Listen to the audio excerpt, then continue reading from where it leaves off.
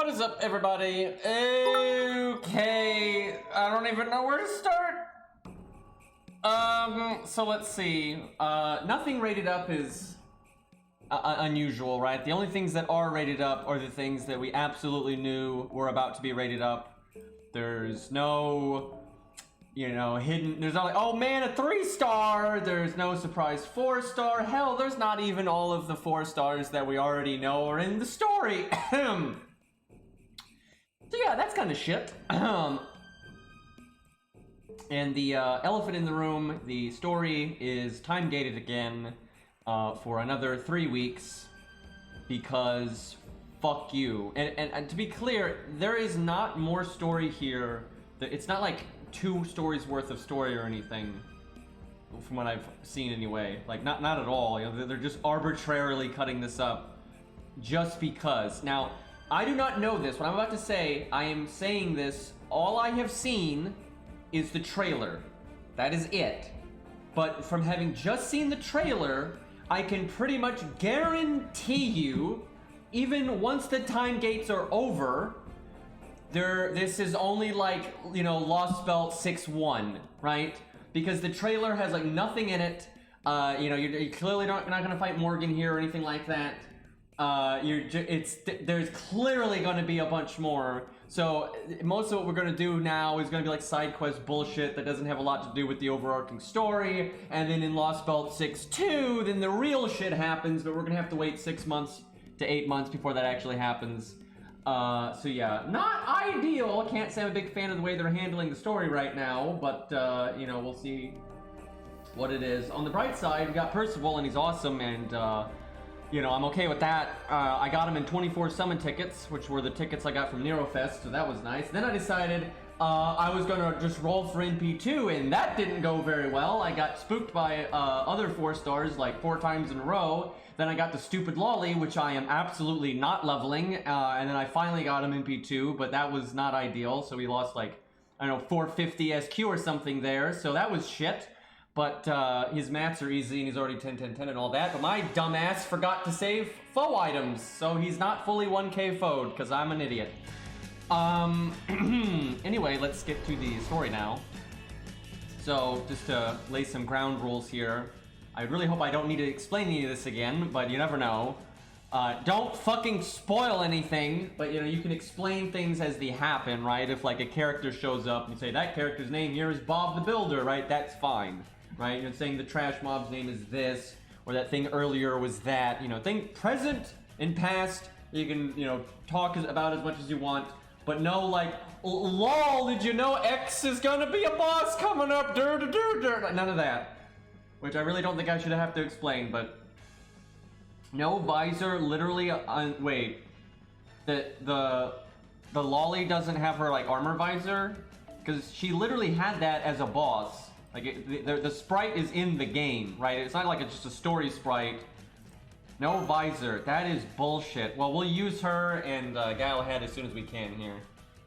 I already used Galahad before I decided to summon for him. I summoned a friend's Galahad, what am I saying? Percival, excuse me.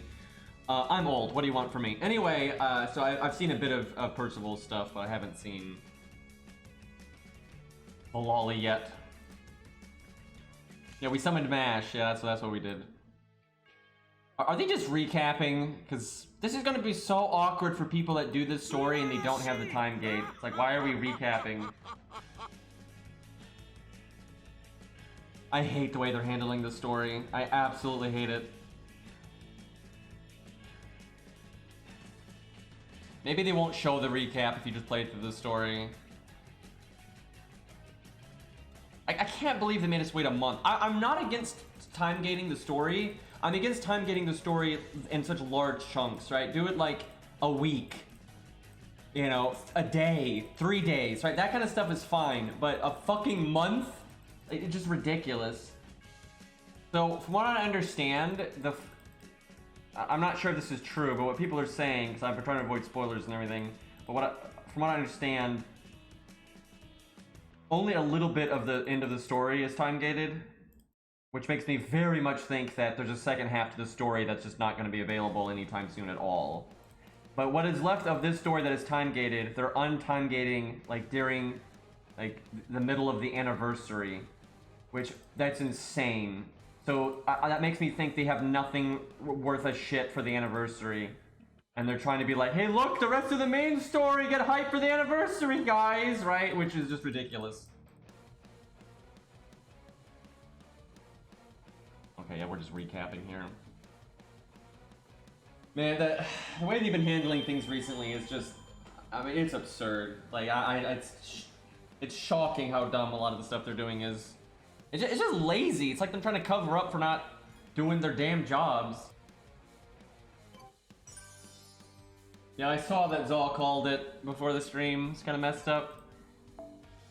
Let me point my volume a bit here. All right, can I get some gameplay here?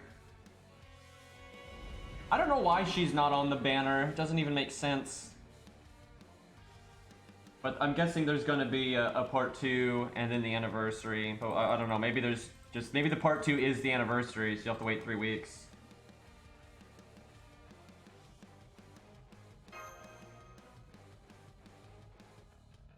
Remember Lostbelt 1? That was a good time.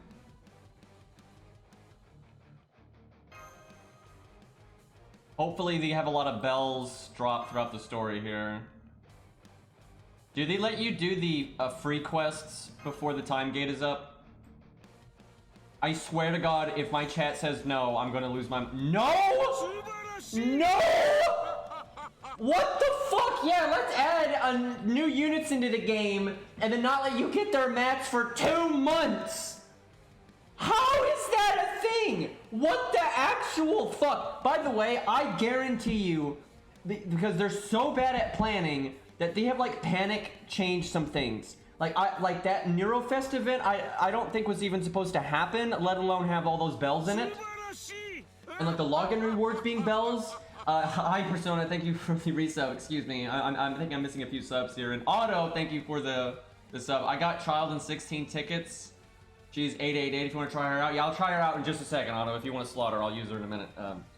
But holy shit. So, yeah, them giving you bells to all these other means, I think is because they realized how stupid it was not letting you farm them. But even with that, it's not enough to actually max out the servants.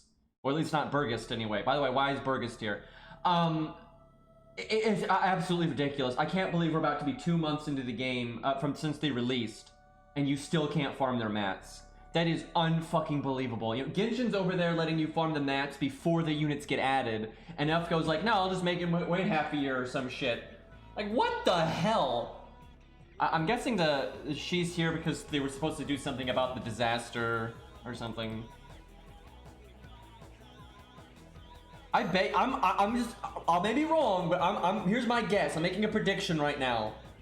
Throughout the story here, they're gonna have bells drop like candy. Like in the preset stages, as preset drops, because they're aware of how much they fucked this up.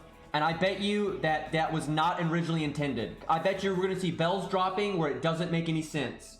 Like we're gonna fight random shit that should not be dropping bells, and for some reason it's dropping bells. I am fucking calling it, dude. Because like, they did not plan this at all, right? Like they were not thinking when it came to these new mats. I'd literally just add 2 free quests at like the start of the map that drop the mats, right? Like, Jesus Christ. And I like they're even here. The bells being a login reward, also I don't think was planned either. They never give you, like, when have they ever done that? Ever. Where you have a login reward for a bronze mat they just added to the game, right? That's like the first time they've ever done that. I like how you won't be able to do the rest of Lostbelt 6 with a 10-10-10 Burgist, even if you wanted to, right? You still can't do that. Even if you've grabbed every bell that you could possibly get.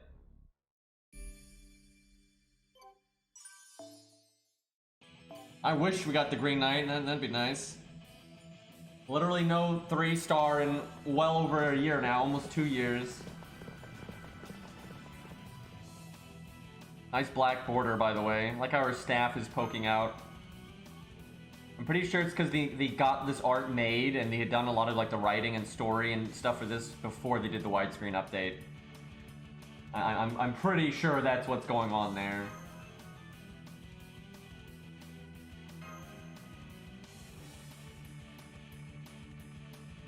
I hope the Green Knight movie is good, because a lot of what I saw from the trailers, I was kind of worried it'd be like kind of a really low budget phoned in thing. But yeah, I hope it's good, because I want the Green Knight to be more popular, right? And Maxington, thank you for the 15-month sub. I really appreciate that. I remember that name. I feel like I haven't seen that name 15 times though, so I feel like you must have subbed several times when I wasn't streaming. I don't like going to movie theaters because one, it's a terrible experience, and two, it's a really good way to get sick. And I don't even mean COVID, I just mean get sick. And due to a lot of the issues I have with my health, getting just a common cold is a huge problem for me, so I generally avoid doing stuff like that, so I probably won't. But as soon as you can watch it, like on YouTube or whatever, Amazon, I'll buy it that way. Just because, you know, even if it sucks, I'm a big Green Knight fan, so I want to see how they do. And Mercury, Jesus, thank you for the Twitch Prime for 23 months. Whoops! No. Fucking... a lot of story supports there. Alright, we'll try to summon, we'll do the lolly first, I guess. I did use Percival once. Wait, she's a Lancer, right? Do I have you, Otto? Hey, look, we got these two Percivals. So I really fucked up with my Percival. And I just forgot to save 1k foe items. So, yeah, we'll just pretend my Golden Sumo is level 50, right? That's what we're gonna do here. Dude, I forgot to save, you guys don't understand. I was really focusing on the 1 to 3 star account. I opened like 47 lottery boxes though on my main account still. That's a lot of lottery boxes still, right? And I burned almost all the XP cards. I forgot to save. I wasn't like, oh yeah, you know, Percival's probably about to get added. And I forgot to save XP cards, so I had to roll FP to level him up. I had saved some. I had saved like a few, but not much. And I think they were just XP cards that I forgot to burn. I got a lot of mana prisms though. I got a lot of fucking mana prisms. Yeah, it would take a long time to get foe items through FP. I will though on the anniversary, right? I'll roll that. There we go. There's the little shit. So Cairo told me that one of her skills changes her NP from a single target to AoE or vice versa or some shit. I'm assuming it's her third skill, but we shall see. Am I allowed to put them in the back row? I am! Okay, well, because we want to just focus on, like, the new animations and stuff. Shut up, phone! Fucking scam likely, by the way. Okay, we'll do that, because it's easy. And we'll bust out,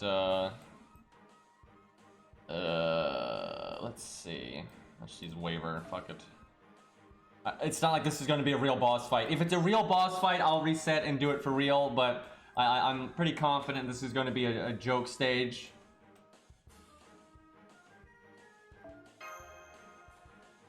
Just in case something goes terribly wrong, we'll put Gwen in the back here for an emergency. I have no idea what Mysticochi wants. We'll go with, I guess, Atlas, just so we get our skills back. Why would there be a real fight in Lostbelt 6? I know, right? Remember when Lostbelt 5, every single stage was a real fight? Remember Lostbelt 5 2. Every single fucking stage in Lostbelt 5 2 was a real fight. Like, how do we go from that to this? Stage 3 also changes her NP, so like she'll be the other NP all the time. That sounds really weird. How the fuck does that? That must suck balls. Yeah, no visor. What is this? That is so dumb. Is that optional? Right? Like, they should give her a costume. Wait, why would you not give her a costume? Hold on, I should move my chat so it's in a better spot. But, wait, seriously, why would you not give her a costume for her visor? That doesn't make sense. Because, like, the sprite already exists because the boss has it, so they don't have to do any work. Right? So they literally don't have to do any work because it already exists in the game. And then they're already okay with doing minor costumes like that because they did it for Assassin Lee's sunglasses. They've done it for, like, BB's tan, for God's sake. So they've already done shit like that. You know, there's a costume for Artoria's invisible sword. Air quotes around invisible sword, by the way. So why would you not do that? So they can hype up the costume later? Yeah, I don't know. I feel like they're just not gonna do it at all. Like, but what do you do if you want? I don't know which NP is which, but like if you want one NP but you like one of her other costumes, aren't you kind of like fucked? Visible air, indeed. But like seriously, if you like really like her third stage, but you want whatever her NP is in the first stage, you're just fucked, right? That's stupid. Alright, well, I don't know for sure, but I'm pretty confident it's her third skill. So we'll wait to do that. We'll try to do her NP once normally, and then we'll use the third skill and see if that changes it.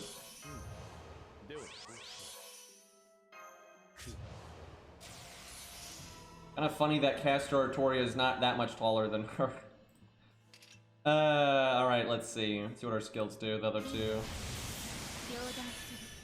Oh, that gave NP. Well, shit. So, Star Bomb and Star Spur turn, that's kind of busted. Looks like damage cut or defense up. And then a attack up. Looks like 3 turns.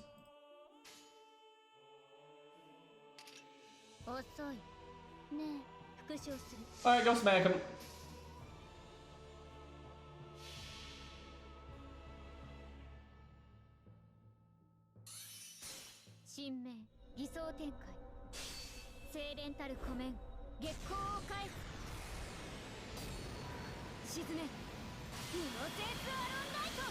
Okay, that's the single target one. I'm surprised they did it that way. I would have thought it had been the other way around.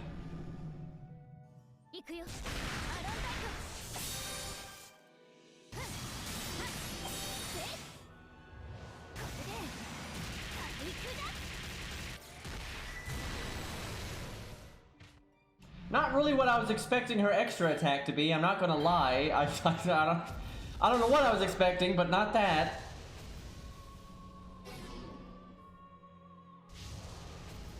I like this trash mob more than most of Lostbelt 6. Okay, well we can loop if we want to, but we should probably wait until the next wave. Let's be reasonable here.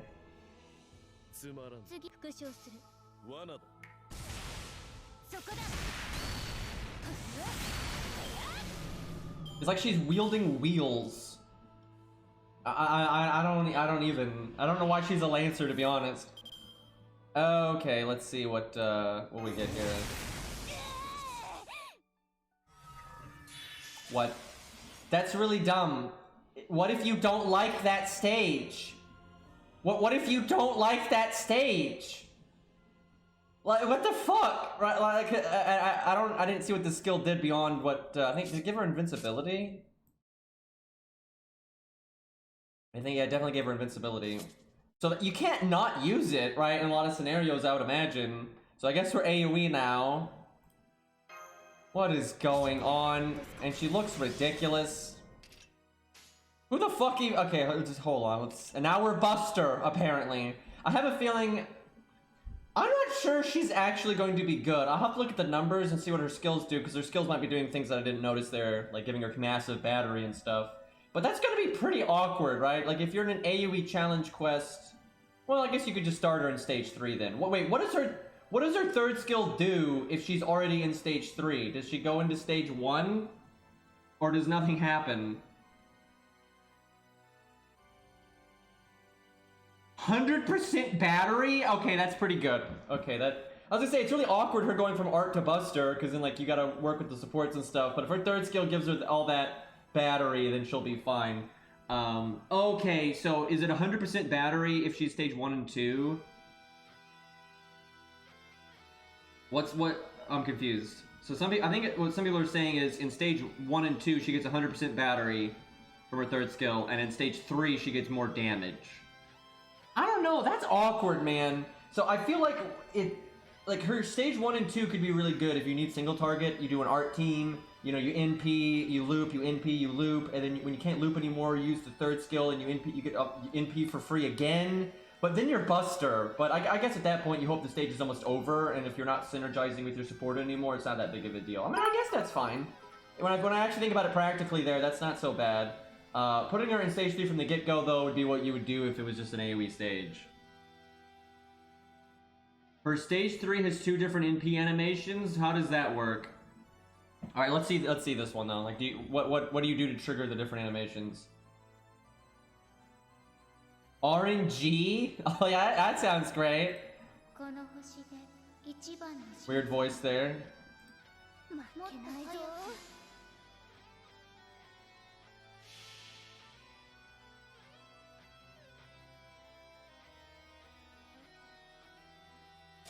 Yeah, she does have options, that's true. But some of them you kind of have to do.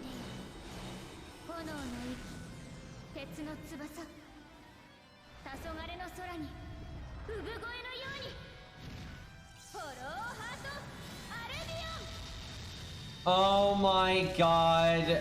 I heard what she just said. Oh my god. I hate them so much. I hate them so much. That's the name of the dragon. Oh my god. I hate them. I fucking hate them. That's the name of the dragon that Vortigern's supposed to drink the blood of. Oh my god. We're never getting Vortigern ever. It's over. The dream is dead. Oh my god. Why? Is that who is she the dragon? What the fuck? It's either she's the dragon or she drank the blood or whatever the fuck. What the fuck? Yeah, I'm guessing either she is that dragon or she absorbed that dragon's power instead of Vortigern or some shit. Oh my god. She is the daughter of the dragon, so they're doing a Hokusai basically. Oh my god. Yeah, we're not getting Vortigern. We're not getting Vortigern. That's not happening. Definitely not happening in Lostbelt 6, and it's probably not happening ever now. That is really disappointing because I'm not gonna lie, Vortigern is in like my top 10 of things I want in the game the most, right? And his voice actor was really badass in Garden of Avalon and all that. I am not happy about this. This is not great. I kind of lost track of the NP animation there because of that, but what are you going to do? There are 9 enemies. I might have wanted to have brought a saber. Although, let's be real, they're not going to make us fight all 9 of them. That would actually involve, you know, having to make a real team and actually play the game and, you know, have fun. And you can't have that. Let's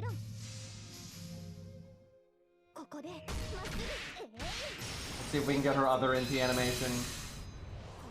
So is it 50-50 between her NP animations, or is one of them rare?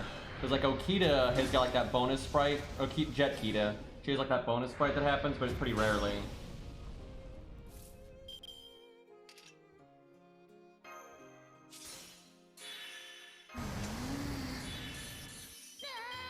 That's a good skill right there, though. It's just a lot of value. Give me my NP. It's only in stage 3? So wait, so if you go to stage 3 with your 3rd skill, does it not count? Or is this not what her stage 3 looks like? It counts. So is it just random? But like, what are the statistics that I'm saying? Is it like 50-50 between the 2 animations, or is one way more prevalent than the other?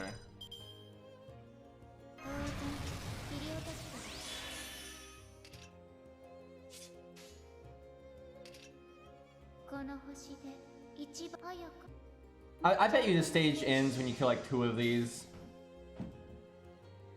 Cause they're like, oh look, there's most of them. Oh man, what are you gonna do? Oh, you're saved, right? It's gonna be some shit like that. This looks the same. That's kind of cool, the angle right there, though. I mean, honestly, it's not a bad looking NP. Like, you know, I'm not a huge fan of her being the Vortigern dragon and all that, but that's not a bad looking NP.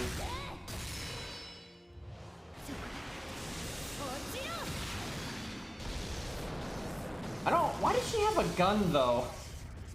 Why is Lostbelt stuff always so fucking weird? Please, God, make 3.0 normal. Seriously, I cannot stress that enough. For the love of God, please make 3.0 normal. right? Because like at least Percival is from normal history, so he's not weird, right? And it's just, you know, pretty typical fantasy knight. So I like that. I'm so sick of all the weird shit, dude. Like there's weird shit every once in a while is fine, but there's just so much weird shit. The NP gain buff from her Arts NP lasts for 3 turns, so you can double stack that before switching to Buster. Then you can NP AA and loop again. That's interesting. I wonder how she'll do in solo then, because she can guarantee that, right? She'll have a guarantee way to loop her first NP and then always be able to NP AA on the third one and stuff. So and she has invulnerability, so that's kind of interesting. Let's see what happens when we third skill her. I'll pay attention. Okay, so what someone was saying earlier is right. Her first stage gets the huge battery, and then when she's in her third stage, she gets NP damage up. I mean, this is a very interesting toolkit. I don't mind it at all. They definitely put some thought into it, so it's like, they're not, I don't think they're even trying to be OP or power creepy. I think they're just trying to do something fun and different, which I'm totally okay with. And I think it's good. I think she is good. I'm not sure if she's going to be like meta as fuck, but I mean, the thing is, strong supports are so good, you can make basically any DPS meta, especially 5 stars, right? Like, there's so many strong supports for every type of toolkit out there that if you give her the best supports possible, oh, fuck you, game. We have a, fuck you, game. What is the point of that? Why? Okay, I really gotta say this, right? What is the point of having you fight multiple enemies if you don't actually fight multiple enemies? What is the point of having multiple health bars if you break one health bar and the fight ends? Because then you don't actually have multiple health bars, right? Drama, Lamau, God, it's so stupid, dude. Like, at least let us fight 2 of them, for fuck's sakes. So she's really strange, though, I gotta say. And, like, it's certainly possible where her first stage, if you're doing, like, Castoria stuff, I almost skipped, what the fuck am I doing? Rip Dwarf? Are they, like, turning other fairies into the slime stuff? That would be my guess. And we suck at helping people. So I guess we're working with the knights right now, because we kind of have the same objective. Anyway, if you've got like Castoria nonsense and you need single target, you don't need AoE, you could probably just not use her third skill and still get good value out of her and just do that. And then if you just need Buster AoE, you can obviously do that and start her on her third stage. And if you want to try to use both, you definitely can do that, but that's where it's going to be a little funky, is when you ultimately do want her AoE NP. It's not like it's a bad thing. You want it, but then you have to figure out, well, how quickly do you want to switch to it and that kind of thing. So, I mean, that's interesting.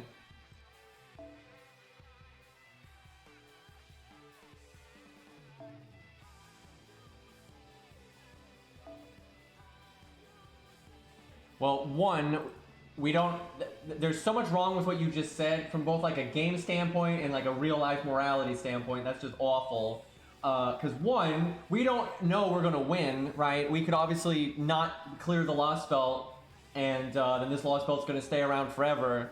So, you know, why let the random guy that didn't do anything die? Second off, even if we do succeed and clear the Lostbelt, we don't actually know what happens to the Lostbelts. We don't have any idea what's going on. Canonically, we are like guessing through almost all of the Lostbelt shit, right? And like even as players, we still don't know what's going to happen after like Lostbelt 7. We don't have a fucking idea what the hell is going on right now. Why do we have the visor right now? This is bullshit.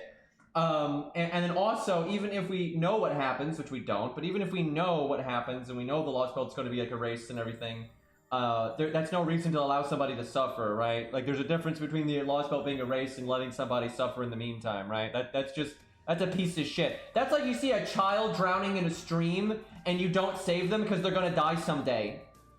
Like, we all do. We literally will all die someday, so, like, that logic's like, so therefore you shouldn't help anyone ever. That is fucking retarded. I would never want a friend like that, by the way. That's completely retarded. Hold on, I gotta turn a fan on. It's getting hot in here. Fucking summer and shit, man. Alright, well, they're making a solo. Nice foe items. If I had known they were well, she doesn't have her third skill, so I guess we wouldn't have gotten to see any of the fun shit there. But, I was gonna say, if I had known we were gonna use her, I would have just used that one, but I guess not.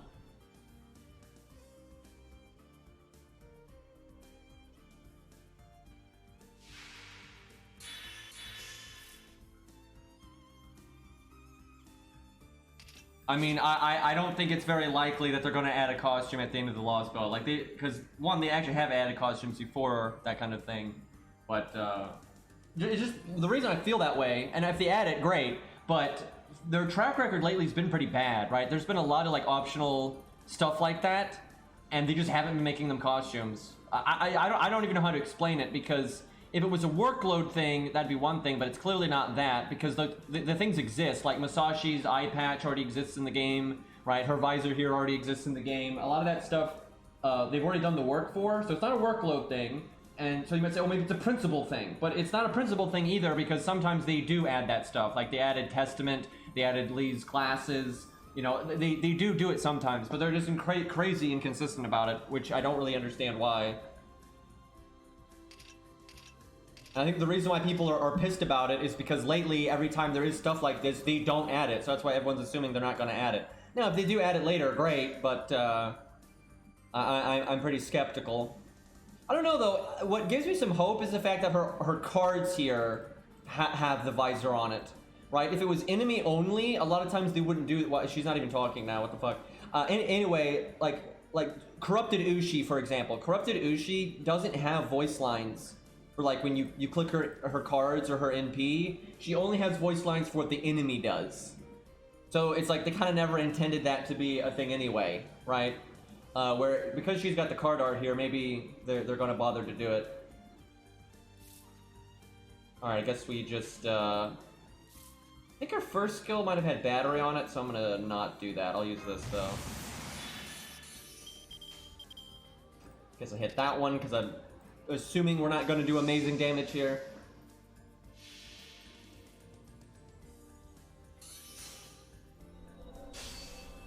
I mean, we've already learned, like, from Lostbelt 5, that the Lostbelts probably aren't histories that got pruned.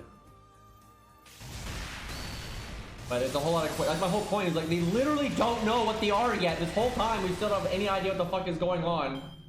But, like, what's her name? Ophelia's theory was, like, they're basically templates of timelines that got pruned, and these are like virtual recreations of them or something, but I'm not so sure that's going to pan out to be true. We have 221% NP, what? I'm guessing it's this gimmick, because that's what she had as like a boss, and she got her NP every turn, so that means her skills don't even matter. That gives her an HP up. Bakano music, though.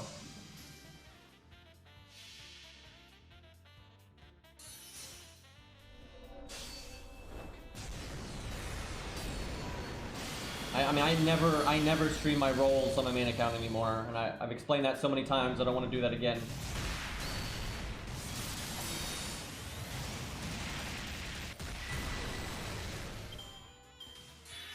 I mean, why would Doorman give a fuck? Like literally, why would Doorman give a fuck one way or the other? It's not like his plans are going to change if, you know, it doesn't really matter what's going on with the Lostbelts. And I don't think Doorman understands them entirely either. A la him trying to be a beast and it not working out, so he turned himself into a tree instead. Funniest shit I've ever seen, by the way. We're actually kind of getting our ass kicked right now. It's a good thing this is the last enemy. So it's kind of... She's looping, and then she's getting an extra loop because of her gimmick, but she doesn't actually need it.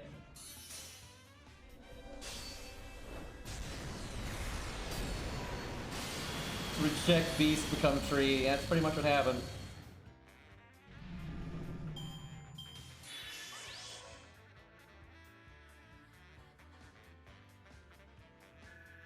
The absolute lack. Hey, look, bells. Big fucking surprise. Yeah, I like the shadow mobs. I would grail one of those.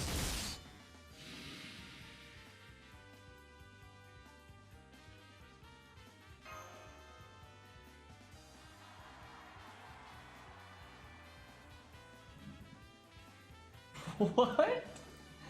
What is going on?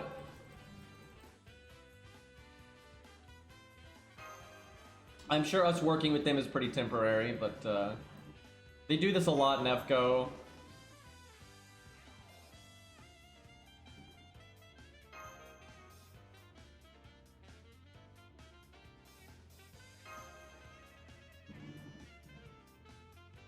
Wouldn't surprise me though if someone on the fairy side switches to our side, like permanently at some point. I don't think everyone's going to be on Team Morgan. Yeah, I could see it being Burger. Probably not Sith. And I can't help but know Sith is the one that's not here, so yeah, I don't think that one's going to be switching sides anytime soon.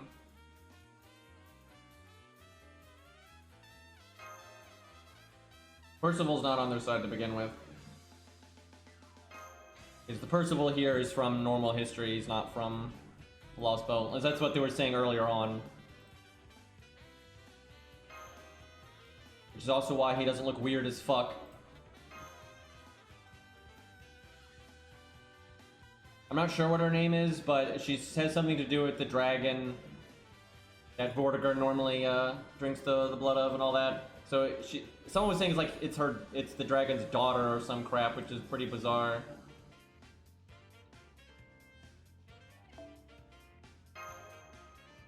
I thought it might be like the Lady of the Lake or some shit like that, but apparently not.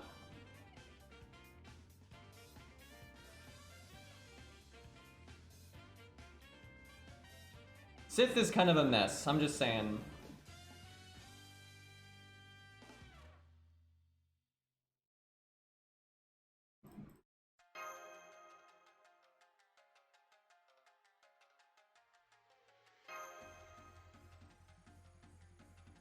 That's a face. Wait. I swear to God, though, if Burgess switches sides at some point, like permanently, right now I'm sure it's temporary, but if she switches sides permanently, please give us a boss fight with her before that happens.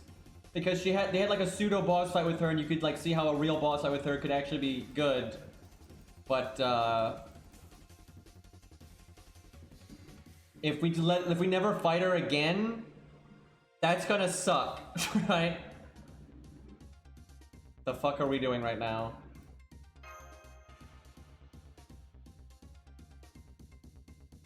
This feels very anime right now. Oh god. I know where this is going. This is something people have been... people have been predicting that one for a while. That's so dumb. Like, this is so, like, fan service. Not just the panty shot, but I mean, like, the fact that she's even here is so stupid. God.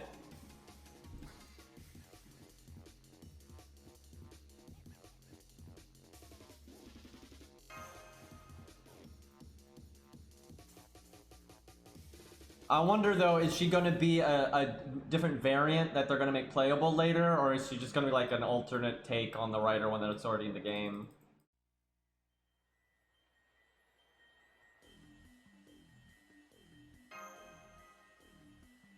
With how little they're actually adding, I kind of feel like she's not going to be playable, but I guess we'll see.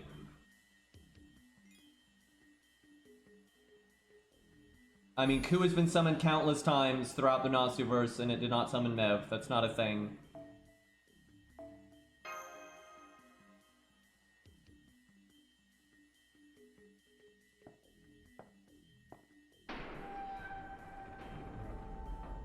That is such bad CG. Oh my god.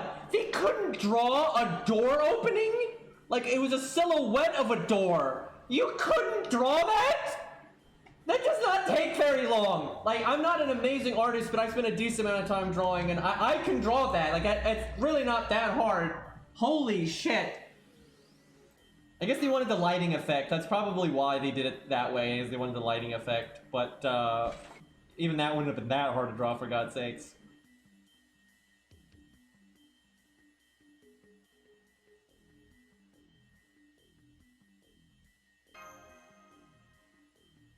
Can we shoot him now?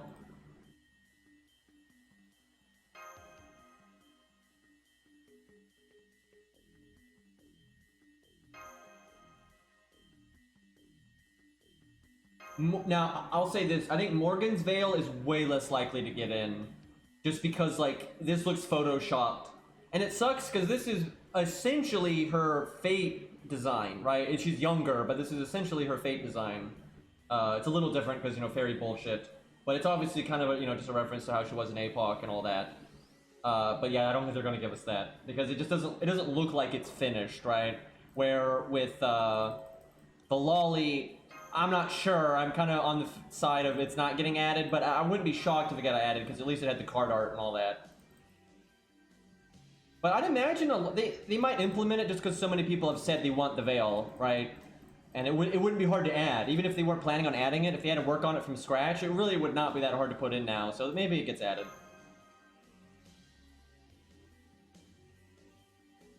Oh yeah, she's obviously taking the veil off at some point whenever you fight her, or you know whatever the fuck, whenever she does something serious. But it's like filler right now. This playable Morgan that does not have the veil, that one is not the normal history version of Morgan. It is the Lostbelt version of Morgan. They are extremely clear about that.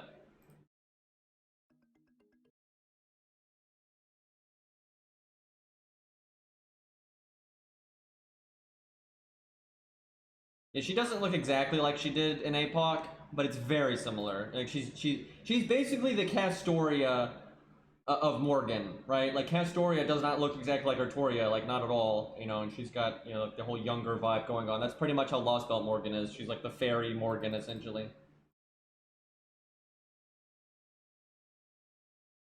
But she's still very similar to regular Morgan. Like it's the same color scheme, it's the whole veil, blah blah blah blah.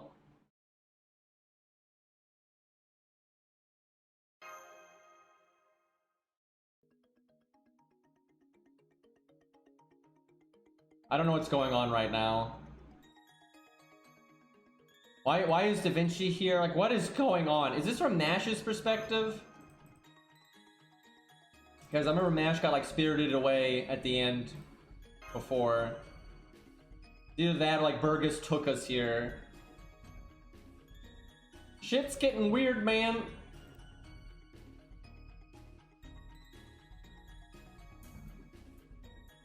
Also, fucking barrel.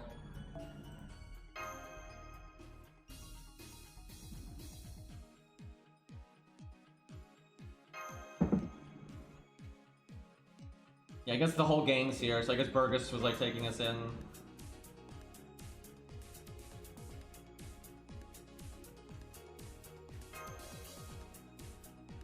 From what I've heard from Cairo and such, that this story is just a lot of non-combat nodes. So there's not, I'm not expecting a lot of boss fights, which is pretty lame, because that's what I care about in this story.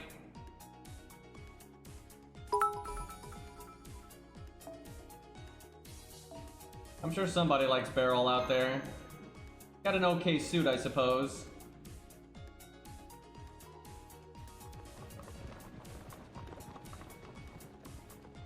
We hoofing it?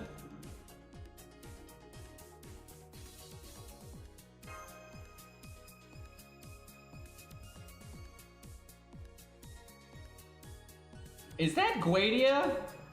That is totally Guadia. What the fuck? I said that earlier that I thought he might show up in Lostbelt 6. Everyone was thinking he wasn't gonna show up again until Lostbelt 7, but I'm not shocked he's showing up here again. I don't think though he's gonna like finish his story in Lostbelt 6 or anything, but interesting.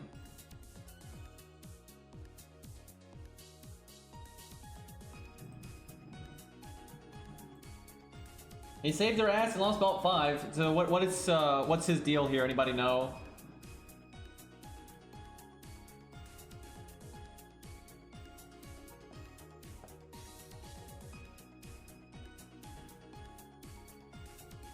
Corpse stealer. I mean, technically they were kind of half of the same soul anyway. Yeah, he's going Edmund there, which is weird because we've seen him from the front before, so...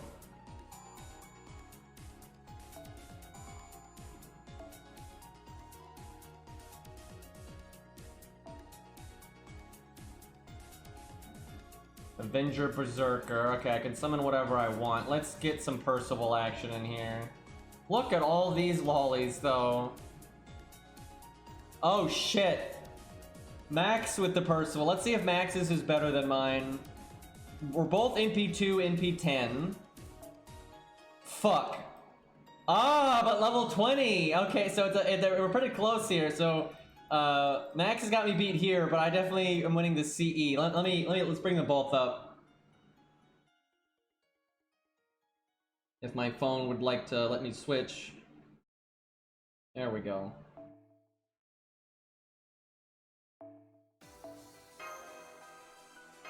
Alright, so Max's is at 10.5. And we get the NP gain and all that. I feel like me and Max have similar tastes a lot of the time. Alright, mine is 11.2 Golden Sumo OP. Max's is still better for looping though, but let's see. Am I allowed to solo? It looks like I can't solo. That's kind of cool though that Max rolled on that.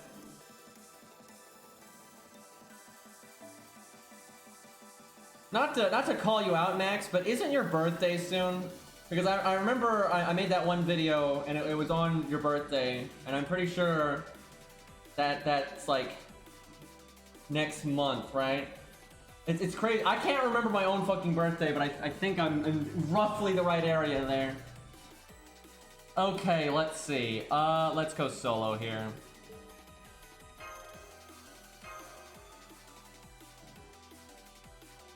I feel like we might lose though, because we're fighting Avengers and stuff, so this could be nasty.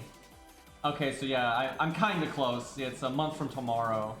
I would not have remembered the 15, but I got the month at least. Okay, Atlas is fine. So he'll have 12k attack when he's got foe items. That's not bad. So Percival's weird. I only used him one time, but from what I gather, I wasn't quite sure. He either heals at random with his NP, or he heals like who's got the lowest health or something. I didn't use him enough to really figure it out, but he doesn't heal everybody. He only heals one person. It's either random or like the lowest health. Lowest health, okay, that makes sense. And then he's got a 3-turn taunt, so St. George stuff. He's got a targeted vulnerability and a heal, and then a seemed like a very large NP gain buff when he's being attacked. So pretty much taunt, get hit, loop, and then he had damage up, a lot of damage up stuff. So kind of like Fionn, honestly, he's probably the most comparable to Fionn just because they both have self-survival, they both have taunt, they both are AoE art, they both have art up, all that kind of stuff. I'd say Percival's more tanky, where I think Fionn's even better at looping, and Fionn also has some team stuff with like the team up damage, or team NP gain and Star Gen, all that. You could use them together pretty well though, because they're if you're fighting, if you need a Lancer, bringing 2 Lancers can be fine, and Fionn will buff him, and they're both art, so they can both work with Castoria or whatever. That'd actually be quite good, I would think. Yeah, I wouldn't be surprised if Fionn has better personal refund, but I think Fionn has a bigger self-battery. Also, it doesn't really matter, because if you set up Fionn properly, generally he's going to loop anyway, so it doesn't matter if you loop or super loop, right? It doesn't make much of a difference.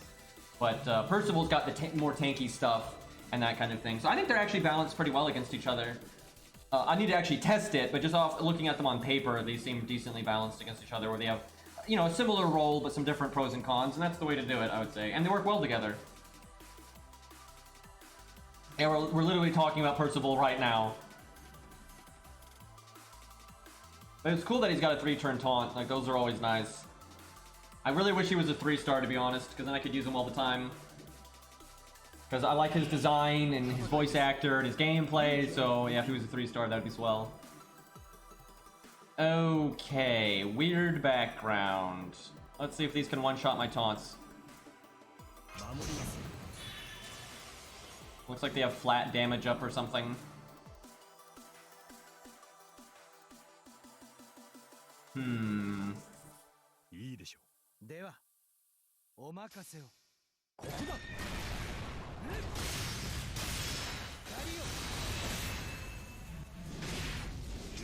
Why are these chocolate? I suspect that's not supposed to represent chocolate, but they're literally using the like shader that they used for chocolate enemies during Valentine's. Like they didn't change it at all. Like I'm pretty sure they're not actually chocolate, but That's kind of weird. Also, could I get like better cards? I'm not sure I'm gonna kill now. So we only got 2 cards each hand, which is okay, but I'm not sure it's enough to kill this thing. Yeah, fuck you, game. Well, I could battery into my NP and kill them both, but I think we'll just take the hit and heal. That sucks, though. You know what? Nope, nope. We're doing this.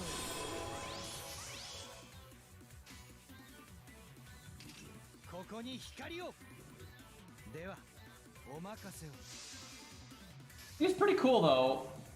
I'm pretty happy with him. They are called chocolate? What? His horse is badass.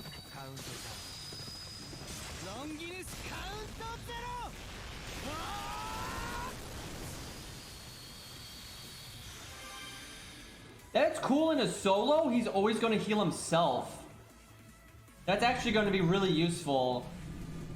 Man, if he was single target, he'd actually be fucking nuts for soloing.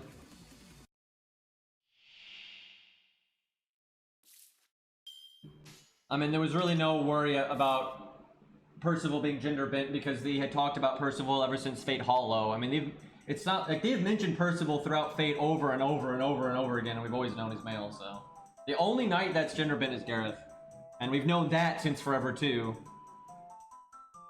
Like, God, we knew that like way before FGO even existed. What we didn't know is that Gareth looked like a child, but you know.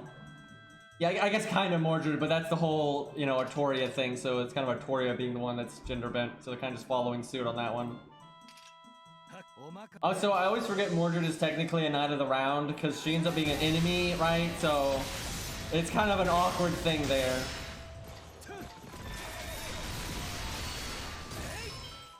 Also, in a lot of the legends, Mordred is not a Knight of the Round. These things hit like trucks, good God. That is not ideal. I could use my NP right now, game.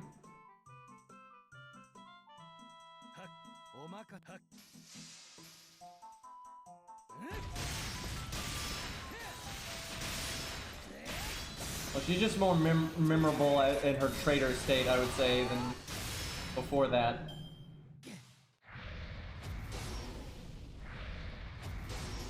I think I have to NP this guy to just heal myself.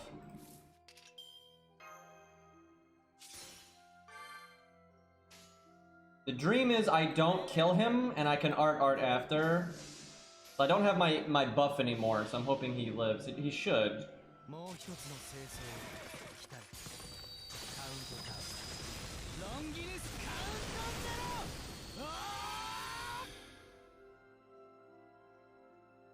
Okay, now the problem is I'm not sure we're gonna kill.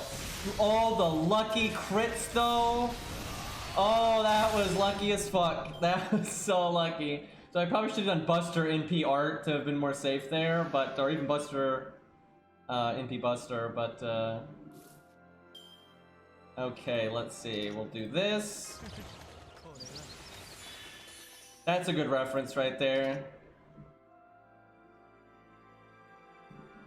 Okay, the fight, I'll either win or lose before he NPs, I think. God, why did he have to be an Avenger? That's gonna be such a problem.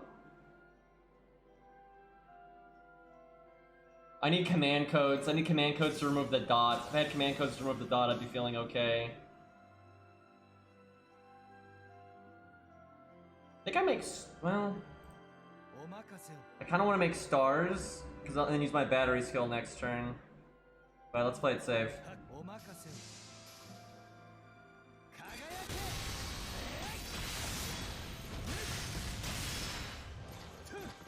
Imagine being worthy of the Grail, and I don't mean that bitch counterfeit, you know, Fate Grail. I mean the actual Holy Grail, right? Imagine being worthy of that, and you might lose to chocolate, though.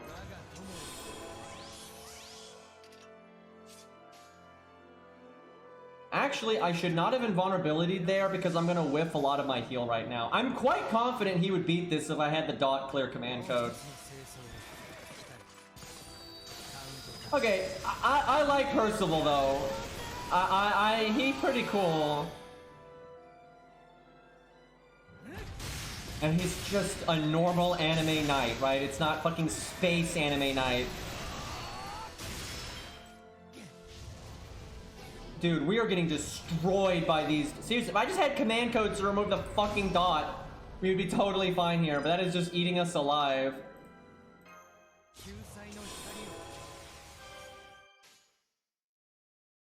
Go full MP gain. The music knows. This is threatening chocolate right here. I need him to crit me. I need that hit count. That's not critting me. That's still not critting me. Bro! We could have gotten our NP right there. We're gonna die to the dot! This is embarrassing. I blame the lack of command codes. We absolutely would have beaten that.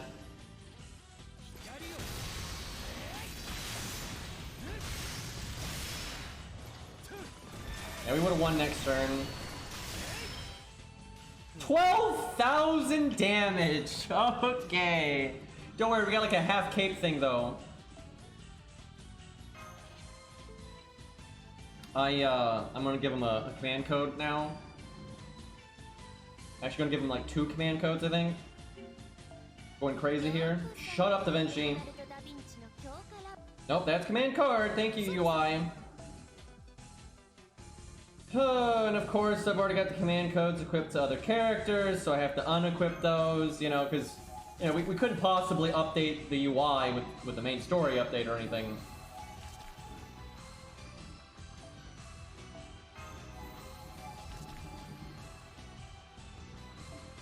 Alright, who the hell has my other command codes equipped right now?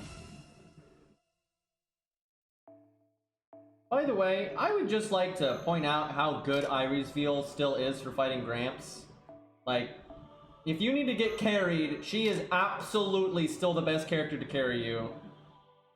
Like, just summoning like a friend Scatty is not really that useful. It really isn't. Like, your uptime on her NP and stuff isn't that good. You don't have that much uptime on the anti-insta-death. And not only does Iris Veal allow you to have guts like so often to stop the insta-death, but she also does a bunch of healing. And she also can tank herself, right? Because she has invulnerability and she can be in the leader slot. Yeah, Irie DPS though. Yeah, that's clearly the way. Okay, I'm thinking nobody actually has the heal command code equipped, so I think I'm good to go here.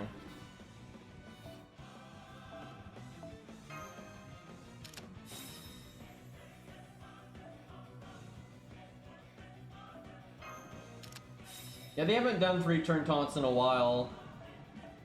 That's because they're strong as fuck.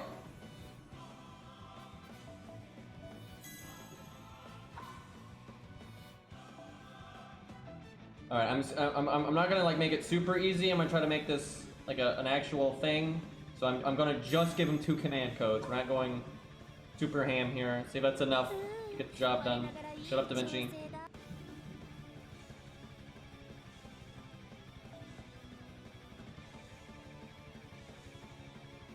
I don't see why she's not rated up. You can have 2 4-stars rated up.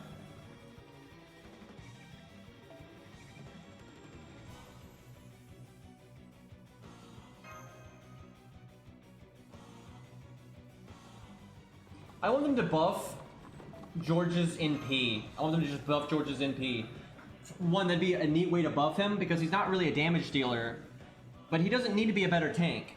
Right? And if you buff his NP, it's not like he's going to be a great tank and also the best budget DPS rider. He's obviously not going to be. But it gives you the option to go DPS George if you want to, and it gives you a budget art rider, which we don't really have. And then also you could give it the anti-dragon effect that it's supposed to have. Ascalon is not supposed to turn enemies into dragons. It's supposed to do more damage to dragons. George has a different NP that is supposed to turn enemies into dragons. So it's weird that they did it that way. So at least giving it, you know, you can have like, you can combine the 2 NPs and that's fine, but they should give it the bonus damage to dragons, because that's literally what Ascalon does. So it's very strange that it doesn't have it. And look, it's like the exact same opening as before, which puts me on the road to not killing this thing in time. Feels bad. And by the way, we would have killed it last time if I had 1k fo'd my my Percival.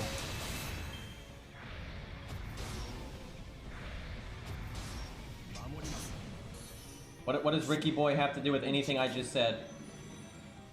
Oh, Arts Rider. Yeah, that's true. Excuse me. I had no idea what you were all talking about, because I said that quite a while ago. You know, stream delay and everything. I was like, what the fuck are you all talking about? Yeah, Ricky's an FP and all that. He's like the last 3-star they ever headed, though. Feels bad. Hey, look, this is stupid. This is exactly the same as last time. Like, it's pretty likely that Percival's gonna kill one of these things before on the turn that your final taunt dies. Because, I mean, you have a 50-50 of getting a Brave Chain right there. Oh my god, and now we're at 96%. This is stupid! Game, please. I think, do I face tank this? I'm not sure I can do 71k. Fuck it. Okay, this will kill, so I want to cast, like, get my stars first.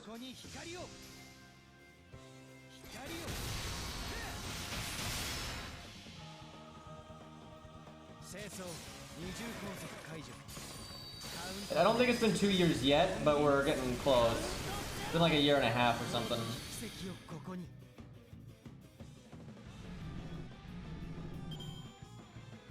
He is going to be so powerful if you can get away for him to NP often. If he's, because these enemies don't have a high hit count, so our second skill's not helping us very much. But against enemies that have not even a super high hit count, but just like a 2 or a 3 hit count, he'll NP pretty often, and he can apply this like every turn, and he'll be healing like a motherfucker. By the way, I'm definitely grailing him to 90. I'm just waiting a second because I only have like 2 grails left, so, and I'm wanting to grail Tesla too, so I'm not sure what the order is, but he's definitely getting grailed to 90, like no question.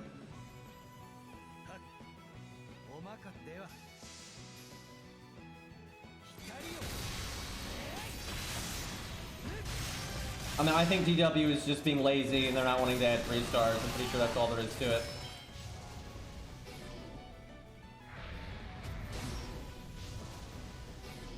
I might need to give him 2 command codes, one to remove any debuff and one to remove a dot specifically. Because the boost one will block me from removing the other one.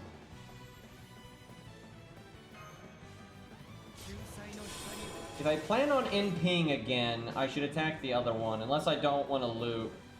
Then I want to do the art after. This is tricky. I think I might be messing up.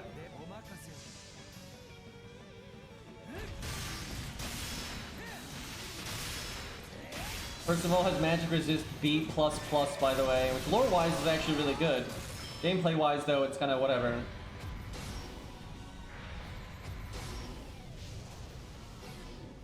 Yikes.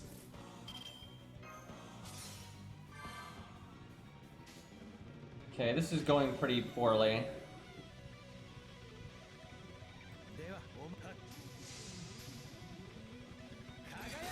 I'll just NP on the first wave of the next one, so I'll get my health back, like what I lose here.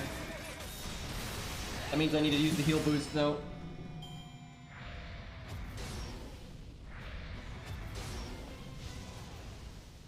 Hey, we guarded something.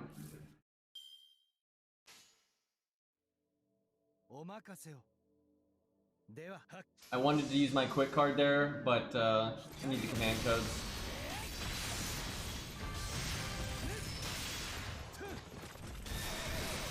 Dude, his horse looks awesome.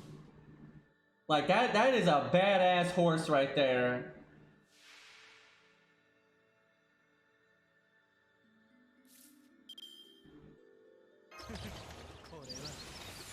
I could use my first skill, but we're wait.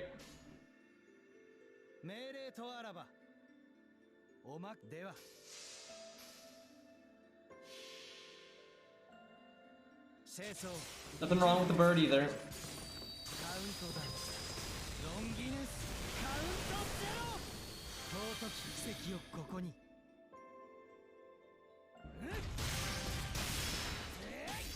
That was some RNG. This healing ability, though, is quite powerful. I mean, look, I'm getting a lot of NP from being attacked. It's just these asshats only have a 1 hit count. fucking clowns, man.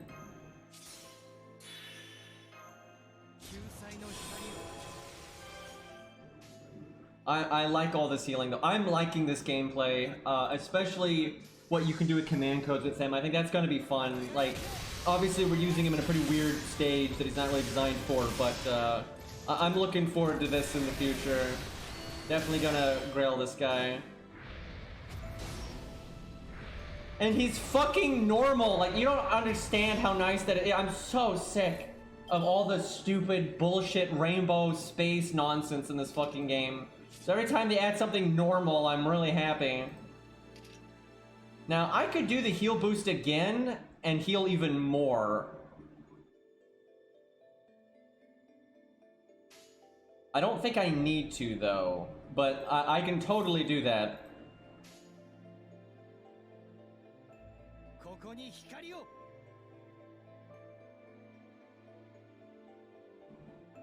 Yeah, I'll do it like this for now. But yeah, if you're ever in real need of health, you could double heal there.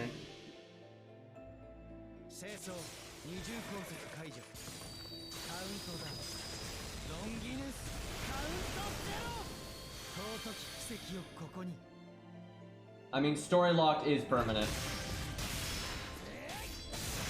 It's just also story locked.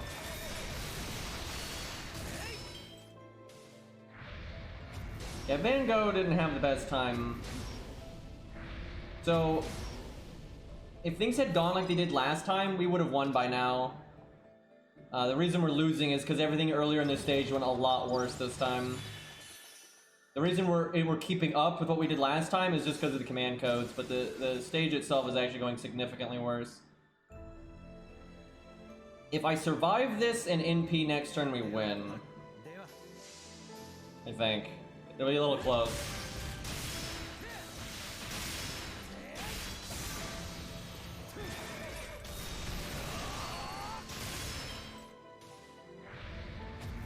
There we go.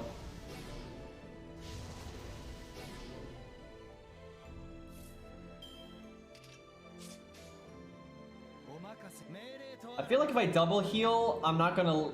It won't matter. Like, it'll be fun to see all the numbers, but I think I go for damage. I don't have my art up anymore. And yeah, I would heal for like 5,500 or some shit, but like, it doesn't matter. I need to just kill him.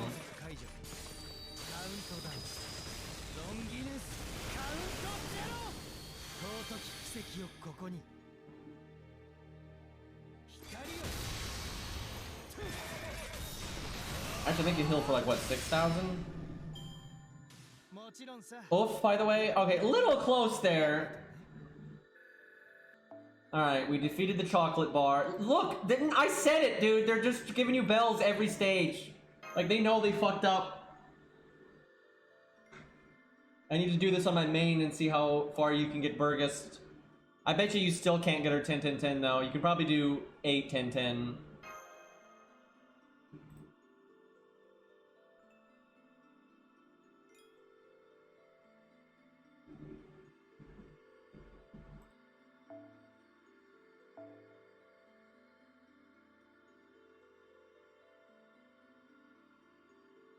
Yeah, Morgan and Sith aren't as bad, thankfully.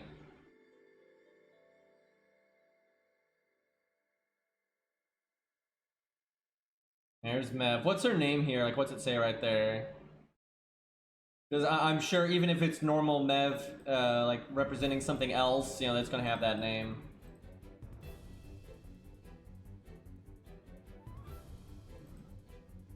Maybe they'll make, I don't know, they might make her playable as like a different version of Mev, but like, I don't think it would be soon. It'd probably be down the line.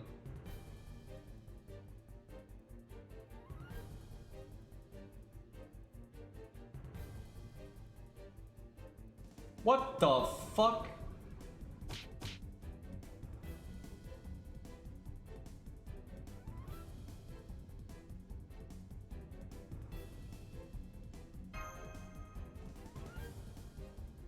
What is going on right now? The music knows.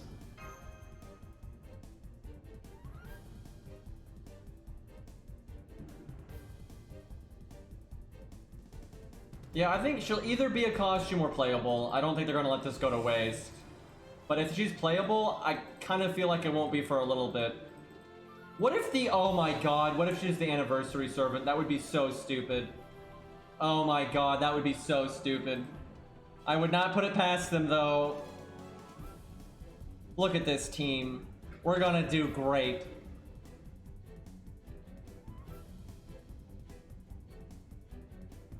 Hi, Cav. Because they said it was like a servant that's already got a fan base that's been around for a while, and you know, I don't think they would say that about an FGO original character, but I don't know. Because like that does look like something they would either use for an actual character or a costume, right?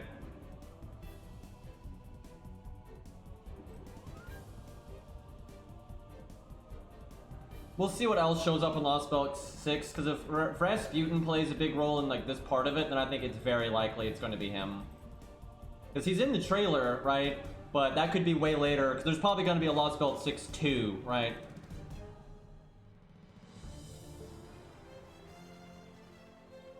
Qingong doesn't have enough ammo. Qingong does not. I don't have enough MP gain to get through all this. Why do they do this? Like, does this look fun? Like, why? I like how we have an alter ego when you're fighting berserkers and sabers. Like, yeah, that'll be helpful. Please let me put them in the back. Okay, at least you can put them where you want. Literally no saber. Oh my. Okay, we'll Gwain here. Jesus fucking Christ. What do I even bring? I don't like most of these people. Like, Gareth is okay. They'll get your fucking armor. Red Hair's fine. It's just. He only has 7,000 attack, and you know, he's not a particularly amazing unit for fighting Lancers and Berserkers, but we'll go with him anyway. We'll pecking order here.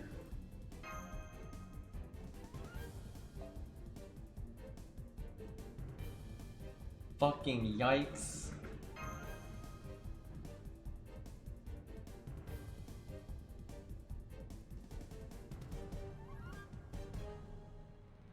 Oh yeah, summer's coming up soon. It's like the anniversary, and then maybe a rerun, then probably summer. But they might just do anniversary right into summer.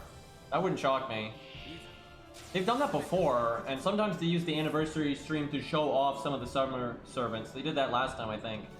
So, I'm confused. So, these are like the picks. Picks? How do you say picks? Whatever. Anyway, they were in the game before, but they removed them. I think because people thought they were offensive or something. But they used to be in Caesar's Interlude, but they were removed from the game and they were replaced with like just generic Romans or whatever. But now they brought them back and they haven't changed them at all. So then it's like, why did you remove them in the first place? Yeah, picks. It's hard to say plural. Like saying picked is easy, but picks is not. It's bullshit. I don't want to say that anymore. They all have guts.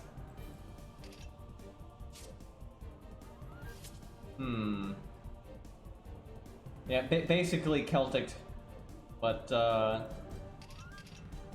Roman slant, if you will.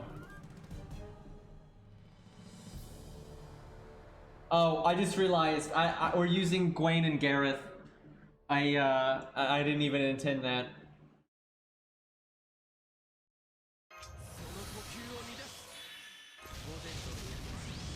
Three waves.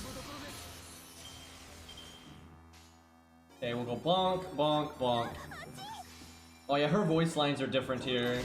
She's really panicky.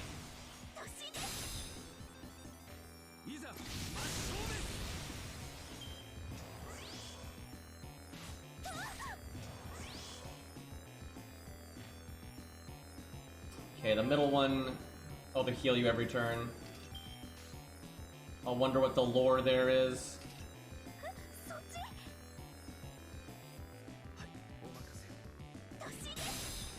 Probably should have put more effort into killing the middle one because he has double crit up, but whatever.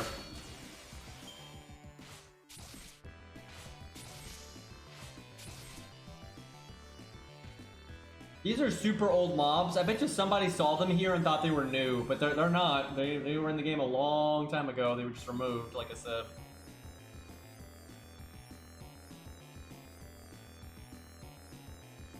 Do I NP now? Nah, I'll hold it.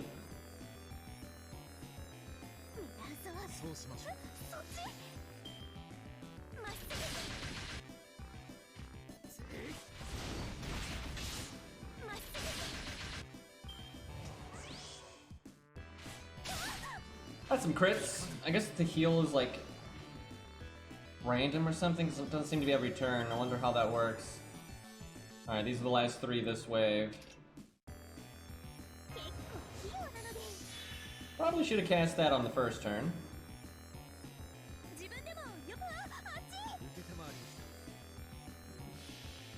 Wonder if her NP line is different.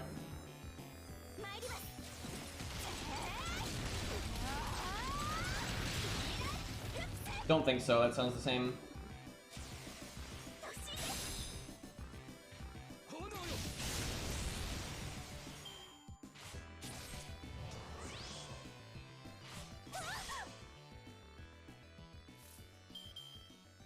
I don't think Gwen's animations are any different in his first Ascension.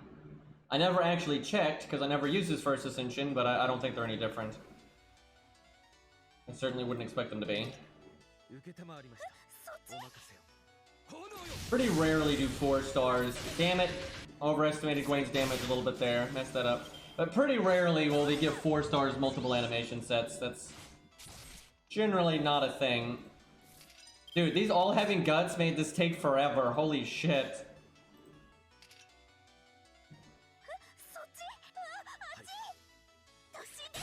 Would have been faster if I used my MP, but I was trying to hold it to see if that was a good call or not.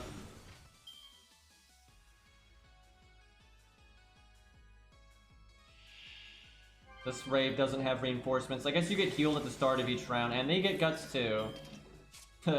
Even this thing gets guts. Cannot even imagine what the story is. These guys do not have the patch, so they're not like part of that organization or whatever. They're just like regular giants of some sort.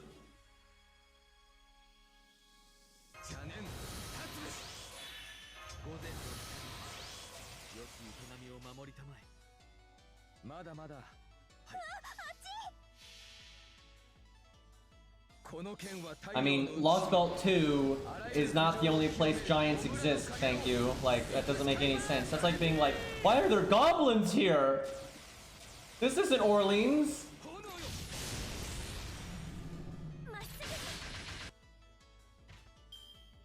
Like, the amount of mythology and legends and shit that have giants in it is pretty wide. Dot for the win there.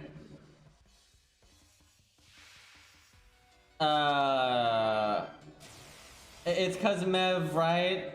What the fuck? So he does something on attack, he has guts. Like damage plus or something. Also has guts.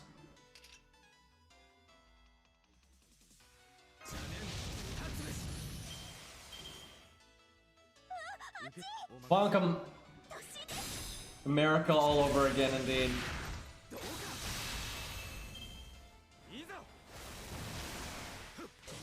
It looks kind of cool, actually. The water effects on Fionn with his shadow form, that doesn't look half bad. Oh, he charms on attack. Probably only female, but I didn't pay attention there.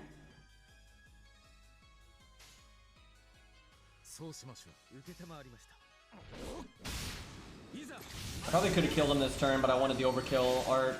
Not really necessary when I think about it, though. Oh, you son of a bitch. Okay, I should have killed him there.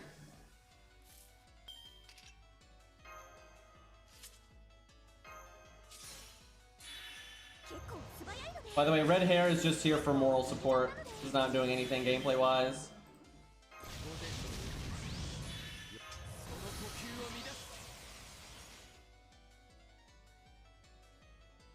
Here, you can do a Buster card.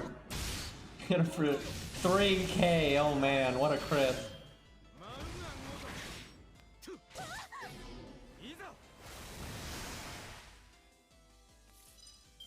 Alright, time for Gareth Vengeance. Obviously that should MP Fionn, but we'll get some payback here.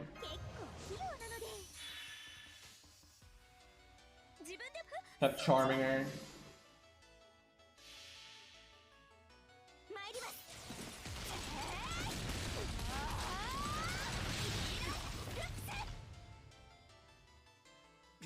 Only did 23k anyway, not that big of a damage waste. You son of a bitch!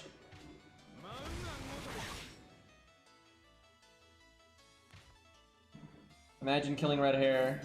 What a dick.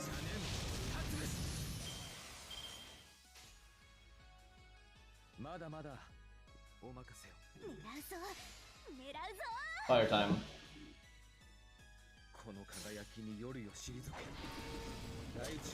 I got 2 Percivals, thank you. Fuck, that didn't kill. Oh wait, no, it's just the guts. We're good. Saw the dot. That took 12 turns! God damn!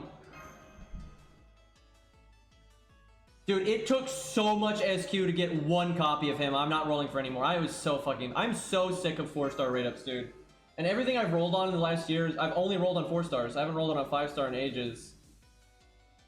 And every time I roll on a 4-star, I just get spooked over and over and over again. I'm just so fucking sick of it. I did get spooked by Beowulf, though. And I'm a huge Beowulf fan. I already have him grailed, so I don't mind that so much. Alright, let's mess about here.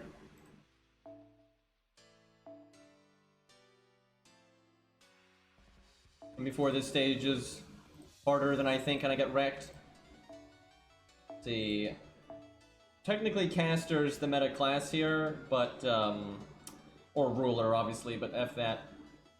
But Casters, man, okay, we'll do that. I wonder if he's gonna need command codes. I feel like we're gonna at least want the dot one.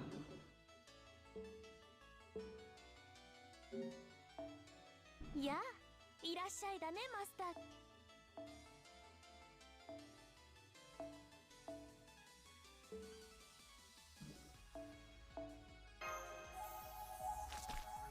We'll keep these on for now.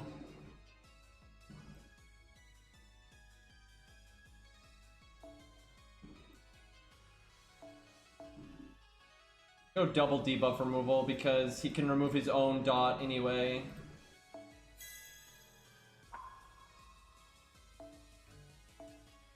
It's really funny how often level 70 Ku, Lancer Ku, has bailed us out on the 1 to 3 star account against assassin bosses. You know, it's never a caster bailing us out, it's normally Ku. It's kind of silly.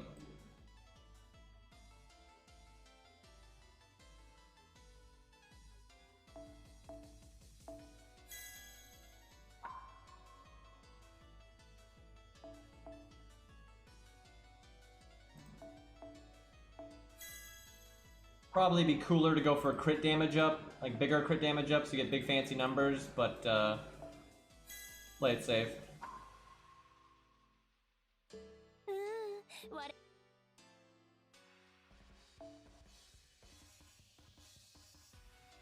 I'm like not reading chat at all right now, so if you're asking me anything, I'm not saying it. There's no reading chat when I'm doing menu stuff.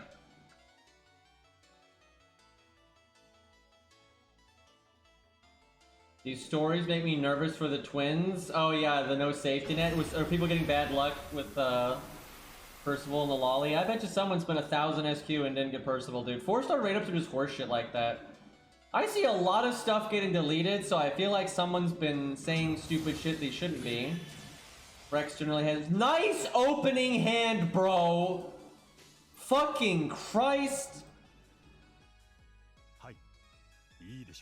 Anyway... Can't even clear my goddamn water, it feels bad, Rex.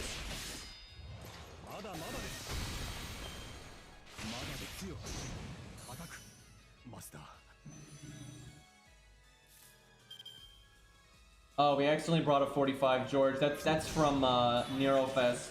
But you know what? I'm gonna take advantage of that. Because that opening hand was basically like not having a taunt. Like, we just lost a taunt wall for free, did no damage, and gave all of our enemies a free NP tick. So, yeah, I'm okay with cheating. So, Rex, I feel like I literally haven't seen a single thing Rex has deleted. I've just seen he's deleting a lot, and I mean a lot. So I'm pretty sure what's happening is people are saying the same thing over and over and over and over and over and over and over and not learning from the mistakes of everyone else, and Rex is just murdering them over and over again because people are fucking stupid like that.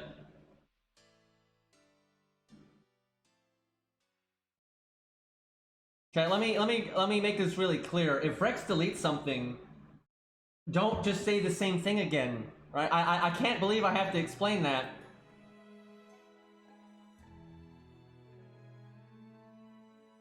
There are idiots here. There always are. There always are.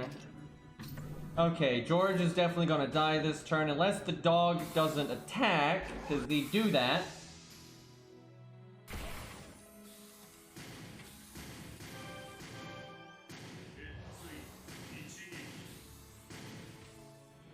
I mean, if the spoiler's like, it's time gated, I know that. Which, you know, is bullshit. I can't fucking believe they're time gating it again, and for like another month. It's just, it's so dumb. Like, it's like they're desperate for content and they're trying to milk this for all it's worth, but it's not really working. Okay, let's do this just for Starjin.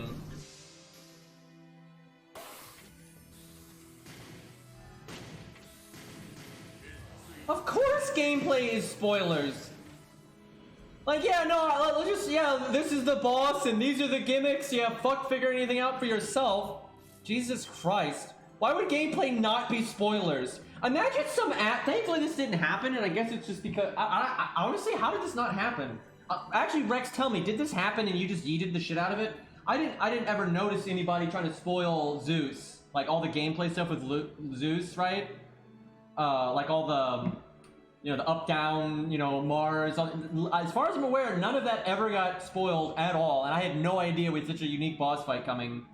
I'm like 90% sure it happened. Yeah, I guess you just yeeted it real good, because I didn't even catch a whiff of like Zeus being a crazy boss fight or anything.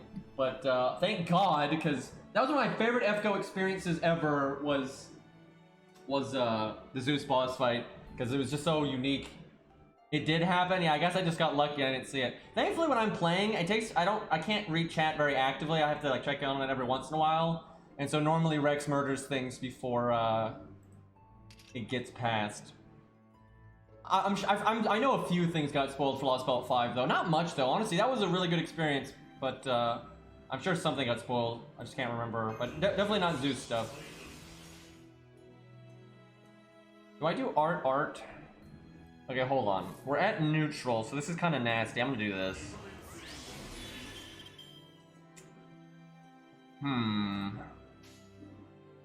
I kind of want to do Buster. I think I can do art though. Only if it wasn't the 50%. Okay, you know what? I'm gonna be a coward and do that. Well, if I do the half measure, I don't remove my dot though. How annoying.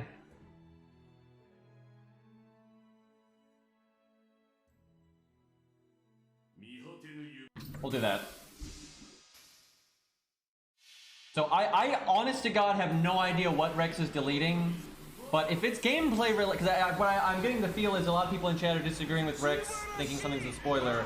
But if it is gameplay related, that is absolutely a spoiler, you fucking morons. Like, why would that not be a spoiler? When have I ever, in the history of this entire channel, ever been like, oh yeah guys, just tell me, you know, all the gameplay stuff that happens. I want to totally know all the bosses and their gimmicks and the story supports. And, like, what the fuck? Like, of course that's a spoiler. Jesus Christ. Chat, what do you think I care about more? The gameplay in Lostbelt 6 and that kind of stuff, or the fucking story right now, right? Like take one guess which one you think I care about more, right? And the more I care about it, the more I don't want it to be spoiled. Almost said don't want it to be spoilered. That's a fucking word. Jesus Christ.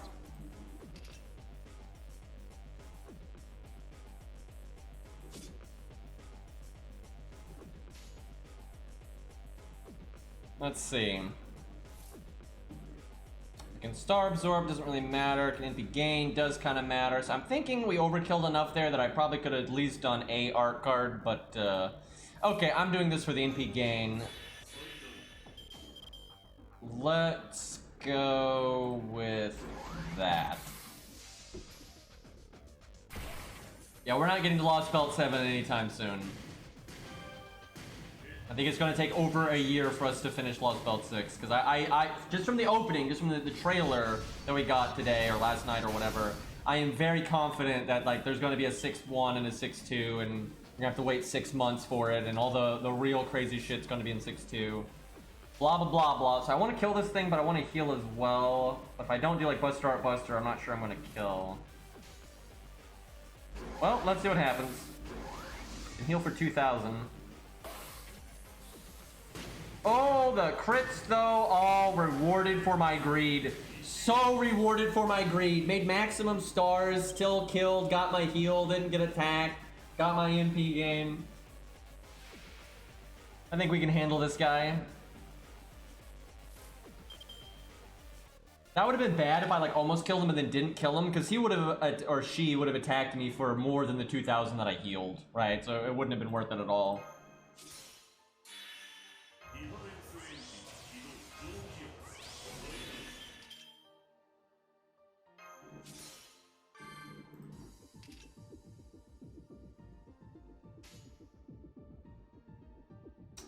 Yeah, I'm pretty sure it's dead right now. We're just gonna casually BBB with crit up, attack up, and all that good stuff.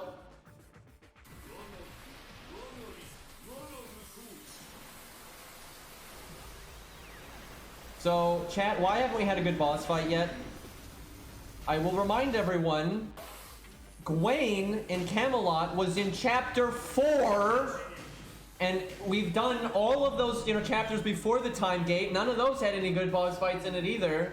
And up to this point, we still haven't had any good boss fights.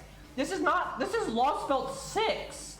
You have to fight Guadia, Gwen, Lion King, Sigurd and Valkyrie, Skadi and Valkyrie, Surtur, Zeus, Steamater. There's so many boss fights. If you're at this point, it's not like, oh man, the players can't handle boss fights, it might be too weak. You can't be too weak and be at this story.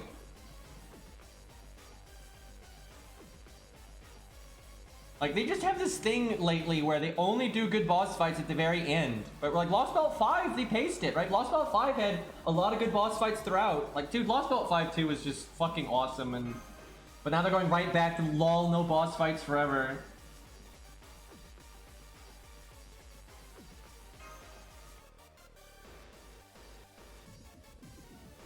Wonder if Oberyn is going to be rated up in like the part 2 banner or something.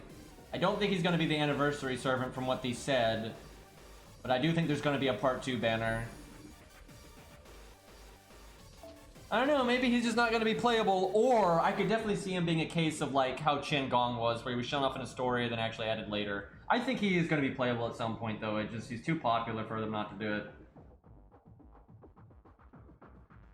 I can't believe they didn't add a new 3-star. I'm actually surprised at that, like, with just how much time has gone by. And they added a lot of 3-stars in previous Lostbelts. Lostbelt 1 added one, Lostbelt 5 added one, let's see, Lostbelt 4 added one, I think pretty much all but Lostbelt 2 added one, actually. So the fact that the thing is, they've just kept this in Lostbelt 5 for over a year, and we just now got to Lostbelt 6, and then it still didn't have a 3-star, right? It's just kind of lame.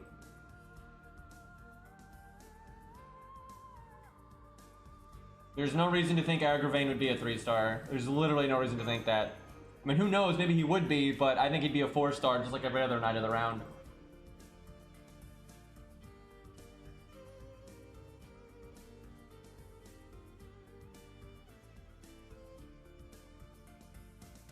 Oh yeah, I guess Gareth, but she's like the noob. That's like the whole thing. Oh, it's not like rarity has ever reflected too much. I mean, fucking Asterios and Arash are 1-stars. It's like, it don't make a whole lot of sense.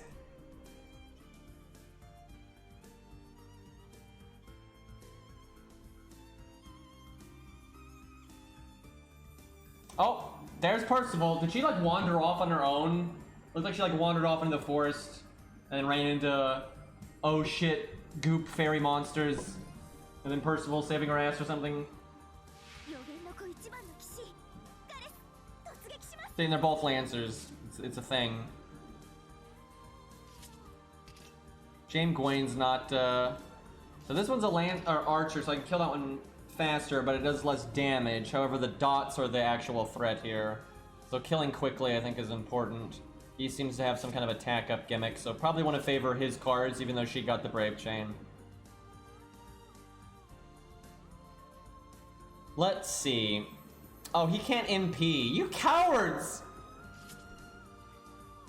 No point in doing a second skill then, outside of just taking the damage then.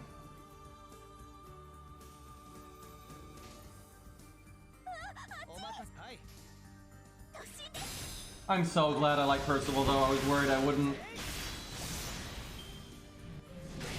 And the immediately crit for 2,500. Yikes, look at all these dots. Can somebody have dot removal here? Because this is going to be a problem.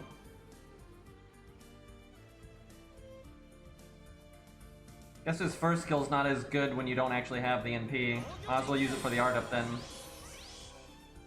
Oh, that's right, he gives the... Dude, him and Fionn will be good together then, because they'll buff each other. He'll give Fionn NP up, Fionn will give him NP gain up, which will be awesome for Percival. They're both Lancers, so their classes line up. They both have taunts, so you can bounce around the enemy's attacks. They both have hard survival. Seriously, that's... Imagine doing like Castor Artoria, Fionn, Percival, then you can do Switch Mysticode into another Castor Artoria or Waver or Nero Bright or some shit. That'd be pretty good. That's kind of fun. Hey, Anabashi, I think that's how you say it. 36 months though, my god, thank you man, I appreciate it. Look at him not spoiling anything. Oh, I haven't been spoiled by anything yet, but give it a minute. Okay, I'm... The amount of phone calls today.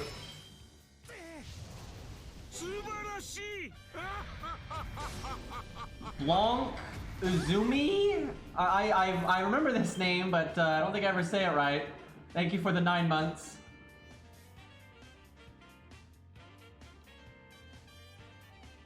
Trying to not die here. Actually, we're about to take a crap load of dot damage here. Oh, she has her first skill buff. I should have used that sooner if I'd realized that. Just crit, forehead?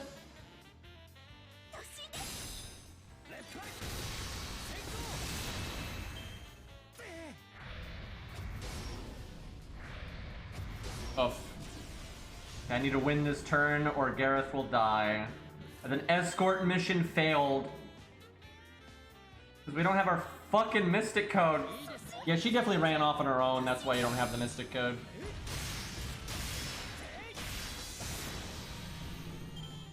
Okay, nobody died, we didn't embarrass ourselves there.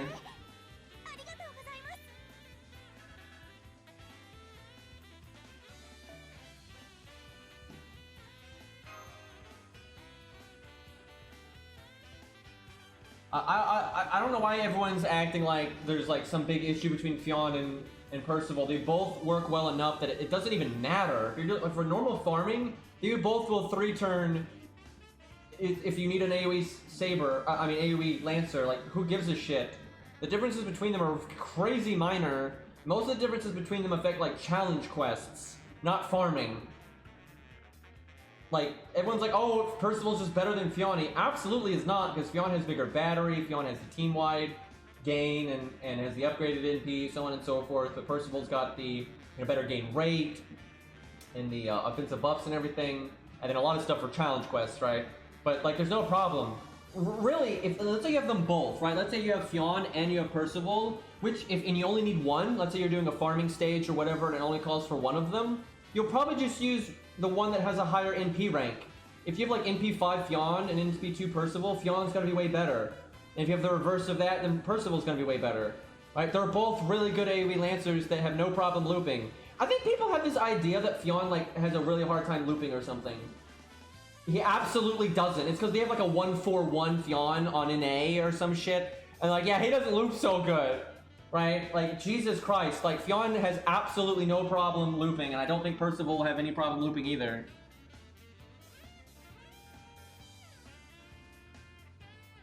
I'm not talking about what you're saying right now in chat. I'm talking about in general because, yeah, guys, you are the only people talking about Percival and Fionn in this exact moment, right? It's not like this is being talked about the entire stream like 8 times and all over Discord and everywhere else. Like, Jesus Christ. I said I've seen people. I didn't say anyone specifically right now.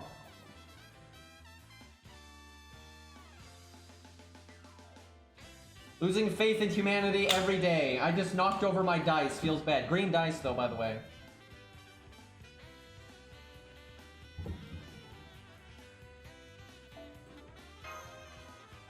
As for a tank, though, I would...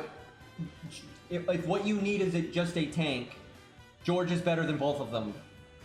Unless invincibility is a really big deal. But if you need a tank...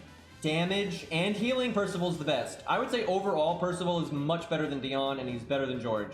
However, sometimes you just don't need your tank to take that much team cost. And so then George is better. Because sometimes George is tanky enough to get what needs to be done, right? Like sometimes you just need to accomplish a certain thing with the tank and that's it, right? Extra value is irrelevant. That happens all the time. Where like living even longer or doing a bit more damage is just irrelevant on the tank. It just doesn't fucking matter. And in those scenarios, George is always the best because he can still get a lot done. And the reason I think he's significantly better than Dion is because Percival easily does damage even if you're not really investing in it, right? If Percival is just autopilot tanking, he'll probably get his NP anyway. And that may not help you. Sometimes Percival's NP just won't matter. It'll be a single target fight and the enemy's not an archer. So like it will be kind of meh, but it's still something. And I'd say more times than not, it'll still be handy to get Percival's NP almost for free. And then also, if you're wanting Percival to just cycle, you can have him invulnerability someone else to have them guarantee live a turn, then taunt with Percival and have them live a few more turns. You can do stuff like that. Or invulnerability himself. He can also heal while he's at it, and that can be very helpful. So I think easily Percival is a better tank than Dion. However, there are still times Dion is better because you might be fighting a Lancer, and because Dion's a Saber, he becomes super tanky. And that can be a bad thing if you're wanting to cycle, but sometimes it's not a bad thing. And sometimes there's going to be like, a charm gimmick or something, and so you're going to want Dion's stuff. And then sometimes Dion's NP is actually useful, pretty rarely, but occasionally. So it's not like Dion has lost his niche, but I'm not trying to be bully Dion here, but I've always felt this way. Dion has always been kind of pointless because he's good, but he's good in exactly the same way George is good. I can't think of a single boss fight where I've seen like, oh wow, Dion was a really good tank there and George totally wouldn't have worked, right? I have seen boss fights where, wow, yeah, Dion tanked real good there, but also George could have done that. I've never seen a time that's not the case. There's probably like one random ass time, but it's so rare that it's not really relevant. Now, bosses in future might randomly favor Dion, so it's not bad to have him on hand, sure. And you might just like him. That's the thing, if you like Dion, right, he's basically as good as George, and it's easy as fuck to make George work on teams. So, of course you can use him if you like him. But I think Percival can also fill that role. And then he's got the invulnerability, but if you want Percival to die for cycle, you can just not cast the invulnerability or cast it on someone else. He does decent damage while he's there. Like, I think Percival's a damn good tank. I think he's a damn good one. But I would say his biggest competition is George, not Dion. And that obviously, because George has kind of always been the go-to tank. Like, even Whales use George sometimes, because he's tanky enough for what you need. And then not only that, he has a low team cost, and he has the option of his Bond CE and stuff like that, right? It's just, George is really good. It is very hard to top George, because even if there's a fight where Percival will tank better and do more damage than George, he's still costing more team costs, and he's still not going to have that Bond CE and things like that. That being said, I think they should buff Dion, because I don't think Dion is bad. I think Dion's a good unit, and if you want a tank... Because here's the thing. If you're just wanting... You look at all the tanks that are out there, and you're like, okay, I want to level and use the one that I like the most out of these tanks. And you like Dion, you're fine. No problem. It's not going to be a problem. If you've got, like, dealing with hard challenge quests and stuff, he's so usable, it will not be a problem. You're not going to be, like, handicapping yourself or anything. It's no big deal.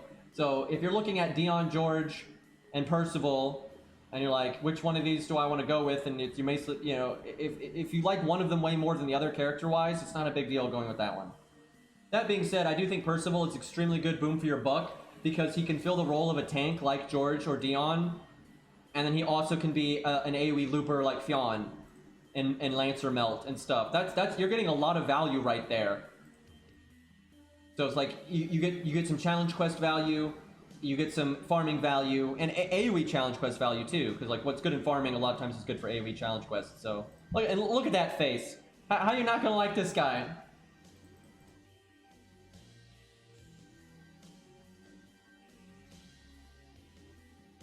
I mean, ultimately the servants that really need to be buffed are the ones that suck. But it'd be nice for servants like Dion that are good, right? So comparing Dion to Jekyll and Hyde is just sad. Dion is so much better than Jekyll and Hyde. It's pathetic, right? But they're apples and oranges ultimately, right? They're in different roles in the game, but Dion actually is useful. That's the thing. Dion can be used and have it not result in you crying, right? Where with Jekyll and Hyde, not so much, right? So I always say that the units that just suck need to be buffed the most. But there are a lot of units like Dion that it'd be nice to kind of give them an extra role, something extra that makes them a bit more special. And like for Dion, I would definitely double down on the utility side of things and give him like buff removal resistance or insta-death resistance or something like that. Or hell, get a little crazy, give him team-wide buff removal resistance. That would be so good. That would be so good if Dion had that, because Dion is already aimed at challenge quests, right? And buff removal is in challenge quests. So he can be tanking for you for a challenge quest and give you buff removal resistance for those annoying bosses that do that. That would be really good. Like that's like a Hohenheim kind of buff where they just would make the unit so much better. But that's fair, because it's not like you're always going to use Dion still. Like if you're playing for pure practicality, sometimes some bosses don't have buff removal, and then all the positives for George are still the positives, right? So you might, but when bosses do have buff removal, then Dion would be amazing. Soldier H, yeah. Another dwarf.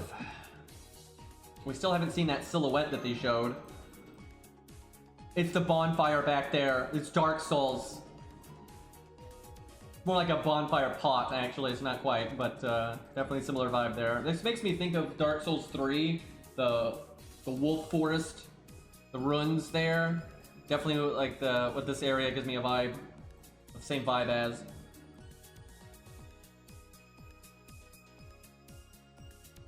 Because Percival's hanging out now. I guess this is the resistance we're seeing right now.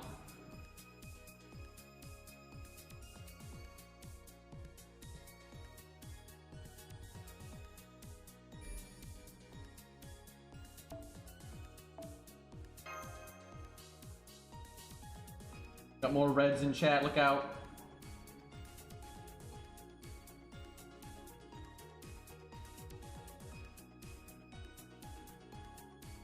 Look at these normal looking people. How come she gets eyes? I wonder if she has a name. By the way, is it really that hard to draw eyes for the mooks? I actually think a lot of times the reason they don't draw eyes is because they want you to know that the sprite is supposed to represent multiple people, or like if it's Bob here, it can be Bill there, right? And I think that's why they do it. It's like a way to signal it's a sprite to represent, you know, potentially different people at different times and so on and so forth. But I think you can kind of accomplish that and still give them eyes, but you know.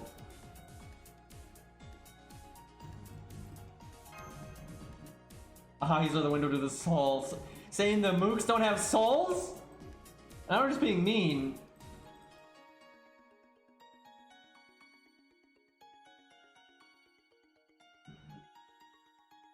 I like the shield back there.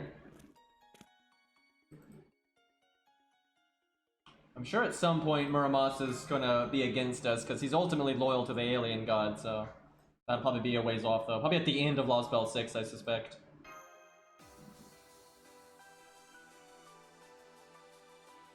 Or their souls just don't have windows. Oh, here we go with that again.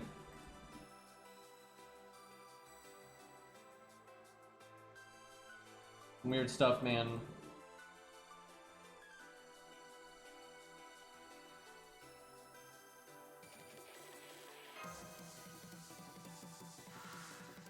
What? That's the alien god priestess, which I'm not really convinced is even remotely loyal to the alien god. We have still learned so little about that character.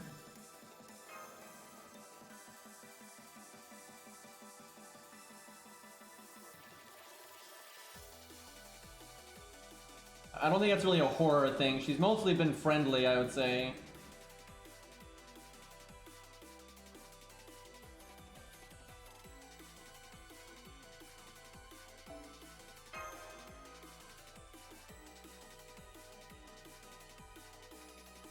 Yeah, it wouldn't shock me if she's Ogla, because, like, at the very beginning, she, like, lingered on MASH and stuff, and the player character's rooms or whatever. That would not surprise me if, like, her soul is in there and her body's been hijacked by the B7, and then that got hijacked by the alien god, or B7 is the alien god. That whole situation's pretty confusing, to be honest. I do not think... Some people think B7 just is the alien god. I do not think that's the case, though, because of it wanting to change vessels to Ort and all that. But, I don't know.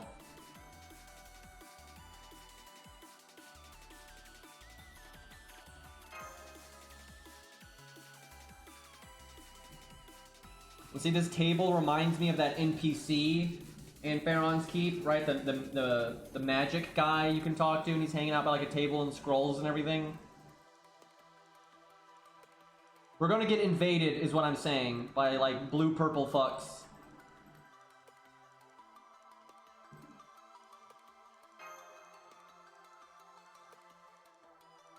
Ogla's body is being used by B7, is basically what's happening, which is kind of dumb, but it is what it is. And then B7 is either being possessed by the alien god or is the alien god.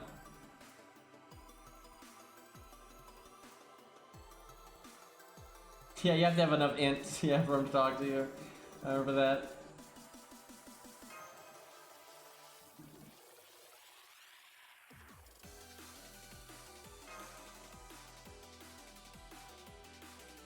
Yeah, this team is getting pretty weird. Lostbelt 6 is kind of a mess, man. Why are his hands so weird looking?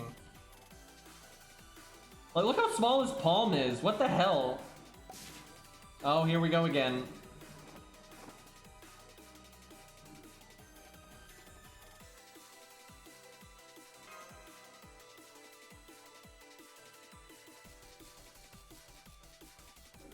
If I remember correctly, B7 is like known as the End, which is like such a stupid name, but welcome to fate, I suppose.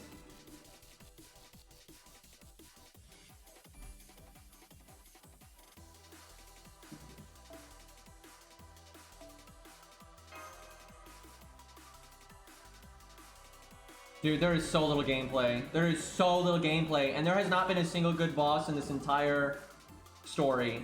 The Calamity of Norwich, it was a good boss if you Chin-gonged the story support Muramasa.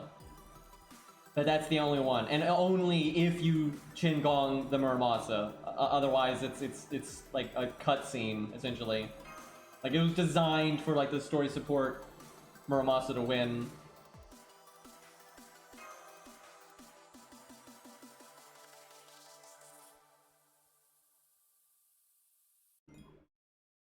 I agree that Nasu just wanted to make this other world that has, because it has nothing to do with Fate. Like, the rules of how the world works, all the fairy stuff, the relationship between characters, none of it has anything to do with the actual Legends or the Fate version of the Legends, right? It's just a completely made-up world that has nothing to do with anything, really, and they kind of just tacked it on to Fate. And I get it if he wants to write other stories, that's fine, but I would say then go write other stories, right? Like, just go write other stories, right? Like, Jesus.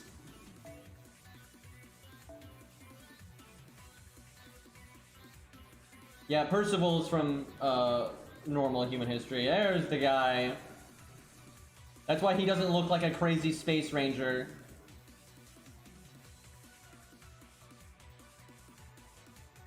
Looking pretty fly with that coat there.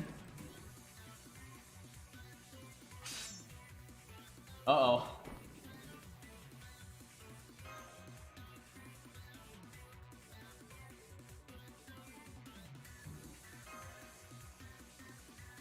I hope he survives all this.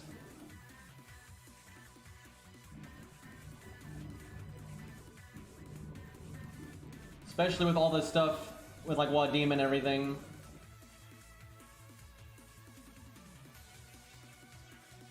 Spriggan, that's literally that guy's name is Spriggan. I think it's funny. Will they have, when we fight him at some point, will he turn into a giant like bronze Spriggan, I wonder? Are they gonna be that guys? I see it says 2 NPCs. I think they're gonna be story supports. Let's look. Yep, oh joy. And we're fighting every class ever. I kinda wanna use Hex. You know what? We're doing it.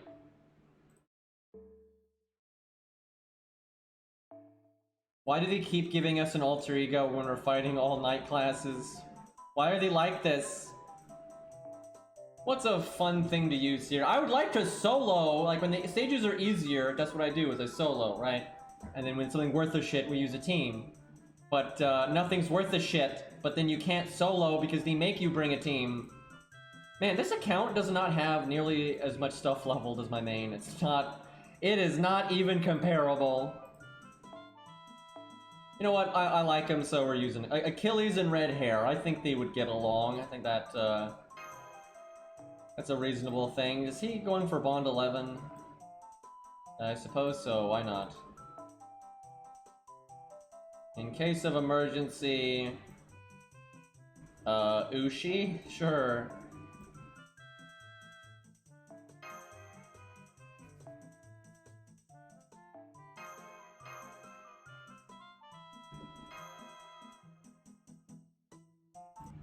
Oops, I accidentally just killed my playlist. I was trying to just like open up a different tab. Man, and we had Zelda music there. What have I done? Chat gonna be mad about that one. I clicked the wrong part of the screen.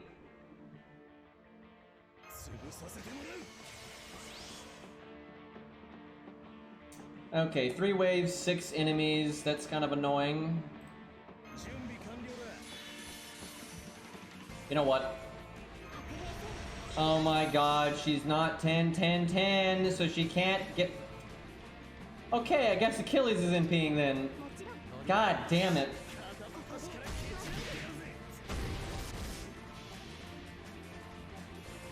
I was gonna have red hair NP.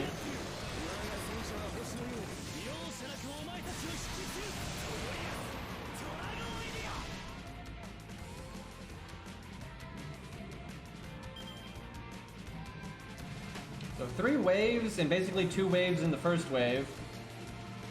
It's kind of a yikes.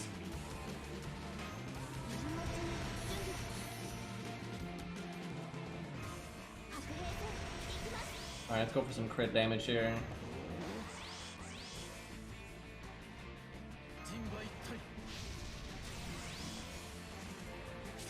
Didn't really need to do the second skill.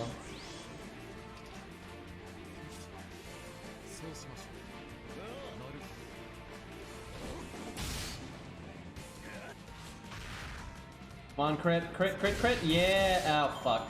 It was all for nothing.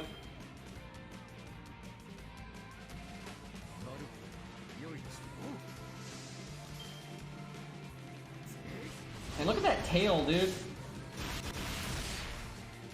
It's like an entire tree back there, but it's on fire. Who's your favorite Lostbelt king so far? Zeus. It's not even close. It's like Zeus by so much.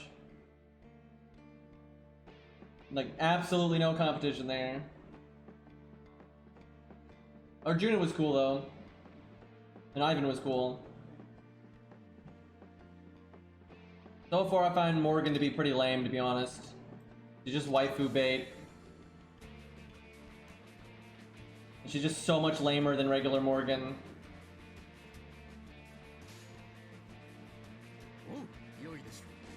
In terms of just the Lostbelts though, 5-2 is my favorite, then Lostbelt 1. And it's close, I tell you, as much as I love 5-2, Lostbelt 1 is awesome, dude. It had good pacing, good characterization, you know, people's combat abilities were actually respected and made sense, which they don't do that very often in FGO, like Jesus Christ.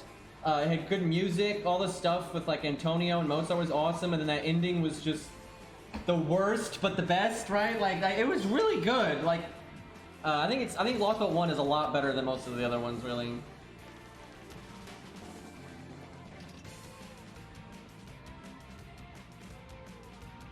I mean, plenty of female characters are still well characterized and are You know, not just bait, right? Now they may have, you know, they're trying to make them appealing in that way anyway, but then they still are well characterized and don't feel really contrived and ridiculous.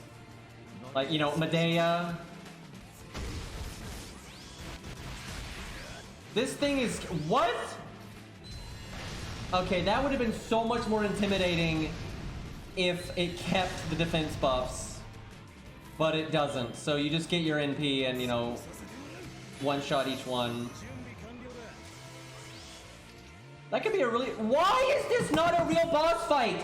Why? We have fought Gwen and Zeus and Demeter, all the... Why can't this have, like, a lot of health per health bar? Because then you could do this with a solo and or a team and, like, actually build a team to deal with it, right? Like, why can't... I'm beating this with just a whatever joke setup, right? Like, why can't this be an actual fight? There's no reason Lostbelt 6 can't have actual fights in it. Like, every stage in Lostbelt 5-2 was an actual fight, and then it had some ones that were really, really big fights. This is yet to have a single big fight. And they keep doing fights that have, like, gimmicks, but they don't matter, right? It does not fucking matter. And they just keep doing... They're acting like everyone that's playing this has only played the game for a week. That's what this feels like. Everything in Lostbelt 6 is, like, aimed at people that fucking suck and are new. But it's Lostbelt 6! They have to have beaten Demeter and Zeus and all that other crazy shit to get here. It don't make any sense. Now it has another gimmick, but it's not gonna matter because he only has 100k health. It's probably like a tack up or something. I really want red hair to NP, but I don't think it's gonna happen. Now it just gains even more defense up, but you still just one-shot it, so not really a big deal. Yeah, it's getting the... That's funny, this could have been a cool fight if they actually... you know, push the value on it. You know, it wouldn't been as hard as like an actual, you know, real dedicated boss fight or anything, but it'd be a fun thing to mess around with, like the bonus floors and the recent tower event, you know, Galatea event, right? Those are actually really fun. Those bonus floors are really good. I really enjoyed that. I wish they had gameplay like that for just like your trash stages and just less trash stages, right? That's like the way to do it.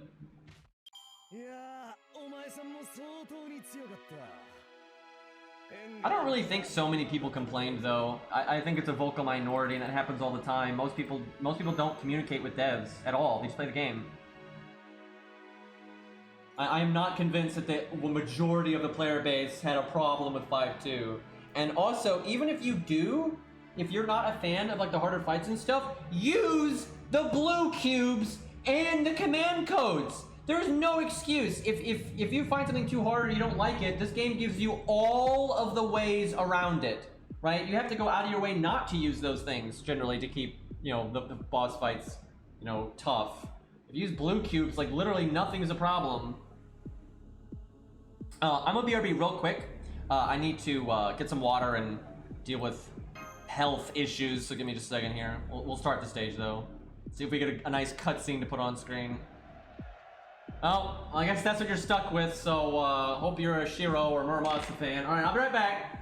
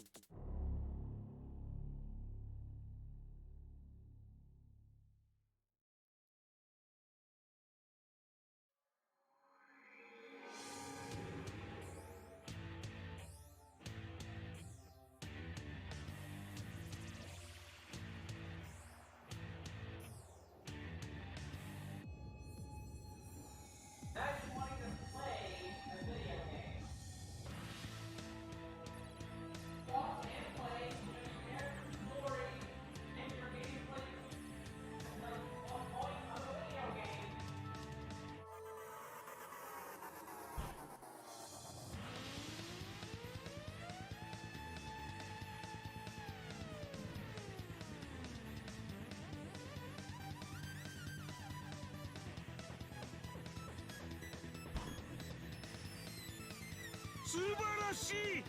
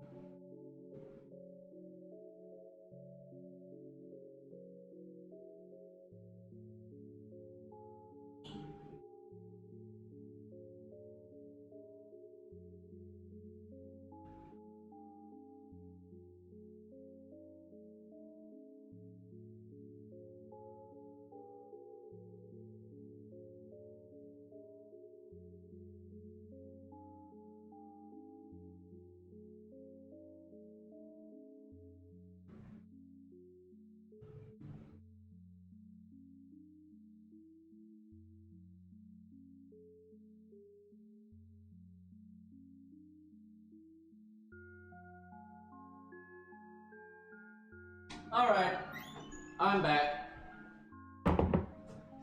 Wait a minute. Wait a minute. Is Muramasa showing off? I feel you know, he's like got his coat, cape, shirt, you know, he's always like holding it like that, right? It's kind of like, you know, look at my chest, right? The dude's got going out of his way to... I feel like he's showing off, right? I don't know, I never realized this, but it's kind of just like, bam! I mean, yeah, he is in good shape. I mean, I'll give him that. He is in good shape. No, no denying that.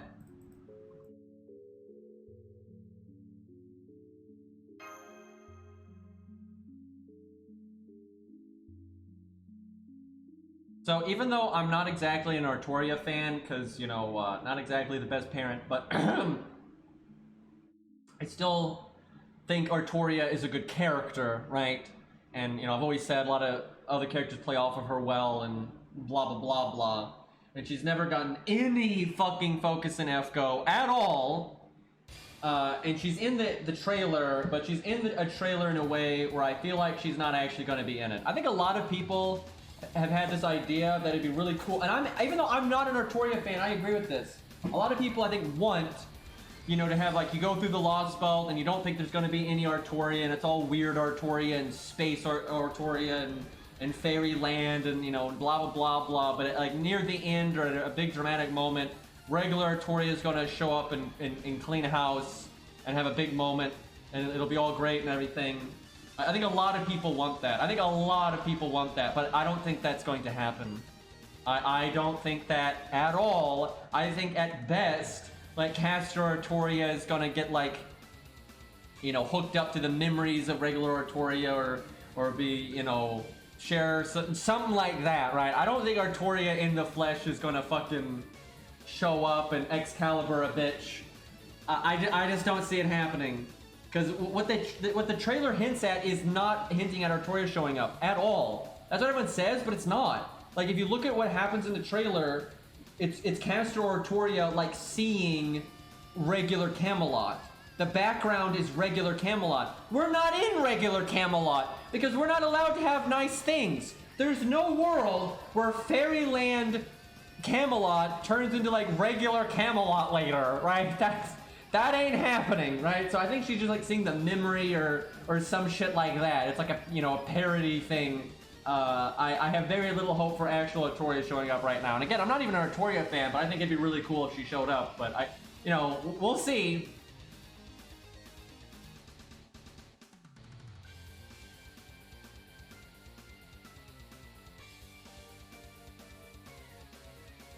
Alright, let's see, what are we doing here? Fighting every class ever again.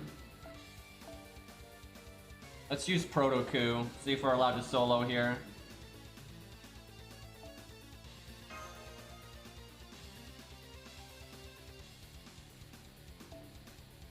Nope.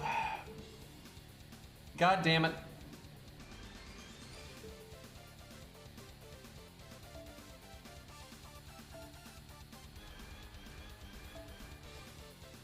We'll just have Proto-Coup hang out. We'll be the Lancer gang here.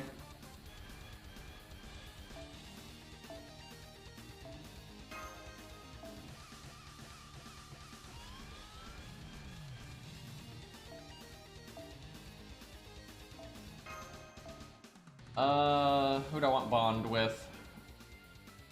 Doesn't matter too much on this account. That's not very far along, but whatever.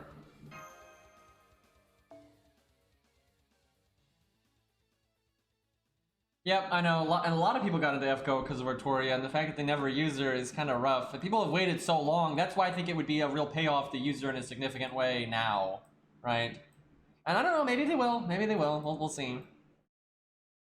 I think even if she does do something significant after all this time, I definitely think it's going to be brief. You know, I don't think she's going to show up at all in the flesh, right? I think she'll show up in like a flashback and, you know, that kind of shit, but I don't expect her to show up in the flesh. But if she does, I think it'll be crazy brief. But we'll see.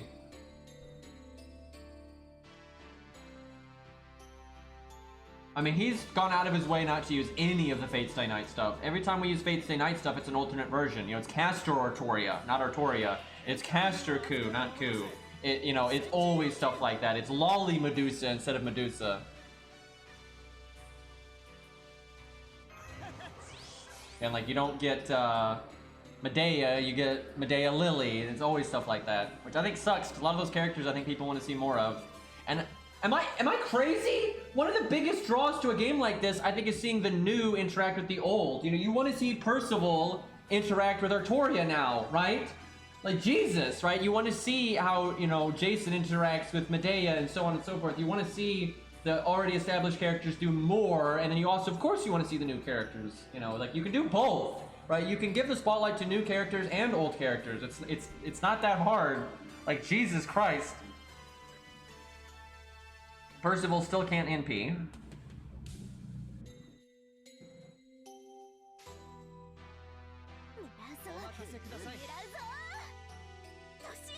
Percival's pretty cool. And it's normal Percival, thank God, and they didn't do anything weird.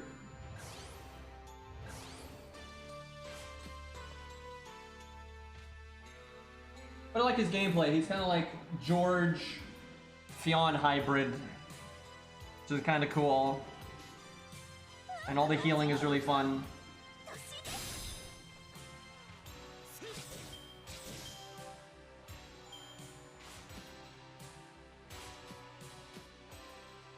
Yeah, and I think the reason Curse Arm was in the story is because Curse Arm didn't really get a lot of screen time back in the day.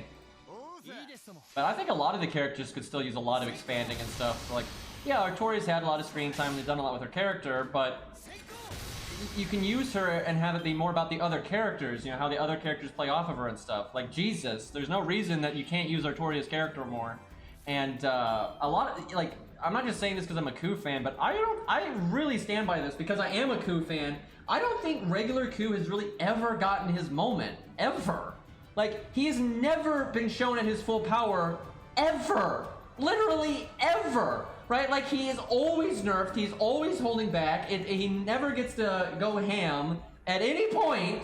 He never really plays that big of a role in any of the stories. He barely does anything in Extella and the extra stuff, like Jesus. Like, he's always just sidelined so hard, always, right? And I feel like he's actually like the character from Face of the Night that needs some screen time the most, because he really just has never gotten his moment, ever. Especially like with just how powerful he is and all these abilities he has that he just never ever gets to use. It's kind of annoying. But I think honestly most of the Fates Day Night though they're interesting characters and there's a lot you can do with them. Like even when the ones that have their character arcs more completed, like Medusa and stuff, it's still just interesting to see Medusa react to the other characters and the situations and stuff, right? Because they're good fucking characters. You know, I'm sick of weird versions of good characters when I just want the good characters, right? I don't need weird Medusa. I would just use regular fucking Medusa for God's sakes. And, you know, if you want to do your alternate versions and side takes, that's fine too, but you can do both. It doesn't have to be the weird stuff all of the time.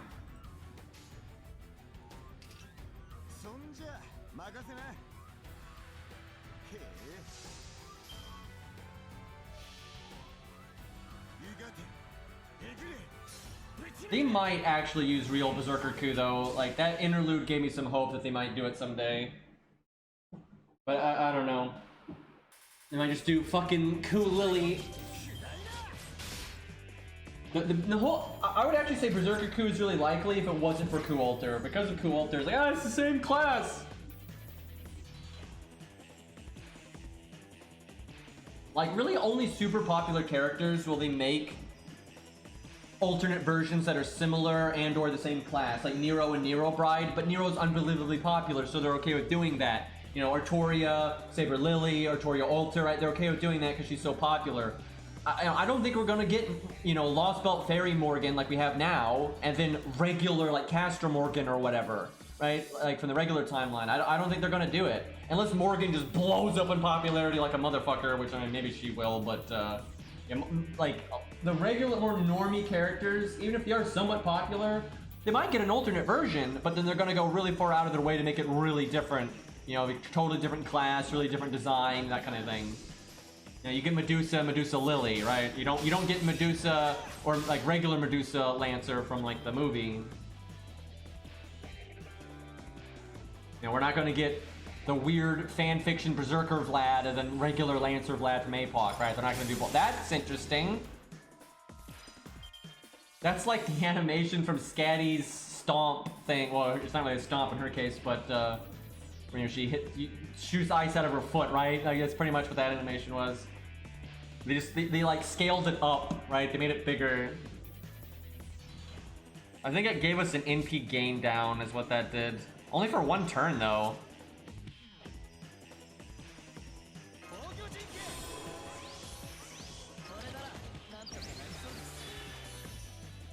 I'm so glad Percival's in the game and actually done well. It's so common that they add shit like that, and I hate the way they do it, so I'm really glad they just went pretty normal Percival, for God's sakes. You got some nice references in there, too. Doesn't have his normal spear, I don't think, but that's not that big of a deal.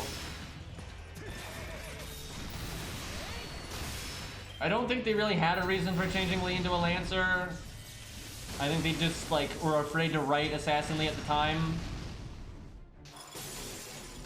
Oh, they did it again. If I knew they were going to keep casting it, I would have done this for the debuff resistance.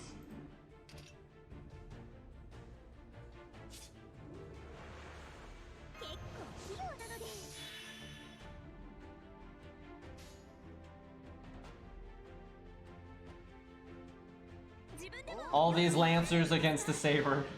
I mean, Caster. By the way, I barely slept last night, so... A lot of health issues right now.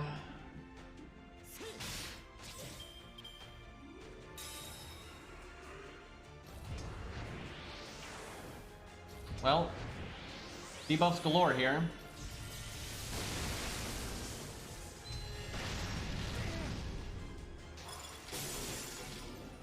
Look at all these debuffs.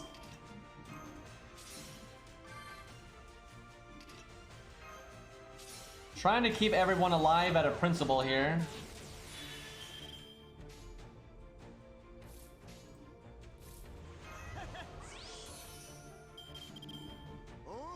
Alright, come on. Give us the triple crit. Yeah, not quite enough though, but I'll take it.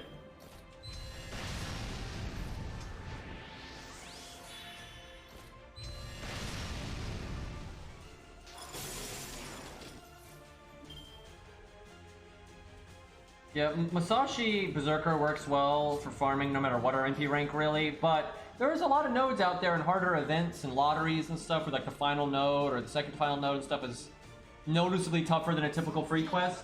So having her at a higher MP rank, it will certainly be useful, like absolutely. But she's just a good unit for farming and challenge quests, period. She's a really good unit, like she really is. I kind of wish she was a 4-star because I wouldn't mind rolling on her just for like funsies, but I wouldn't want to.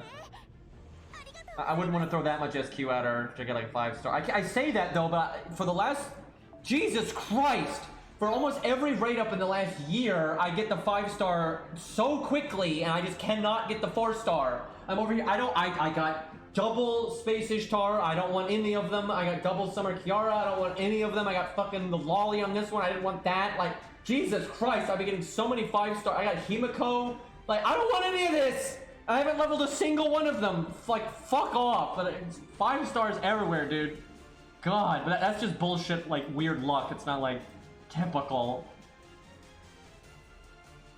It's not really success when it's, like, not the objective, right? It's actually a failure.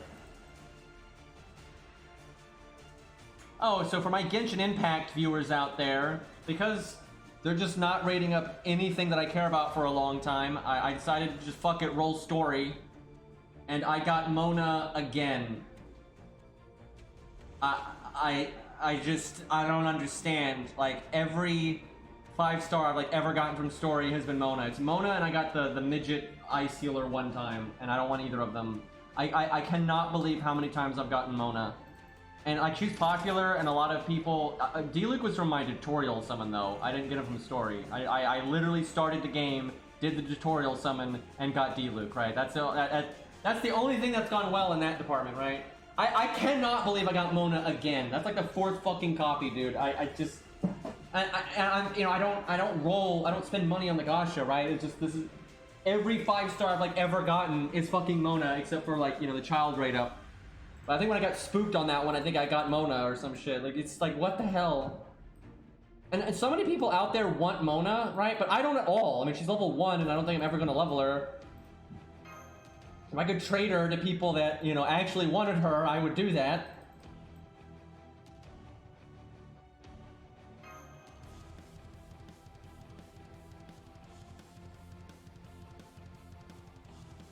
Boy, seems to be a lot of weird shit going on right now, story-wise. I think we're in like a bell tower now. Okay, maybe it's just a saber. This could be a boss fight. This could copium, but like this could be a boss fight. Let's see here. Question is it hard enough that we want to counter class? Let's go neutral for now. We'll go no command codes, and if we get wrecked, then we'll upgrade.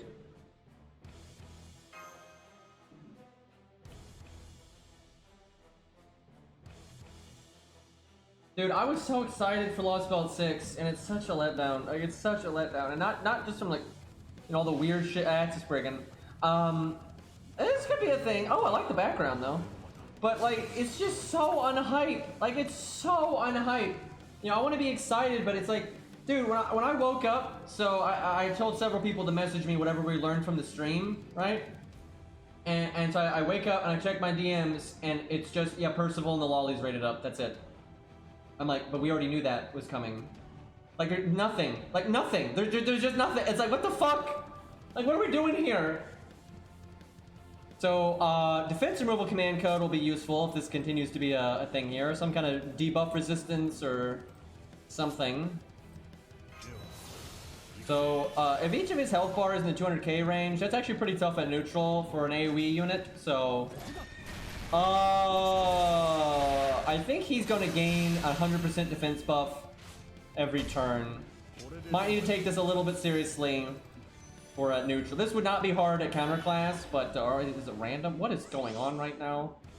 This is weird.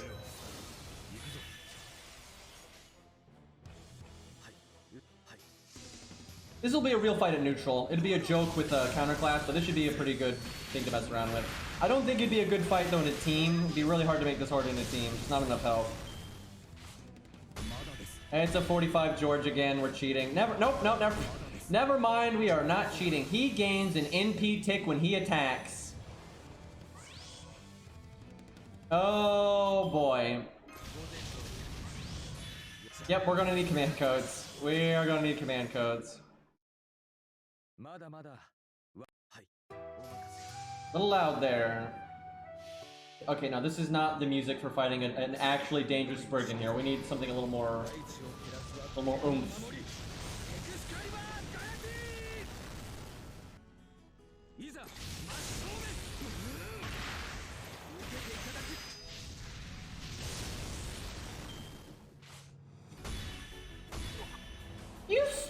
What?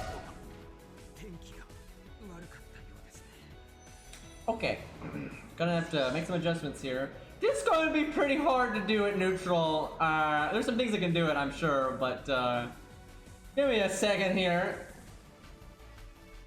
Wasn't ready to need hard survival there. Yeah, it looks like it gains 2 per attack. I want to use one of my units first, right, and see if anything of mine can work, but then I'll use other stuff in a minute.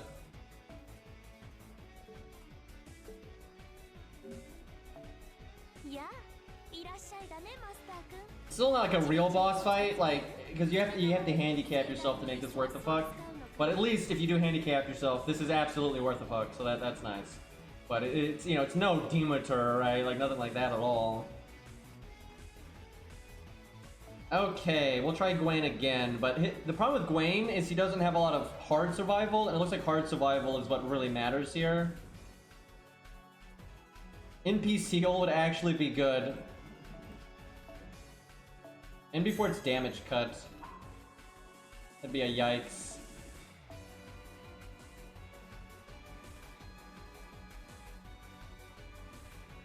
What do we use?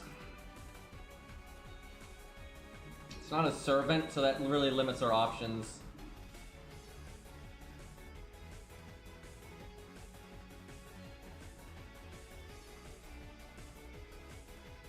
Huh. I don't know what Arthur would do here, because he's neutral, but it's a giant. That'd be kind of cool. He did have an attack buff. I could do that. Yeah, might as well. I'm not sure it's worth it, but a lot of the typical damage up stuff won't really work here.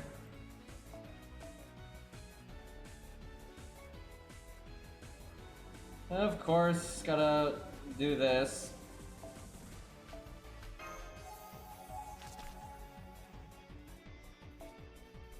Yeah, I do think they're stretching out Lostbelt 6 to buy them time because they're just so unprepared with content overall.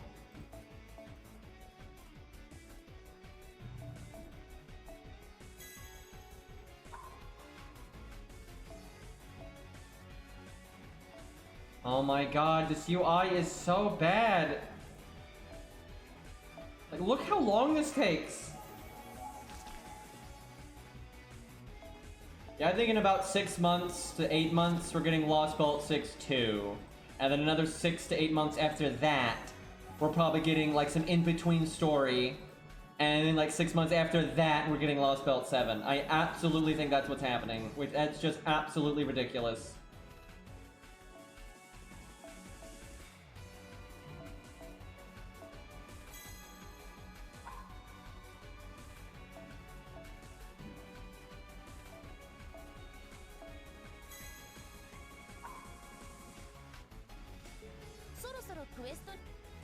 I see you, chat.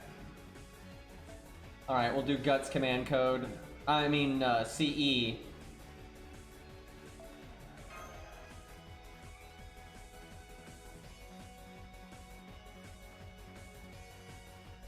NA almost made its Lostbelt 5 before JP left it.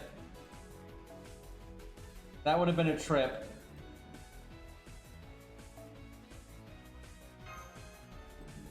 Wait, that's the wrong one.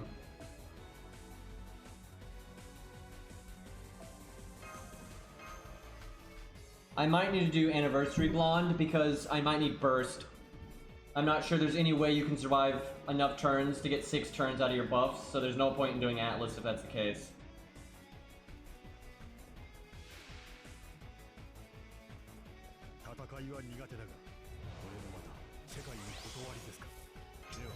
Keep forgetting to switch out the George. Terrible opening hand.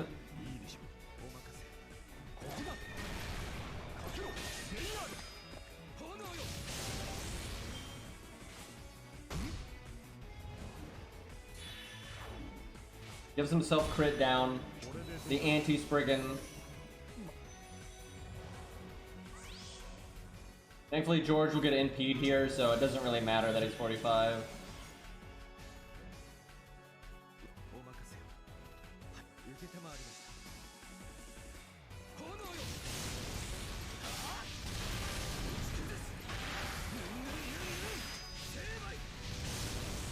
Yeah, NP Seal will definitely be handy for this.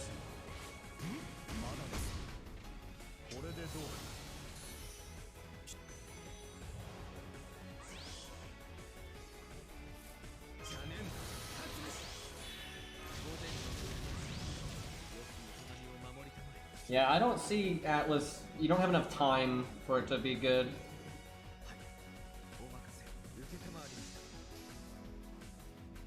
If you play more gas, gas, gas.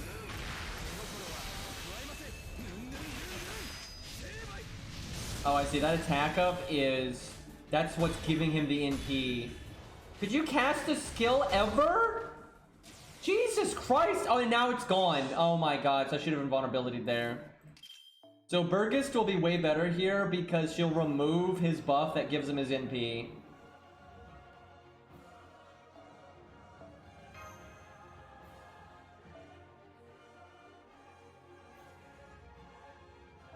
But we need to like face tank that turn with the invulnerability. That'll help. It'll probably recast it though.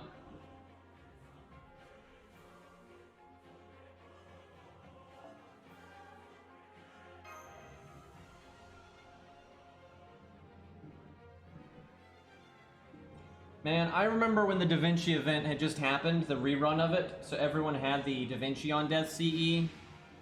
And as time goes on, it just gets, it's all Camelon again. They should like bring that event back or something. Hey, now that's an opening hand. I'm casting this now because I have Atlas. I gotta try to get value out of it.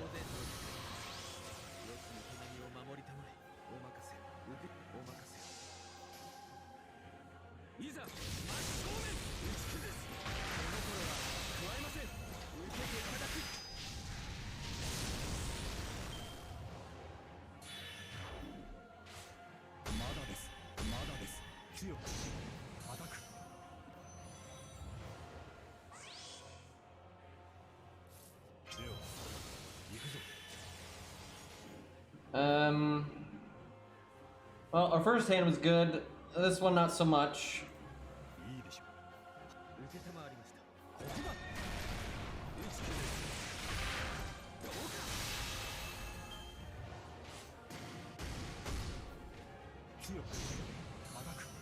Okay, he's probably gonna NP me here.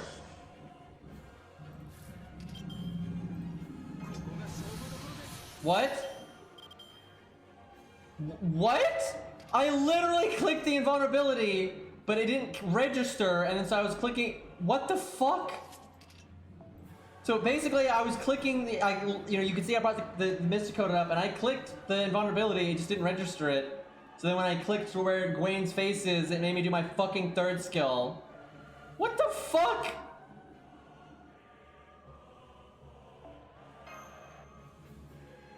Well, that's obnoxious as hell.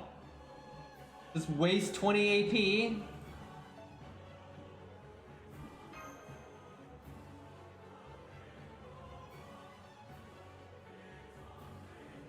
Yeah, damage cut and defense up at this point really should have different icons. You could make them similar though, and that's okay. I would make damage cut like the shield symbol with like an arrow down or something.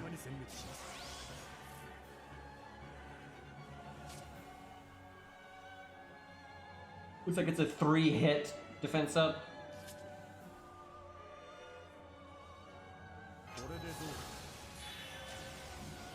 Oh, bad opening hand again.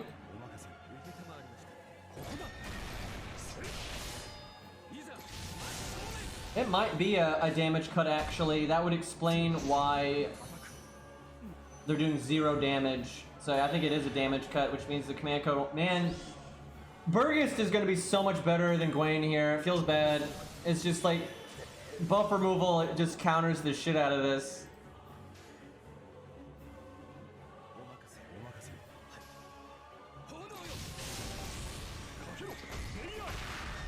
Yeah, it's like PFA, but damage cut.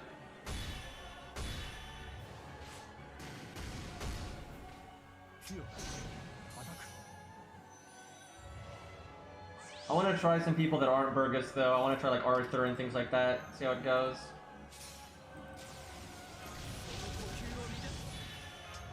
You really want a hand that's worth a fuck with your taunt walls, so you can cast Gwen's skills in advance and actually get some value out of Atlas.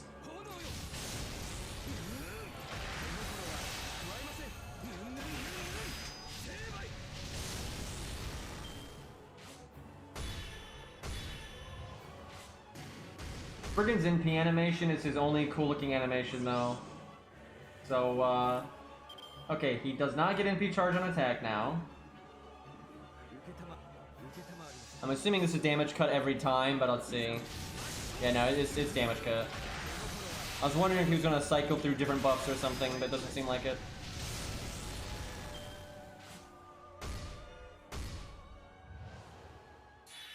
Okay, there's that again, which means he's going to NP again. That's quite bad.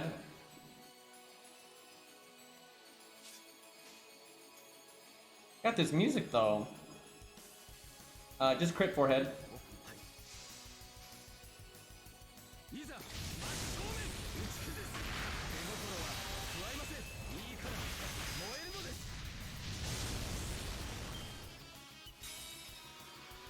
$300K. Why didn't they just make that a flat $300K, by the way? Oh, there's the crits we all know and love.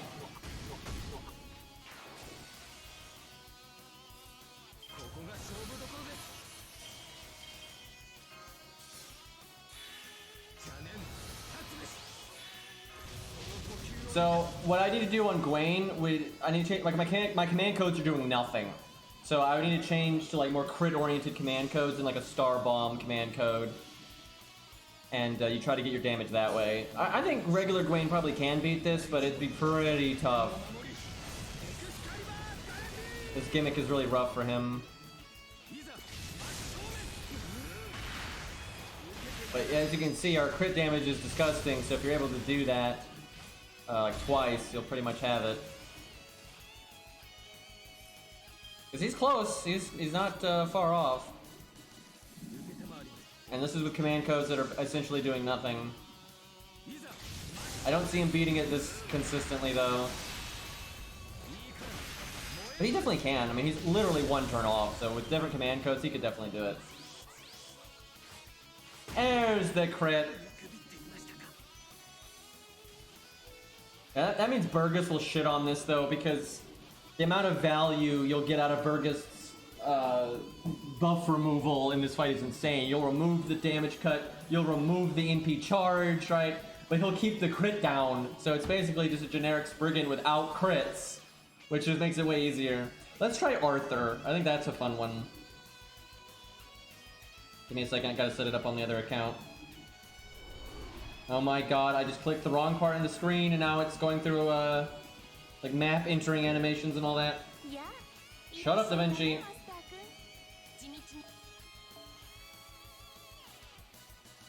I'll give Arthur some basic command codes. I'm not gonna go like super ham on them though, because I don't want to take 3 years. Wait, what did Rex get? I'm finally free from the lottery boxes. Oh yeah, how many did you open?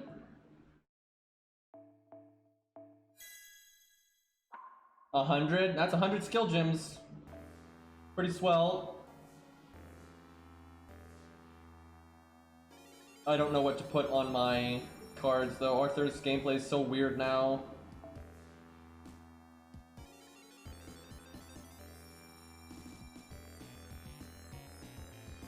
I don't know, especially it's his art cards, so I have no idea what to put on his art cards since the buff.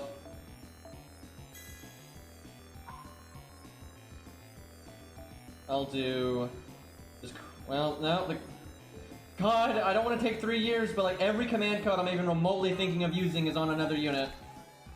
As you can hear from the sound effects, I am removing command codes right now.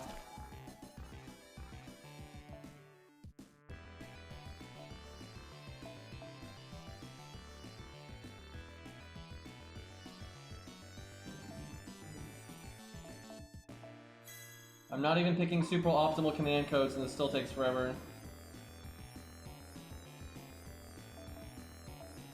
Okay, good enough. Arthur might need a gut CE just because of the way this fight is. You get one shot so easily. I'm gonna try without first, but I feel like gut CEs are really like a lot better here than they normally are. And they're normally pretty good anyway, so they're like super good.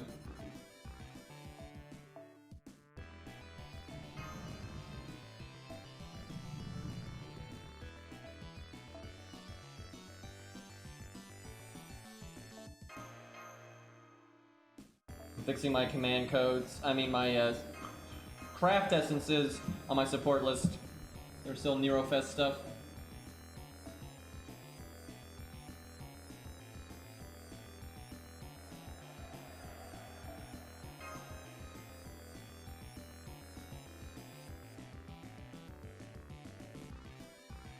Yeah, we don't know how many bells, I don't think yet, but we'll see.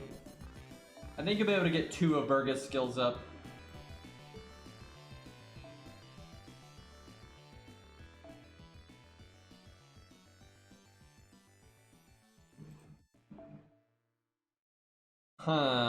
I'll try, I don't know. You get so much burst out of Anniversary Blonde, but the way Arthur's first skill is, it's kind of nice to have that up for 6 turns, and then you could also get your 3rd skill twice.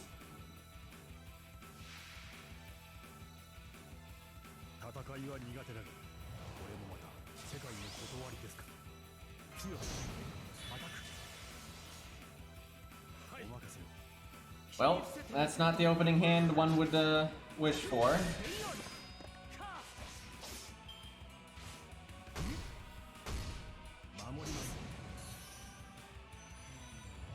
I wonder how big this damage cut is. It's enough for the taunt walls to do 0. If Arthur had just a tiny bit of NP, I could NP BB with my 3rd skill and all that. I almost want to use my skills though, just so they come back sooner with Atlas.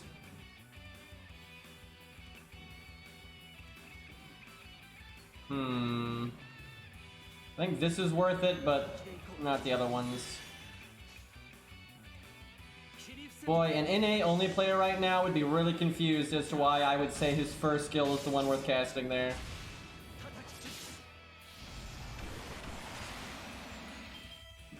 But hey look, the Buster Up's not gone. How about that?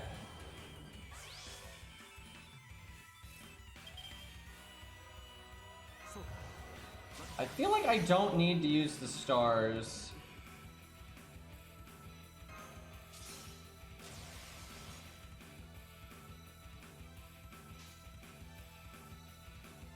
I may be overestimating us here. I think we do need a gut CE as well.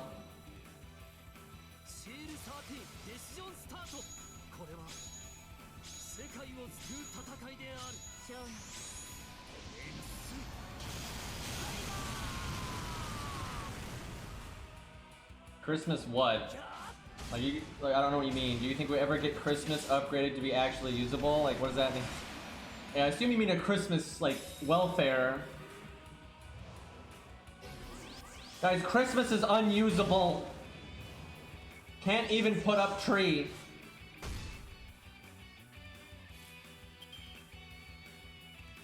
Like, charisma? What do you mean charisma? Like, nothing's wrong with charisma. Like, wow, imagine giving the entire team a bunch of attack up. How terrible. Unusable trash. It's not fucking Phantom. Like, let's get real here.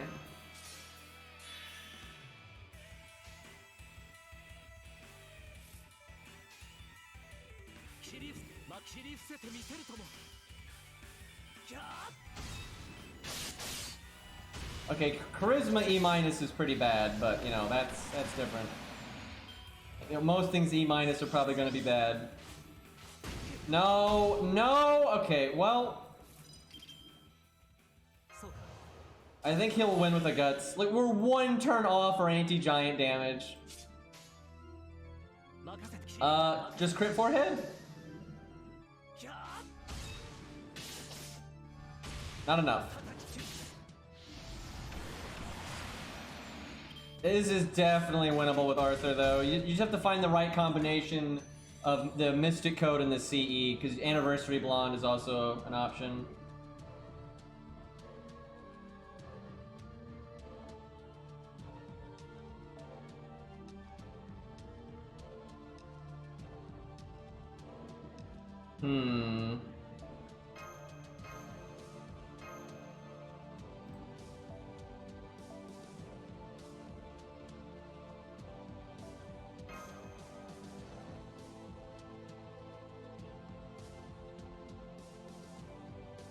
They're so inconsistent with how they do pluses and minuses, though, in gameplay.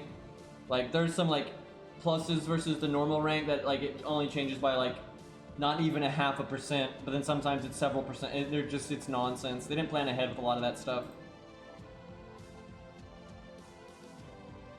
I feel like I shouldn't change both things at the same time, like do one thing at a time.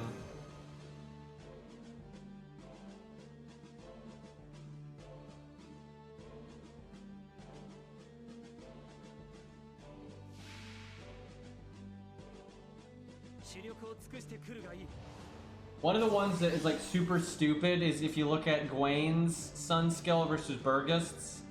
Lore-wise, they're super different, and Gwain's is way stronger. But then gameplay-wise, they're barely different, and it's because they just couldn't have Burgust, you know, not be good. Oh no, the game crashed. I should probably just beat this. I'm wasting so much AP right now. It's not really that interesting of a stage. It's kind of just really straightforward.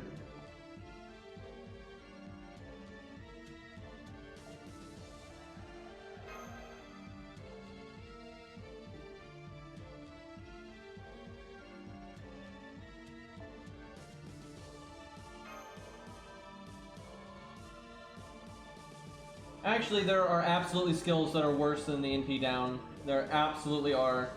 Because the thing about NP down, like on Gilius and stuff like that, is at least if you're using a servant like Mash and things like that, so or Nightingale and whatnot, it combos with other things to help you survive an NP. And it actually can do that. Now, that's not very good for a skill to only do that. You know, it only does a little something when it's working with something else.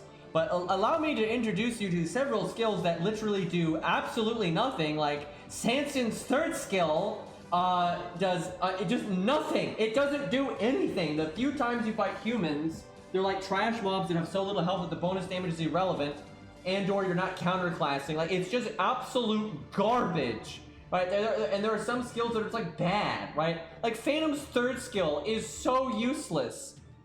Like, it's so useless. It only does something on the times that his charm would fail, but it normally wouldn't fail without the third skill.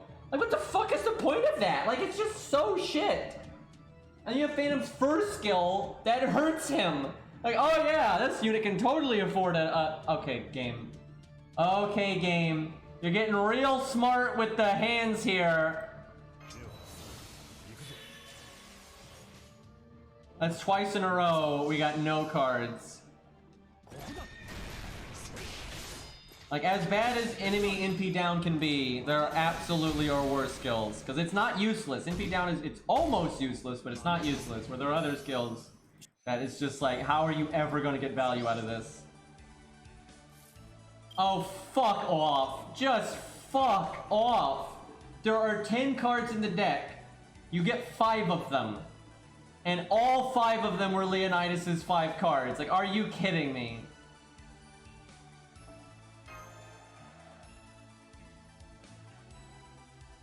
Like, you know, if the enemy was an archer, you probably could do this with like a Grailed Leonidas, but that's not happening here.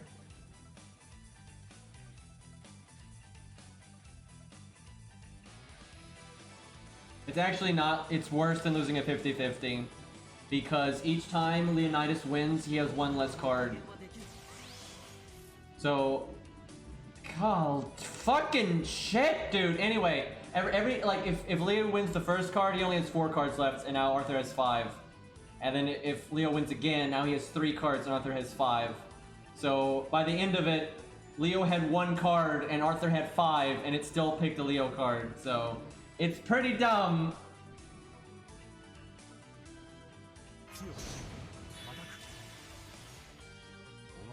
At least I get NP gain this way.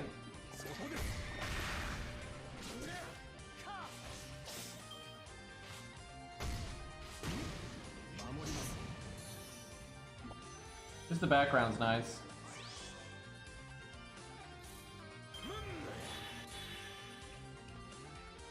This is going very poorly right now. This is going so much worse than last time. Even if the CE is better, this went so much worse that I'm not sure it's going to matter. We have to go for crits with our 3rd skill and no NP.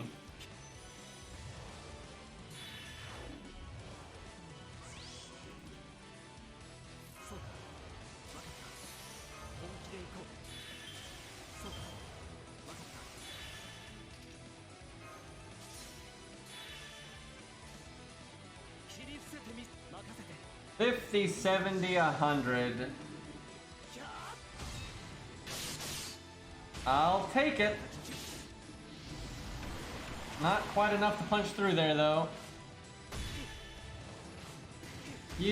Oh my god, I keep forgetting that he does. I don't know why I just keep forgetting that he does that. I just threw. I think we would have won. I should have invulnerability there, because then I could face tank 1 turn with my health bar, and then another turn with guts, so I just lost a turn because of that.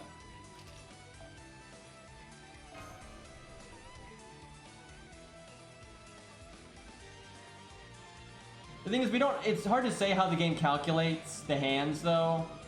So there's really no way to know exactly what the statistics are.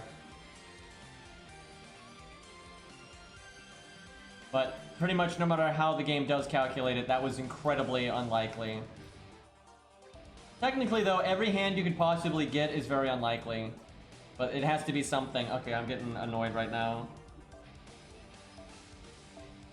Fucking, like, not paying attention, making little mistakes, and then I can't summon myself because the support system in this game is trash.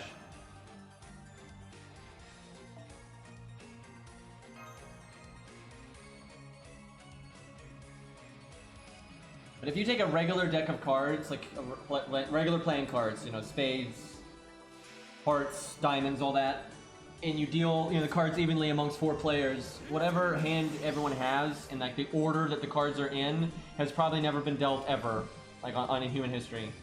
Like there's that many combinations, but it has to be something, right? Like no matter what hand it is, it has to be something. So that hand is unbelievably rare, but it had to be something, right? Every hand it could be had to be super rare.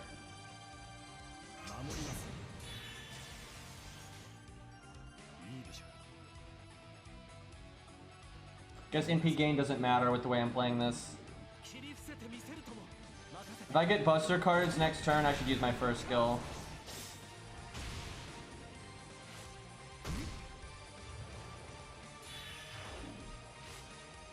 Oh great, he already did the thing. Guess that doesn't really matter. I have a Buster card. I think it's still worth it. Man, that sucks though. What really sucks is I don't get stars.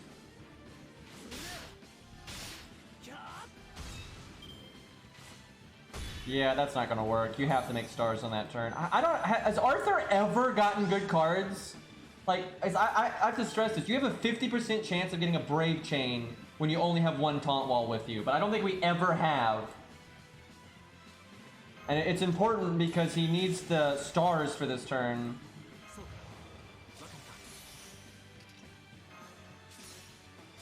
Okay, him casting it early does kind of suck because he'll NP attack again and then get his NP again.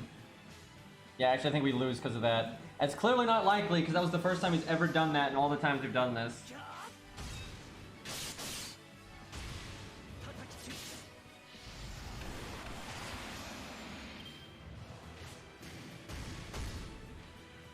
Cause yeah, it's so fucked. Cause normally you can face tank right here. Dude, that is so fucked up. That is ridiculous. That's never happened, and that's like, oh my, it's always something. That's why you want like overwhelming value on your side so you can deal with stupid shit like that. Okay, I'm just gonna beat this. Arthur can do it, but I can feel bad. I don't think Arthur's win rate is actually low here. I actually think Arthur's win rate is decent here. It's just, everything that can go wrong is going wrong right now. And actually, that's not entirely true. We could have won twice. I just misplayed twice. Like that one time, I absolutely think I was going to win. I just forgot to cast Invulnerability.